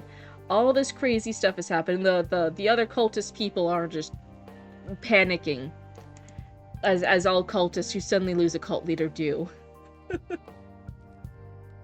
Mash gotta drive on home. Drive safe, Mash! He must have fumbled his landing on the staircase. His foot crashed right through perfectly healthy oak. That part, I think I did hesitate on that one. Because we have been pretty much observing like Alistair. We're peeking right over Alistair, so we're pretty close third person with Alistair. We're hearing his thoughts, we're hearing different things. But we're not first person, we are third person. We are the little camera over Alistair's shoulder that can see his thoughts and also see what's happening around him. So the thing of like, oh, he must have fumbled his landing makes it suddenly it brings like into question like the narration isn't certain what happened to Alistair, even though it is third person technically, and that if it had already been like this, if it's pretty consistent, like that's the voice, that's the tone, it's always calling things into question, then it would work. But I feel like this is the first time it really does that, where the narration isn't sure what happened with him slipping and sliding. So that's why I'm like, I wonder if this one could be just rephrased, unless it's plot relevant later, that we're unsure what happens here. I wonder if we could just have the certainty of like, oh yeah, something happened with the railings here. It is linked to the explosion. Okay, so it is plot relevant. There is a reason. I wonder if there's some way just to rephrase it, because if it is plot relevant, I want to keep it. But I wonder if there's a way just to make it a little bit more natural. I would put like just rethink if there's a more natural way to have that slide in here. Because right now it does feel different. It does feel noticeably different from the rest of how we've been having it. And I think if this is plot relevant, it's supposed to be murky. I think try making it a little bit more subtle. That would be my hint here. This part crashed right through perfectly healthy oak. I wonder... Okay, this is a suggestion. Maybe have, okay, like he fumbled the landing. Make it more definitive. He fumbled on the staircase. He's fumbling here. But he's confused because he thought the wood was perfectly healthy oak. Make not the confusion of like, oh, him fumbling. Make the confusion being like, hey, wasn't this healthy wood? Wasn't this really strong wood? Why did his foot just crash through it? What happened here? I think just change where the murkiness is in the sentence. Make the murkiness on this half, not the first half. Unless it's plot relevant that it has to be in the first half. He then heard the peal of horror from the crowd of rogue followers. A cloud of dust was whipped up by a sweeping lash of movement. Something was ransacking the crowd. So then here again, he heard the peal of horror from the crowd of rogue followers. I think this is... We have the peal, like they're not screaming, but it's this peal And then what's the sound? It's not the sound of screams, it's the sound of horror. It's both of those are a little too artsy. Make at least one of them a little bit more definitive of what are they doing. Oh yeah, I got you. So this sentence here, this earlier one, it has two things happening. One, the captain slips. And then two, okay, let me rephrase. The captain slips and his foot crashes through perfectly strong, healthy oak wood floors. Right? Those are the two things that are happening. The murkiness that you have, like, oh, he must have fumbled his landing. That's where the murkiness is, currently. The murkiness is on, oh, what happened here? Did he trip? Did he slide? Did he just fumble his landing? That's where you're having the murkiness. And I said, oh, I want this more clear. Just make it so he fumbled his landing, right? I want this just more clear. The murkiness can be on the second half. Rephrase it to, he's confused. He thought the wood was perfectly healthy oak. It all looked strong and supportive. Make the murkiness on the second half. He thought the wood floors were fine. He thought it was solid wooden floors. He shouldn't have slipped through them. Making the murkiness the second half, not the first half. That's what I was trying to say. Hopefully that is clear. I don't know if I described it any better. Oh, it makes sense in my brain, but I also know my brain's weird. I just wait for someone to come up to me. I was planning on rewatching Evangelion 2.22. Is that what it's called tonight? But I got too sidetracked, and it's way too late to start a movie now. Oh no, I'm sorry, Aria. Oh yeah, even here it's early for Cryptid. It's now 1:30 in the morning. It's past 1:30 in the morning local Cryptid time.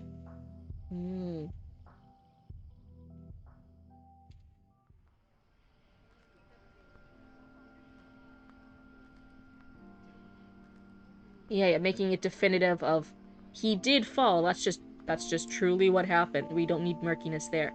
But the murkiness is, hey, wait, he shouldn't have fallen through these stairs. I know it's such a nitpicky thing, but I really do feel like that's kind of the level where you're at for your craft. It's really going through and finding those small little nitpicky things just to do those small elevations in the writing. I love making a D&D game fantasy SCP, and the party are the bystanders. Oh no, what's gonna happen to your poor party? Oh, it's only 10:30 for you, Charles? Oh, nice. Let's see. He yelped as his foot crashed through the stairway. Strange, he was sure this was perfectly healthy oak. I would maybe rephrase this. Strange, he was sure the floor was perfectly healthy oak, or the steps were perfectly healthy oak.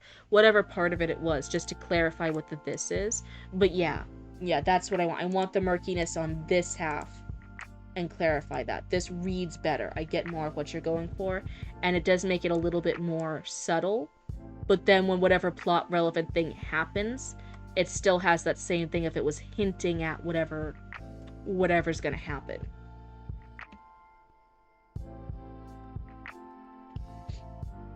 Well, the entire town is built on a sealed eldritch horror. Oh, that's never good. And there's a few that live nearby. So there's the sealed eldritch horror, and then there's extra eldritch horrors just hanging out. Oh no. Anyways, it's waking up. Is it like on the eldritch scale? Do you know how like do you know how like someone can like be locked up but they still can like communicate and stuff with like people on the outside? Is that what it kind of feels like? Is that what kind of feels like? That there's one that's sealed down there and it's sleeping and it's waking up, but all the others were out there like on free range SCPs. And they're still just kind of hearing things like from the person being like, oh, whoa, wow, what a long nap, guys. Anyway, does anyone have any sacrifices nearby? Hey, yo, Jimmy. Yeah, I'm waking. Dude, what? Where's my breakfast burrito? Dude, bro, you were supposed to give that to me like 5 centuries ago.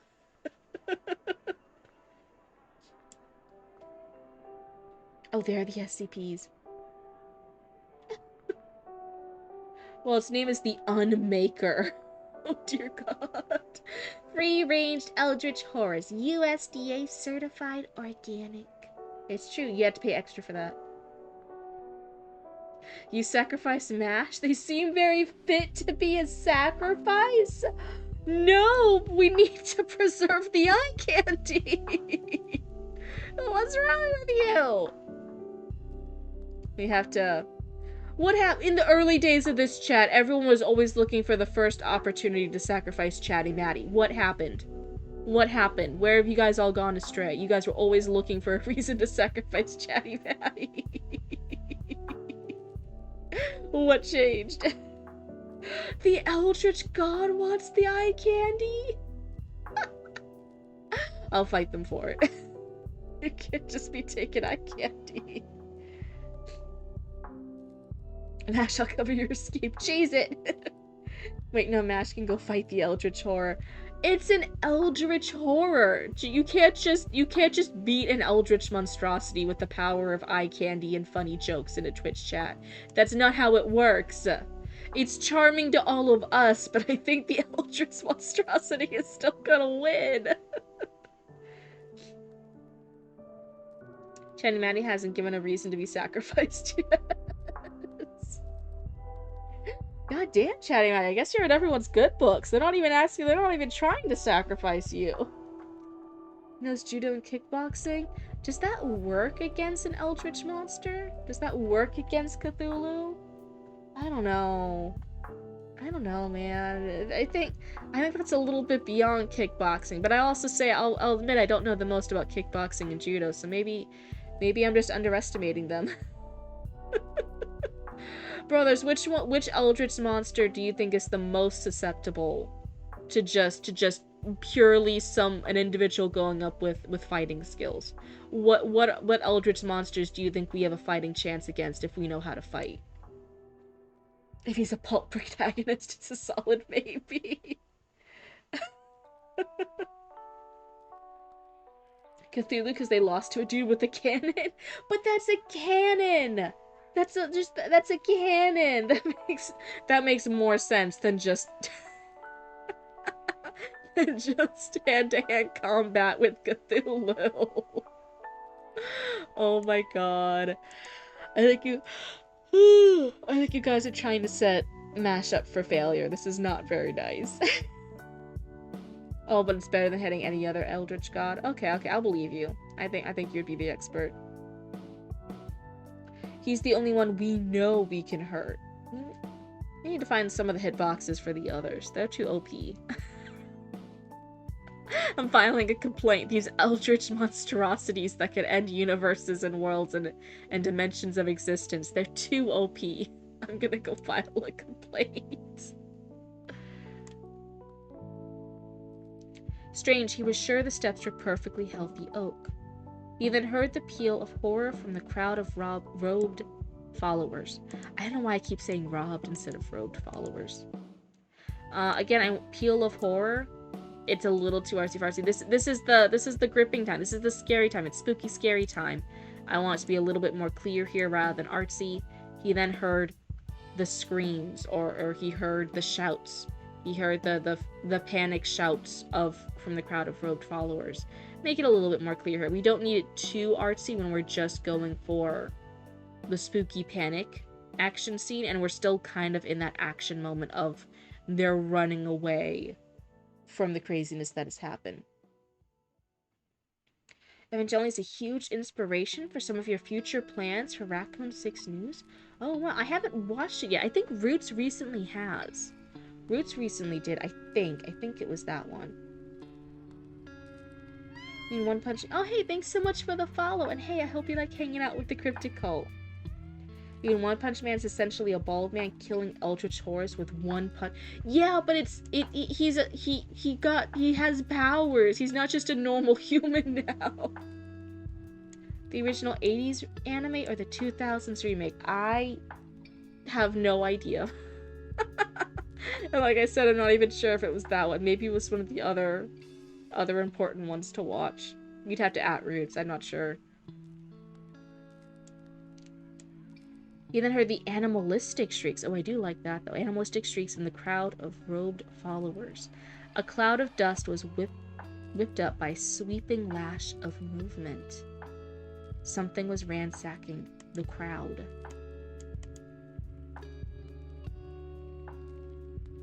So this one, I think this is passive voice. I think this one's standing out to me. It's a cloud of dust was whipped up by a sweeping lash of movement. Rather than, oh, there was a sweeping lash of movement causing a cloud of dust type of thing. Like, I think this one needs to be a little bit more active rather than passive with the was. Something was ransacking the crowd. Fuck, Mash! Stop talking about food! Now I want McDonald's!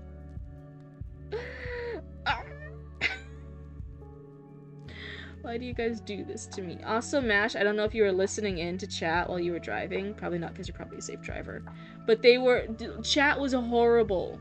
Chat was horrible. If there was an Eldritch monster, they're gonna send you. I told them not to. But they're gonna send you, because you have...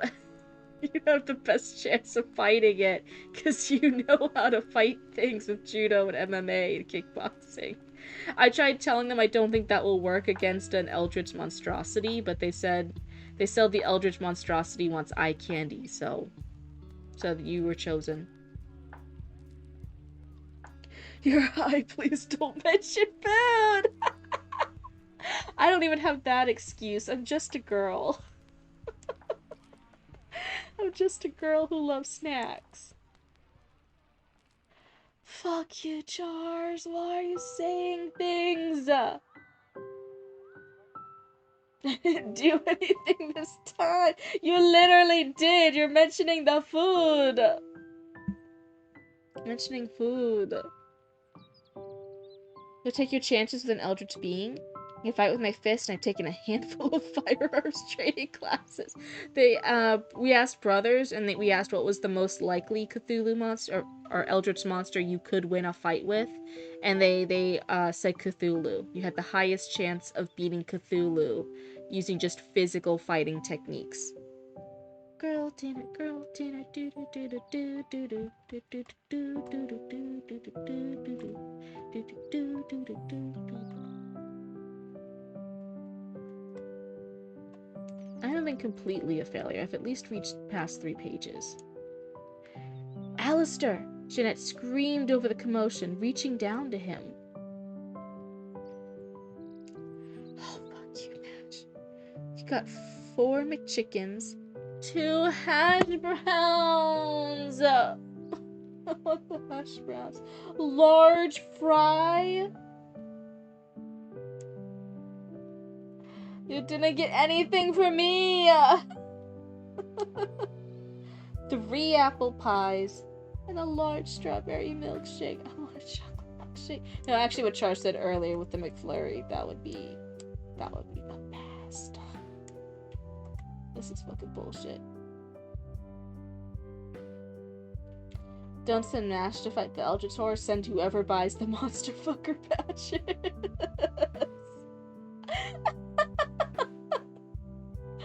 Oh my god. That's not fair! Because if I didn't sell them, I would buy a monster fucker patch. You can't expect me to go fight a monster. That's too much effort.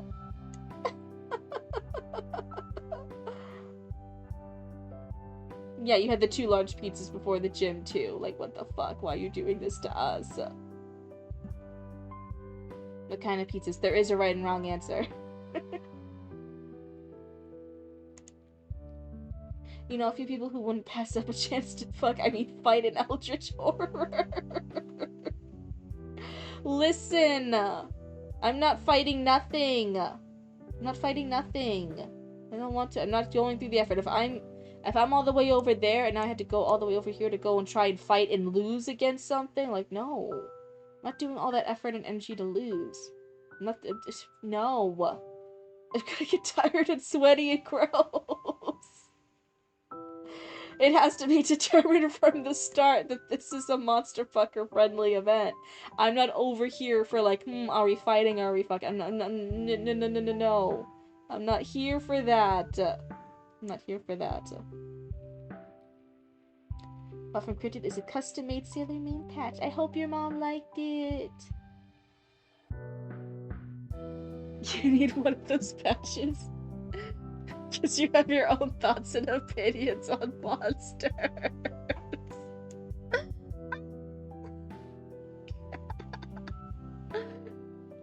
It's so funny seeing people in person at our booths and stuff when we're at conventions react to the monster fucker patches. It's hilarious. We'll have people stop and they point at it really excitedly, and some people like totally call it. Like someone will like scream and point at it, and then look to somebody else in their group and be like, oh, "It's you!" And then the person will just be like, "Why did you call me out in public?"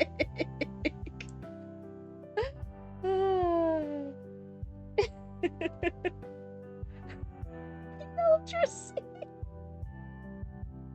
Goes wild.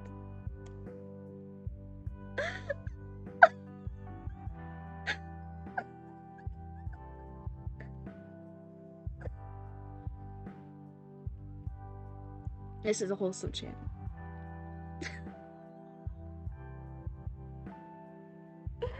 I'm not big on meat lovers pizza, but I would kill for a supreme pizza. That's right, we're talking about pizza now. This is a wholesome channel. And we're talking about pizza. And I'm gonna keep reading and giving critique.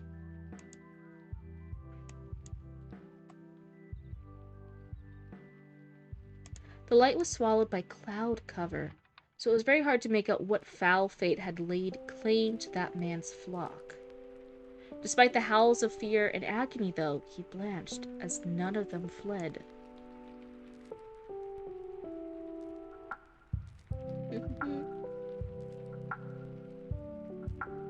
Monster Musume, my roommate is secretly an Eldritch Horror Part 2.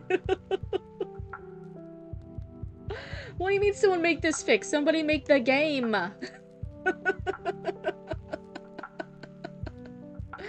We all love our Monster Thirst games, don't we?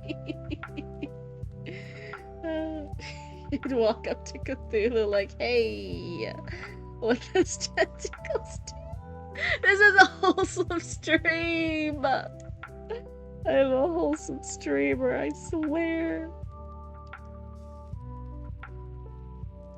You've already got like 5 projects in the work, but Zoe could probably do it.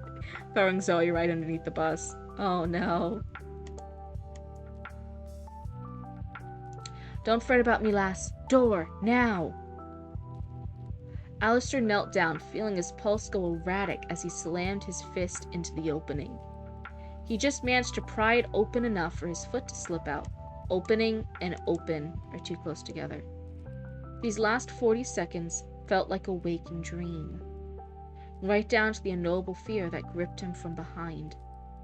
So many impossible things were happening that his brain was screaming for a moment to process any of it. Here, this is taking us out of it. So again, like there's crazy stuff happening here. I actually want more of it. I think this scene should actually be longer. I think you could have more paragraphs in here padding out the scene more to really get us immersed into it, into the scene, into how it feels to be running, into how Jeanette looks when she's turning around, she's about to slam the door, into how the splinters feel around his foot, into the chaos, the craziness of it. Like, really let us be in this moment. This is a cool ass moment. But then when you stop and then you say, oh yeah, this is a crazy moment, impossible things are happening, it's really hard to process it, that stops the momentum. It stops it, it kills it, stops it dead. It's not like I like you or anything, Baka.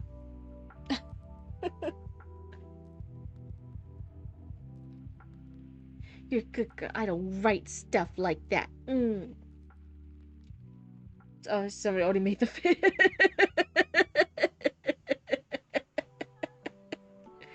Oh my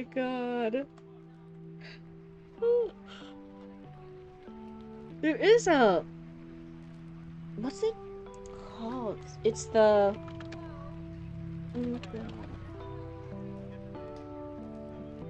Oh, there we go. Okay, this is the one I'm thinking. It's the Sucker for Love, where you date like the Cthulhu girl, but then there's also other eldritch monstrosities and stuff that are cute girls. Do you guys know that one? That's the one I'm thinking of. You forgot to tell him to add more mac sauce to your McChicken. Yeah, so that's like getting rid of that line, but also just in general, I actually feel overall you could actually add more to the scene. I want this to have that. I want this pacing of this scene to like fucking grab me by the throat. I want to be fucking lost in. I want this to be easily multiple pages just with what we've read so far. Easily a full page. This is kind of a half page worth of content for what we've covered. I want this easily one full page, 1.5 pages worth of content in this scene. I want to be like on the edge of my seat. I want to be here. The cooler something is, the more you should be writing about it. The more you should be lost in the cool scenes. And then the lamer something is, obviously you want to skip over it entirely or write it as minimally as possible. This is a cool bit. I know I've been ADHD and distracted by it the whole time. I'm sorry, I'm messing with my ADHD meds the past few weeks. It's been wild in my brain. But like, Joe, this is a cool bit. Pet out more chaos. Yeah, I want more of this. I want more of the screams. I want them listening to it. I want him like hearing it and looking out and seeing that the stuff happening, and then looking at what does his fucking foot look like when it's here. Did his full leg go down or just his foot? What do the splinters feel like? How is Jeanette reacting to stuff? Does she look surprised by her own scream because she's screaming but he's right next to her? She doesn't need to scream. Does she like take a step towards him and then stop and like turn around and go back to the door in a panic when he reminds her? Like, I want to be lost in the details of this. I want to visualize this perfectly, because this is the cool part. This is a neat scene. A Cryptid Doki Doki Literature Club stream would be crazy. You would love to sit in a voice chat and watch Cryptid to play Date Everything? Loki, we actually... Roots got Date Everything, and then we were both gonna play it. So I really, really like Date Everything. I haven't fully done a full playthrough yet. I've only done little bits here and there, because it's on Roots Steam account. They got it, but I do need to play Date Everything. Let's see. Do people? Oh, Monster Run. I think I've heard that one. But yeah, I do know the Sucker for Love. I watched. I think it was a few playthroughs. I think that was like Manly Badass Hero did a playthrough for Sucker for Love. And I do like Manly Badass Hero playthroughs just because he does like do every single route. He fully plays through the game, which is a lot of fucking work. Do people like hanging out in voice chats more when they're streamers playing a game? I haven't, again, since I'm still new to like Twitch culture and Discord stuff. I just don't know, but I have heard a lot of things with like being in voice chats. I guess more streamers are in voice chats more. Is that like a more common thing? Is that like a fun thing to do? But anyway, yeah, I said I want more of this. This half a page, easily be a full page. I think it would be really gripping if it was. Wide enough for his foot to slip out. He dashed up the steps. The 7-foot presence was behind him. What? What? If he looked over his shoulder, he was going to die.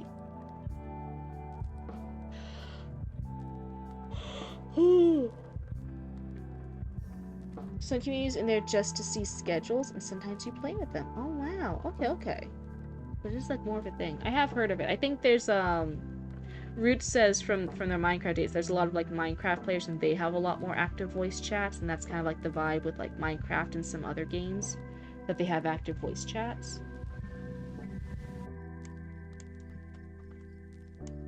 Looked over his shoulder, he was going to die. I wonder if he knew if he looked over his shoulder, he was going to die. Maybe? Possibly. That was not a critique, that's just a suggestion. Alistair slipped into the light of the doorway, and he promptly slammed the door shut. Jeanette was ready with the drawbar across the entrance. Oh. Okay, so it's the door in front of them. Oh, so see, I completely misunderstood this. I thought they were, like, in the lighthouse. He's telling her, like, he trips. She's, like, behind him. And he tells her, like, oh, get the door shut behind them. I thought Jeanette was behind him, and then he races up. She's behind him. And then I thought for a second that he just left her, that he shut the door. But then no, Jeanette's in front of him. And she had went ahead to the door. And now she has with a drawbar across the entrance. I misunderstood what was happening. Some streamers do playing and chatting with viewers. Other do Discord voice chat hangouts too. Yeah, that's what I was saying. Like, I know some people do. I didn't know how popular it was. They're at the steps of the lighthouse. Okay, so you see, that's why I'm like, some of that little padding out, some of those little nitty-gritty details of exactly where they are, exactly what they're doing. Obviously, in more interesting terms, sprinkle those details throughout. But I was confused. I did actually think they were in the lighthouse. That they were in the stairway in the lighthouse, like in the bottom floor, and that they were shutting the door behind them. So that did throw me off. Right at the drawbar across the entrance. No sooner did the board slide in than the impacts rang out, deforming the hardwood door.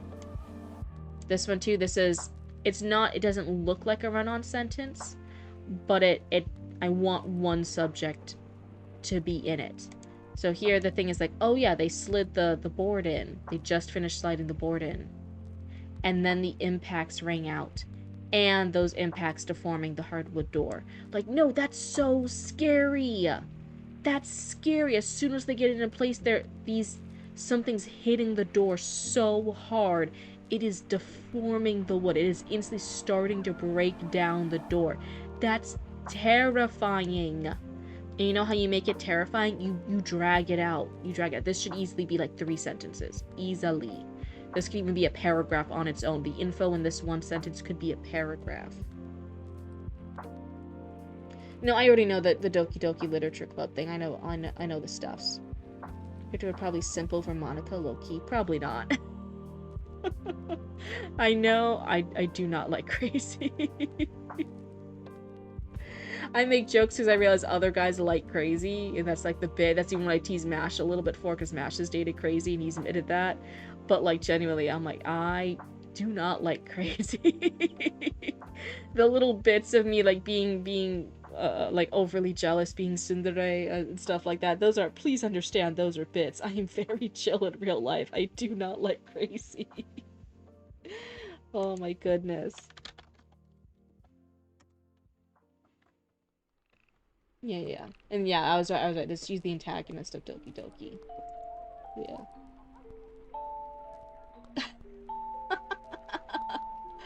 Oh my god. Oh, yo, I don't like crazy too. Okay, maybe a little crazy. Yeah, Mash. Keep trying to deny it. Keep trying to deny it. You like crazy if it's bread. Nom nom nom nom. You don't like crazy, but you're literally Sayori. Is that one of the characters in Doki Doki? I know them more by how they look. Yeah. Okay. You knew your girlfriend was crazy since she likes spending time with... That's fucking funny. Maybe spending all of today retweaking. That's nice. Yeah, like your crazy bread though. That's cute. But no, this is a tense thing here. I want you to drag it out. The two only briefly froze, their eyes meeting one another as they heard the hinges start to squeal.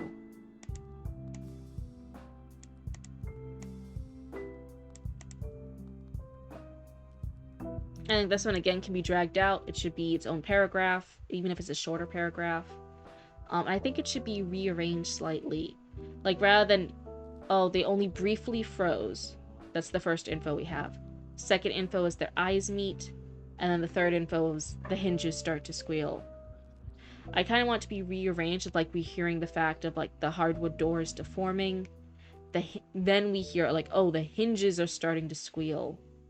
And then I want to hear that they are frozen and their eyes briefly meet, and then they're about to do whatever they're about to do. In this case, he takes Jeanette's hands. But yeah, I want this info slightly reorganized. He took Jeanette's hand, and they swiftly wound their way up the lighthouse staircase.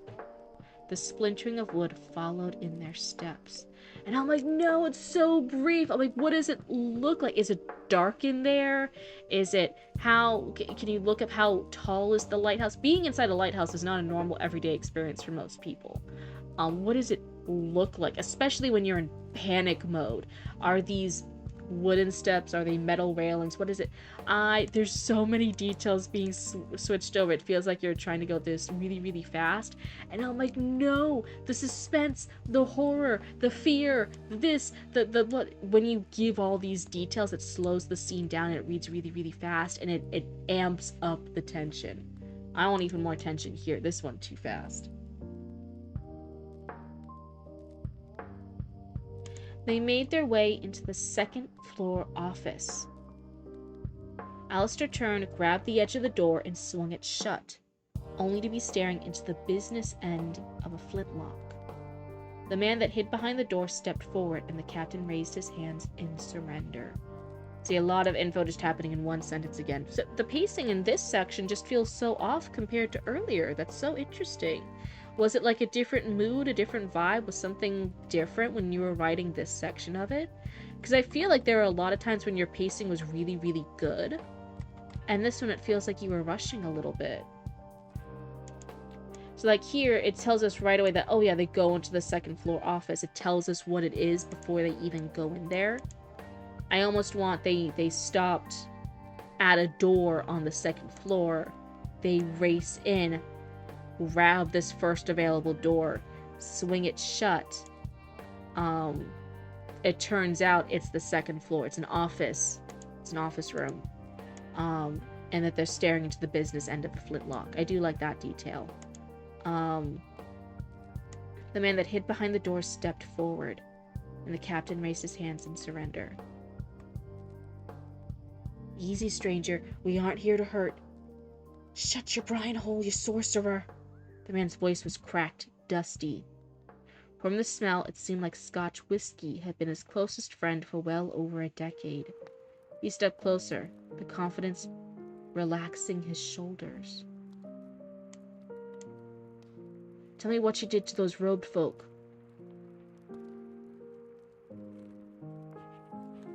Yeah. They are in fight or flight. 100%. But you, the narrator, this third person narrator, is giving all the fucking spooky ass details, is making us, the readers, want to be in fight or flight. How do you do that? You tell us all the spooky, scary things that are happening. Time to get ready for sleep? Oh, you're trying to fix your scoop schedule. Lord knows I should be too. Sally's means less blue, but not really. I don't normally stream too often past this hour. It's very rare nowadays that I go past 2 a.m. I probably should stop here. I feel this is on our way to the 4th page. I feel like it's pretty good. Zatara, do you want to go ahead and resubmit? And then, but otherwise, I feel, again, this one in the beginning, it wasn't too many things. It's more just those little line edits here and there I was being nitpicky about. Otherwise, when we got into this amazing scene, this is one of my favorite scenes of it here. This is like, whoa, like, this is neat. What the fuck is happening here? I feel like the biggest issue has been pacing, which normally you're really good at. Normally I don't really give you too many pacing notes, but in this scene, I'm gonna stick by. I think that the pacing you can have the space to physically describe more of what's going on. Really just yoink your readers into the pages. Otherwise, I'm gonna delete this. the night. Plenty of feedback for the night. Zatra, it is once again always a pleasure. Thank you so much for submitting. I actually feel a little happy that I even though I know it's probably more work for you, I'm like, oh yeah, there's all these edits for Zatra. Zatra's probably not happy. But I'm like, oh, I actually feel like I like it was worth it for you now. It's not just a bunch of little things. I'm like, oh yeah, there's actually some things here to work on. And I know your writing style, especially with horror and tension and dread, with some of your other work. So I know you can do it. I'm not asking you anything that I know you can't pull off. Because I've read your other works. I know that the style you do with horror and dread and tension. And I think if you apply that to this scene, the kind of level I know that you've already done, I'm like, this is gonna be such a fucking crazy ass scene. It's gonna be fantastic. But otherwise, I'm really happy that I could do it, because I see what you can do. I see what this can be, and what it can be is gonna be like really fucking amazing. I'm excited. So I actually feel like it was worth it for you to get the critique this time. It wasn't just me being very nitpicky about a few lines and words. Oh my god. Get a lot more detail in a previous draft and then wanted to maintain the snap pacing. I don't know, snap. I think with to keep the flow that you want to be snappy, I think just having some of those more, leaning a little bit more into some of the shorter sentence, a little bit less flowery, a little less like cool and stuff, having some of those cool lines occasionally, like, oh yeah, like Whiskey had been his closest friend for well over a decade. That's obviously a fun one. That's a fun description, but don't overuse it. Some of the slower scenes, right, we were using that more. You can use it occasionally here, like you did with that moment, but always keep it pretty, the actual words and the sentences a little short and snappy. But don't pull back on the details. You want the readers to be here and seeing this and smelling this and getting that heart rate up and worrying and being scared. Happy to see where the story's developing. Keep up the good work. Yeah, we're always so excited to see Zatura's stuff on here. It's really, really good work. There are a couple of writers, and I fully admit it, there are several of you in the writing critique group, and I'm not ashamed of it at all, that are better either overall or in certain parts better than me as a writer, full stop, but better than me as a storyteller. And I'm not ashamed at all to say that Zatura, in multiple aspects of writing, is a much better writer than I am. That there's a lot that I do learn from Zatura as I kind of go over their piece. Here's the other one I mentioned a lot. Babakis. Babakis was one where I was like, oh yeah, I think just flat out. Babakis was one where I was like, just flat out, in most manners of writing, Babakis was a better writer than I am. Babakis was really challenging. It was like one or two things I was just always on the lookout for Babakis when I was doing their critiques. And there I'd always call him out too. I'm like, oh, it's just the wall of dialogue. It's the dialogue that needed to be broken up with Babakis. They had great dialogue, very strong voice in the dialogue for the different characters, but it would just be the wall of text. I'm like, no, you gotta break it up.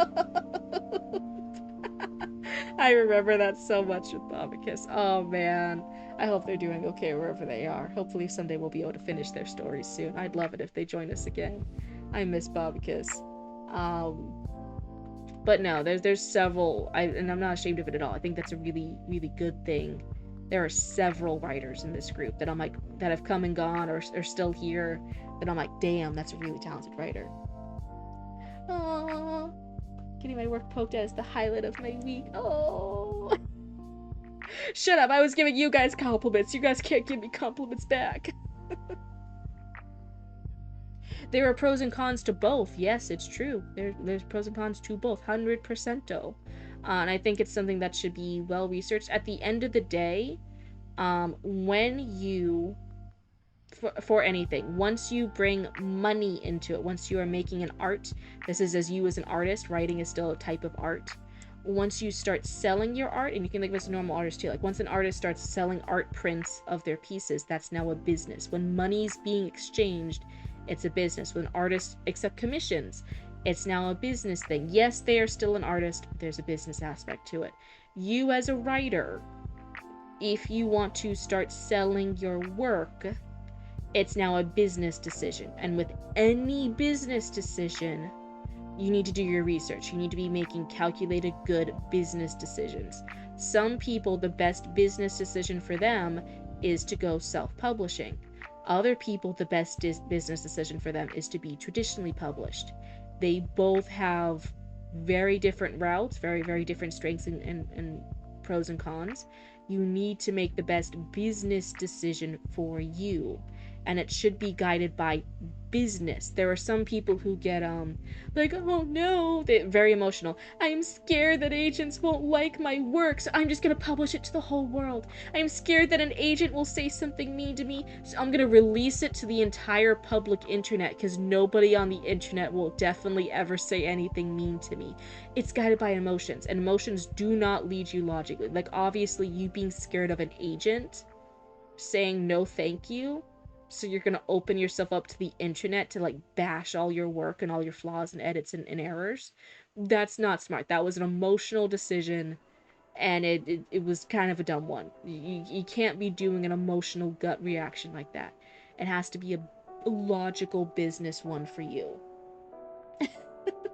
The Blue Woman Business Hour. uh...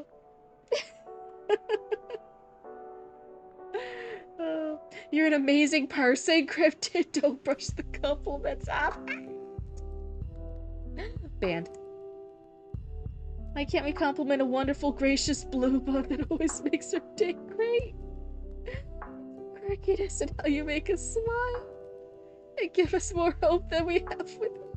Shut up! Banned. Banned. Where's the ban hammer?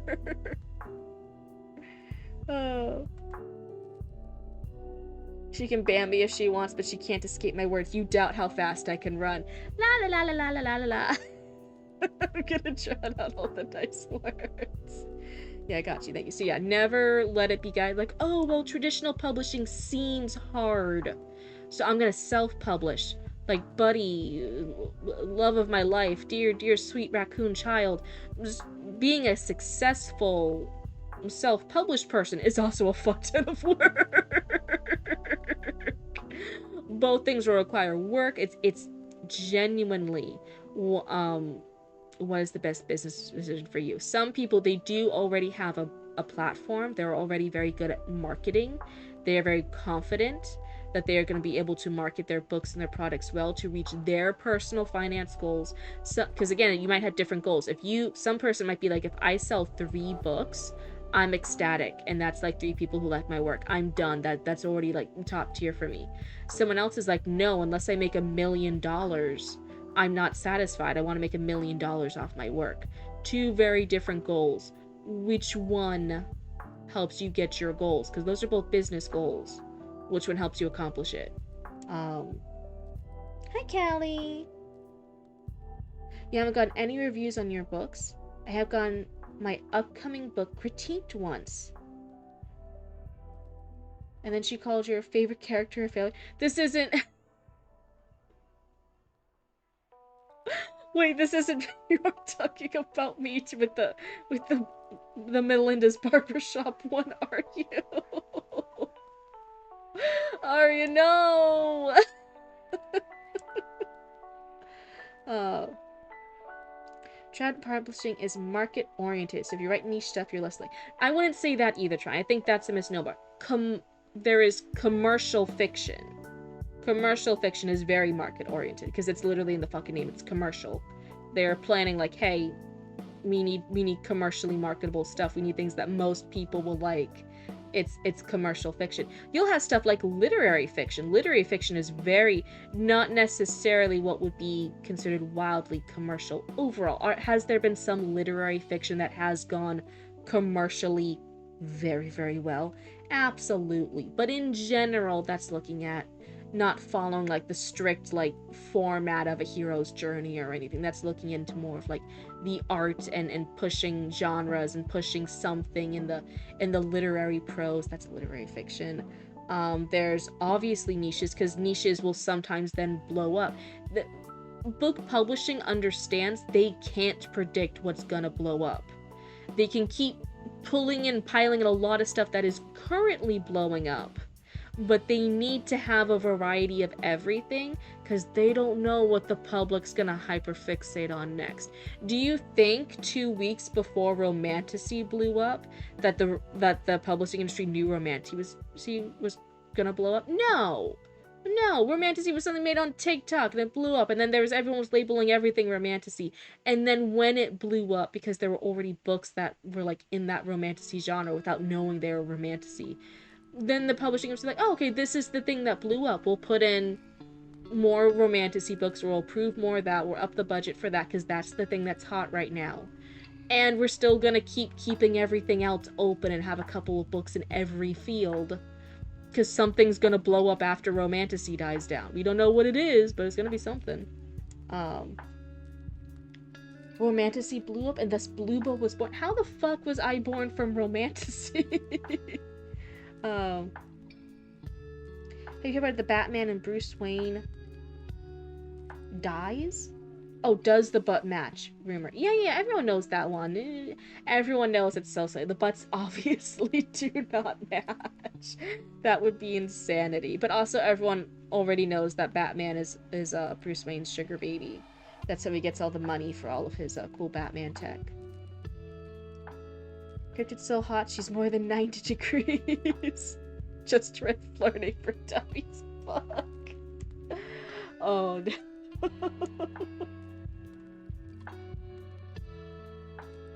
You've gotten 349 views for the Monty Hughes Prize on Scribble Hub.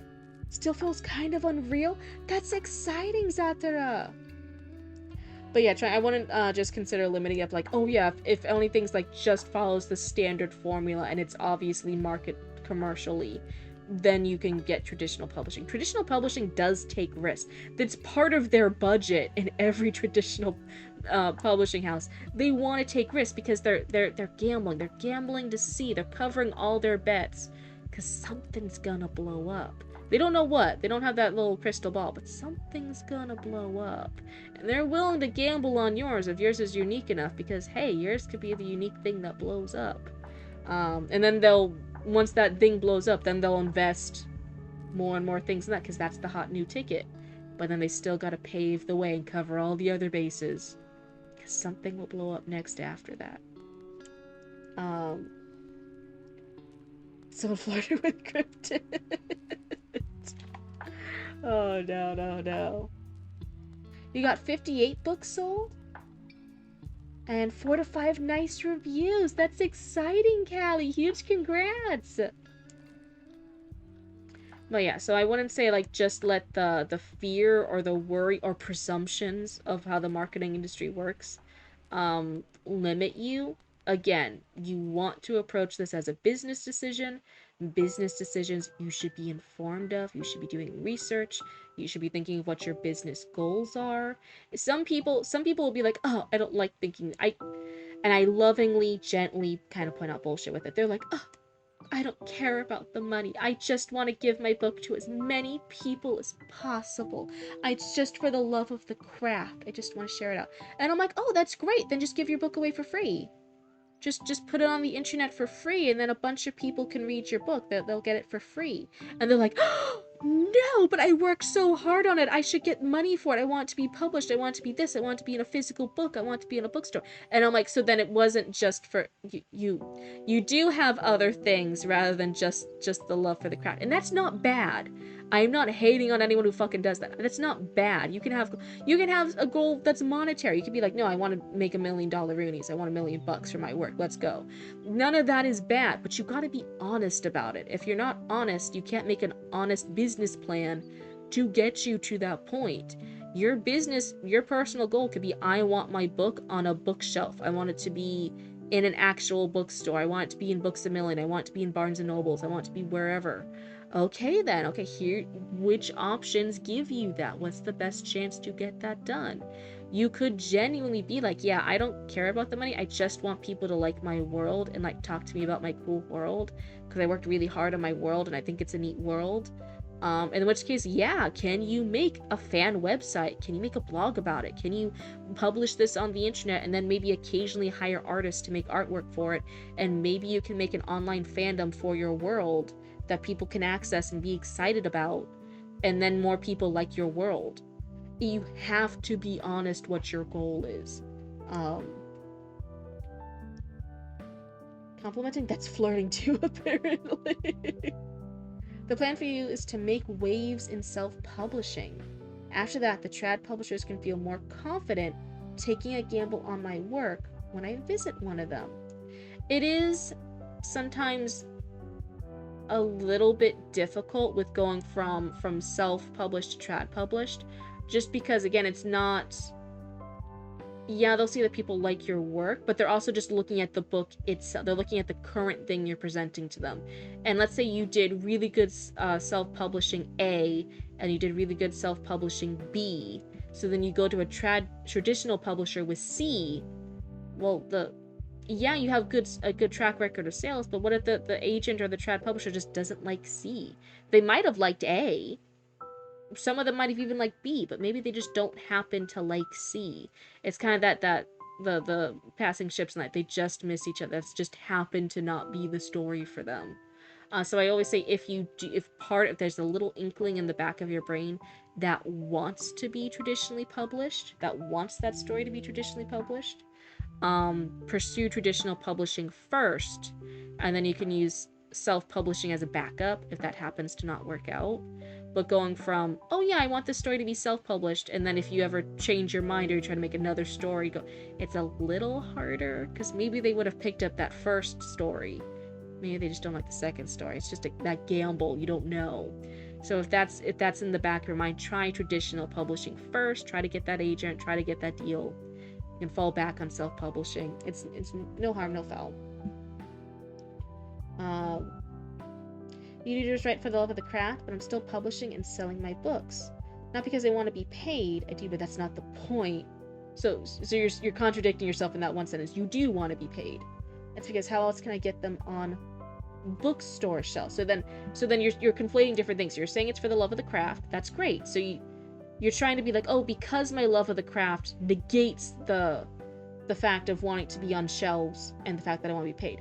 There's no negating here. You just have multiple wants, and that's fine. You love the craft, you want to keep writing for the craft, you want it to be sold in bookstores, and you want to get paid. Those are your wants. Just own up to it. Don't be like, oh no, the love of the craft negates the other two. No, those are your wants. Just own up to it. You're big, powerful, amazing Arya. You're this great writer, and you love the craft, and you want your stuff to be on the bookshelf, and you want to get paid for your hard work. Just own it. Just own. There's none of those things are bad. None of them is bad. You don't need to hide one of them or try to use one of them as an emotional shield for the other two. Those are all valid. Those are all valid. Just own up to it. I 100% think I got the goods to crack the code and go big with my lit. I love my work, but it is still work. Yeah. Amita, I will mention you in the credits. Okay. Oh my god. Oh, hi, Aaron. Aaron, what are you still doing up? Welcome, Raiders. Aaron, what are you still being awake for? Why are all you guys awake? Aaron, when's your bedtime? Aaron's on vacation.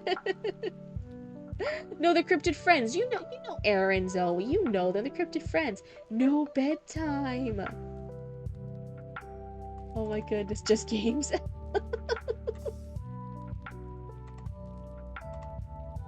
Being paid is just a little bonus. That's when so own up to it. So maybe it's the age difference thing. For Arya, I think we're like not understanding each other. I think there's a communication thing happening.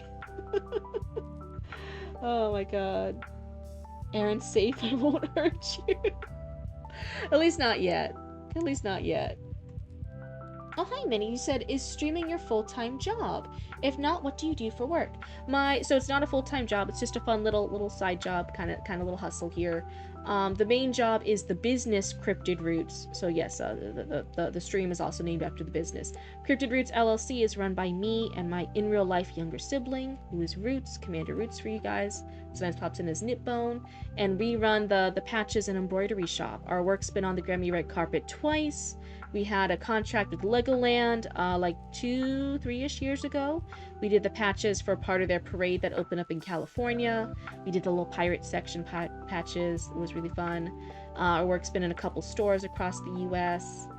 So yeah, that's the business. That's our full-time job. Me and Roots are business owners. We started this during 2020. I think we launched the business 2021. And yeah, that is our business. And then we've done sewing, we've done custom orders, we do all these cool fun things with sewing and embroidery. Was there something about the patches that year? It was a few years ago, just a couple, and the Legoland parade, they started a new parade in Legoland, California, and I was a contract worker underneath the designer. She wasn't the designer for the full parade. They were doing something weird. She was like the designer for like 3 or 4 sections of the parade, but I guess there were more sections and that went to a different designer. And then anyway, I was her contract worker and she wanted patches for 2 sections. It was the pirate section and another one. But then we were going over what she wanted for the other one and it made absolutely no sense to have it be embroidered. It was not going to work well as a patch. It wasn't going to look the way she wanted it to. So we put down that offer. And then we just did the pirates section. And the pirates in the Legoland Parade, they have pirate hats, and it has a patch on their hats that's like the skull and crossbone. And we did those patches. We did that applique for them. Oh, I gotta go to bed. Good night, matey. But yeah, so full-time work is the business, which gives us occasional part-time pay. And then the part-time work is the streaming, which, dear God, I think I put in full-time hours for it anyway. And that gives side hustle pay. And altogether, I'm still poor. Couple more years building up the brand. We'll get there. We gotta put in all the hard work in the beginning, and then eventually stuff kind of starts self-fulfilling and gets better later. But yeah, will you be streaming longer? I don't think so. I think this will be... Oh my god, I'm always streaming way past where I want it to be. I think this is a pretty good wrap-up. I think this is a good stopping point. Zatura has some good feedback for this one that I think will make a really big impact. I'm really excited to see the next level up from this, because I'm really excited about those edits I did. I think that will pay off majorly for this scene. I'm really excited to see what Zatura will do.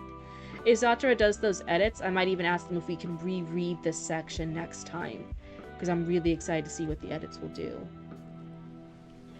You told Aaron about Mash's sexy gym pics. Quick, everyone, let's make it OnlyFans for Mash.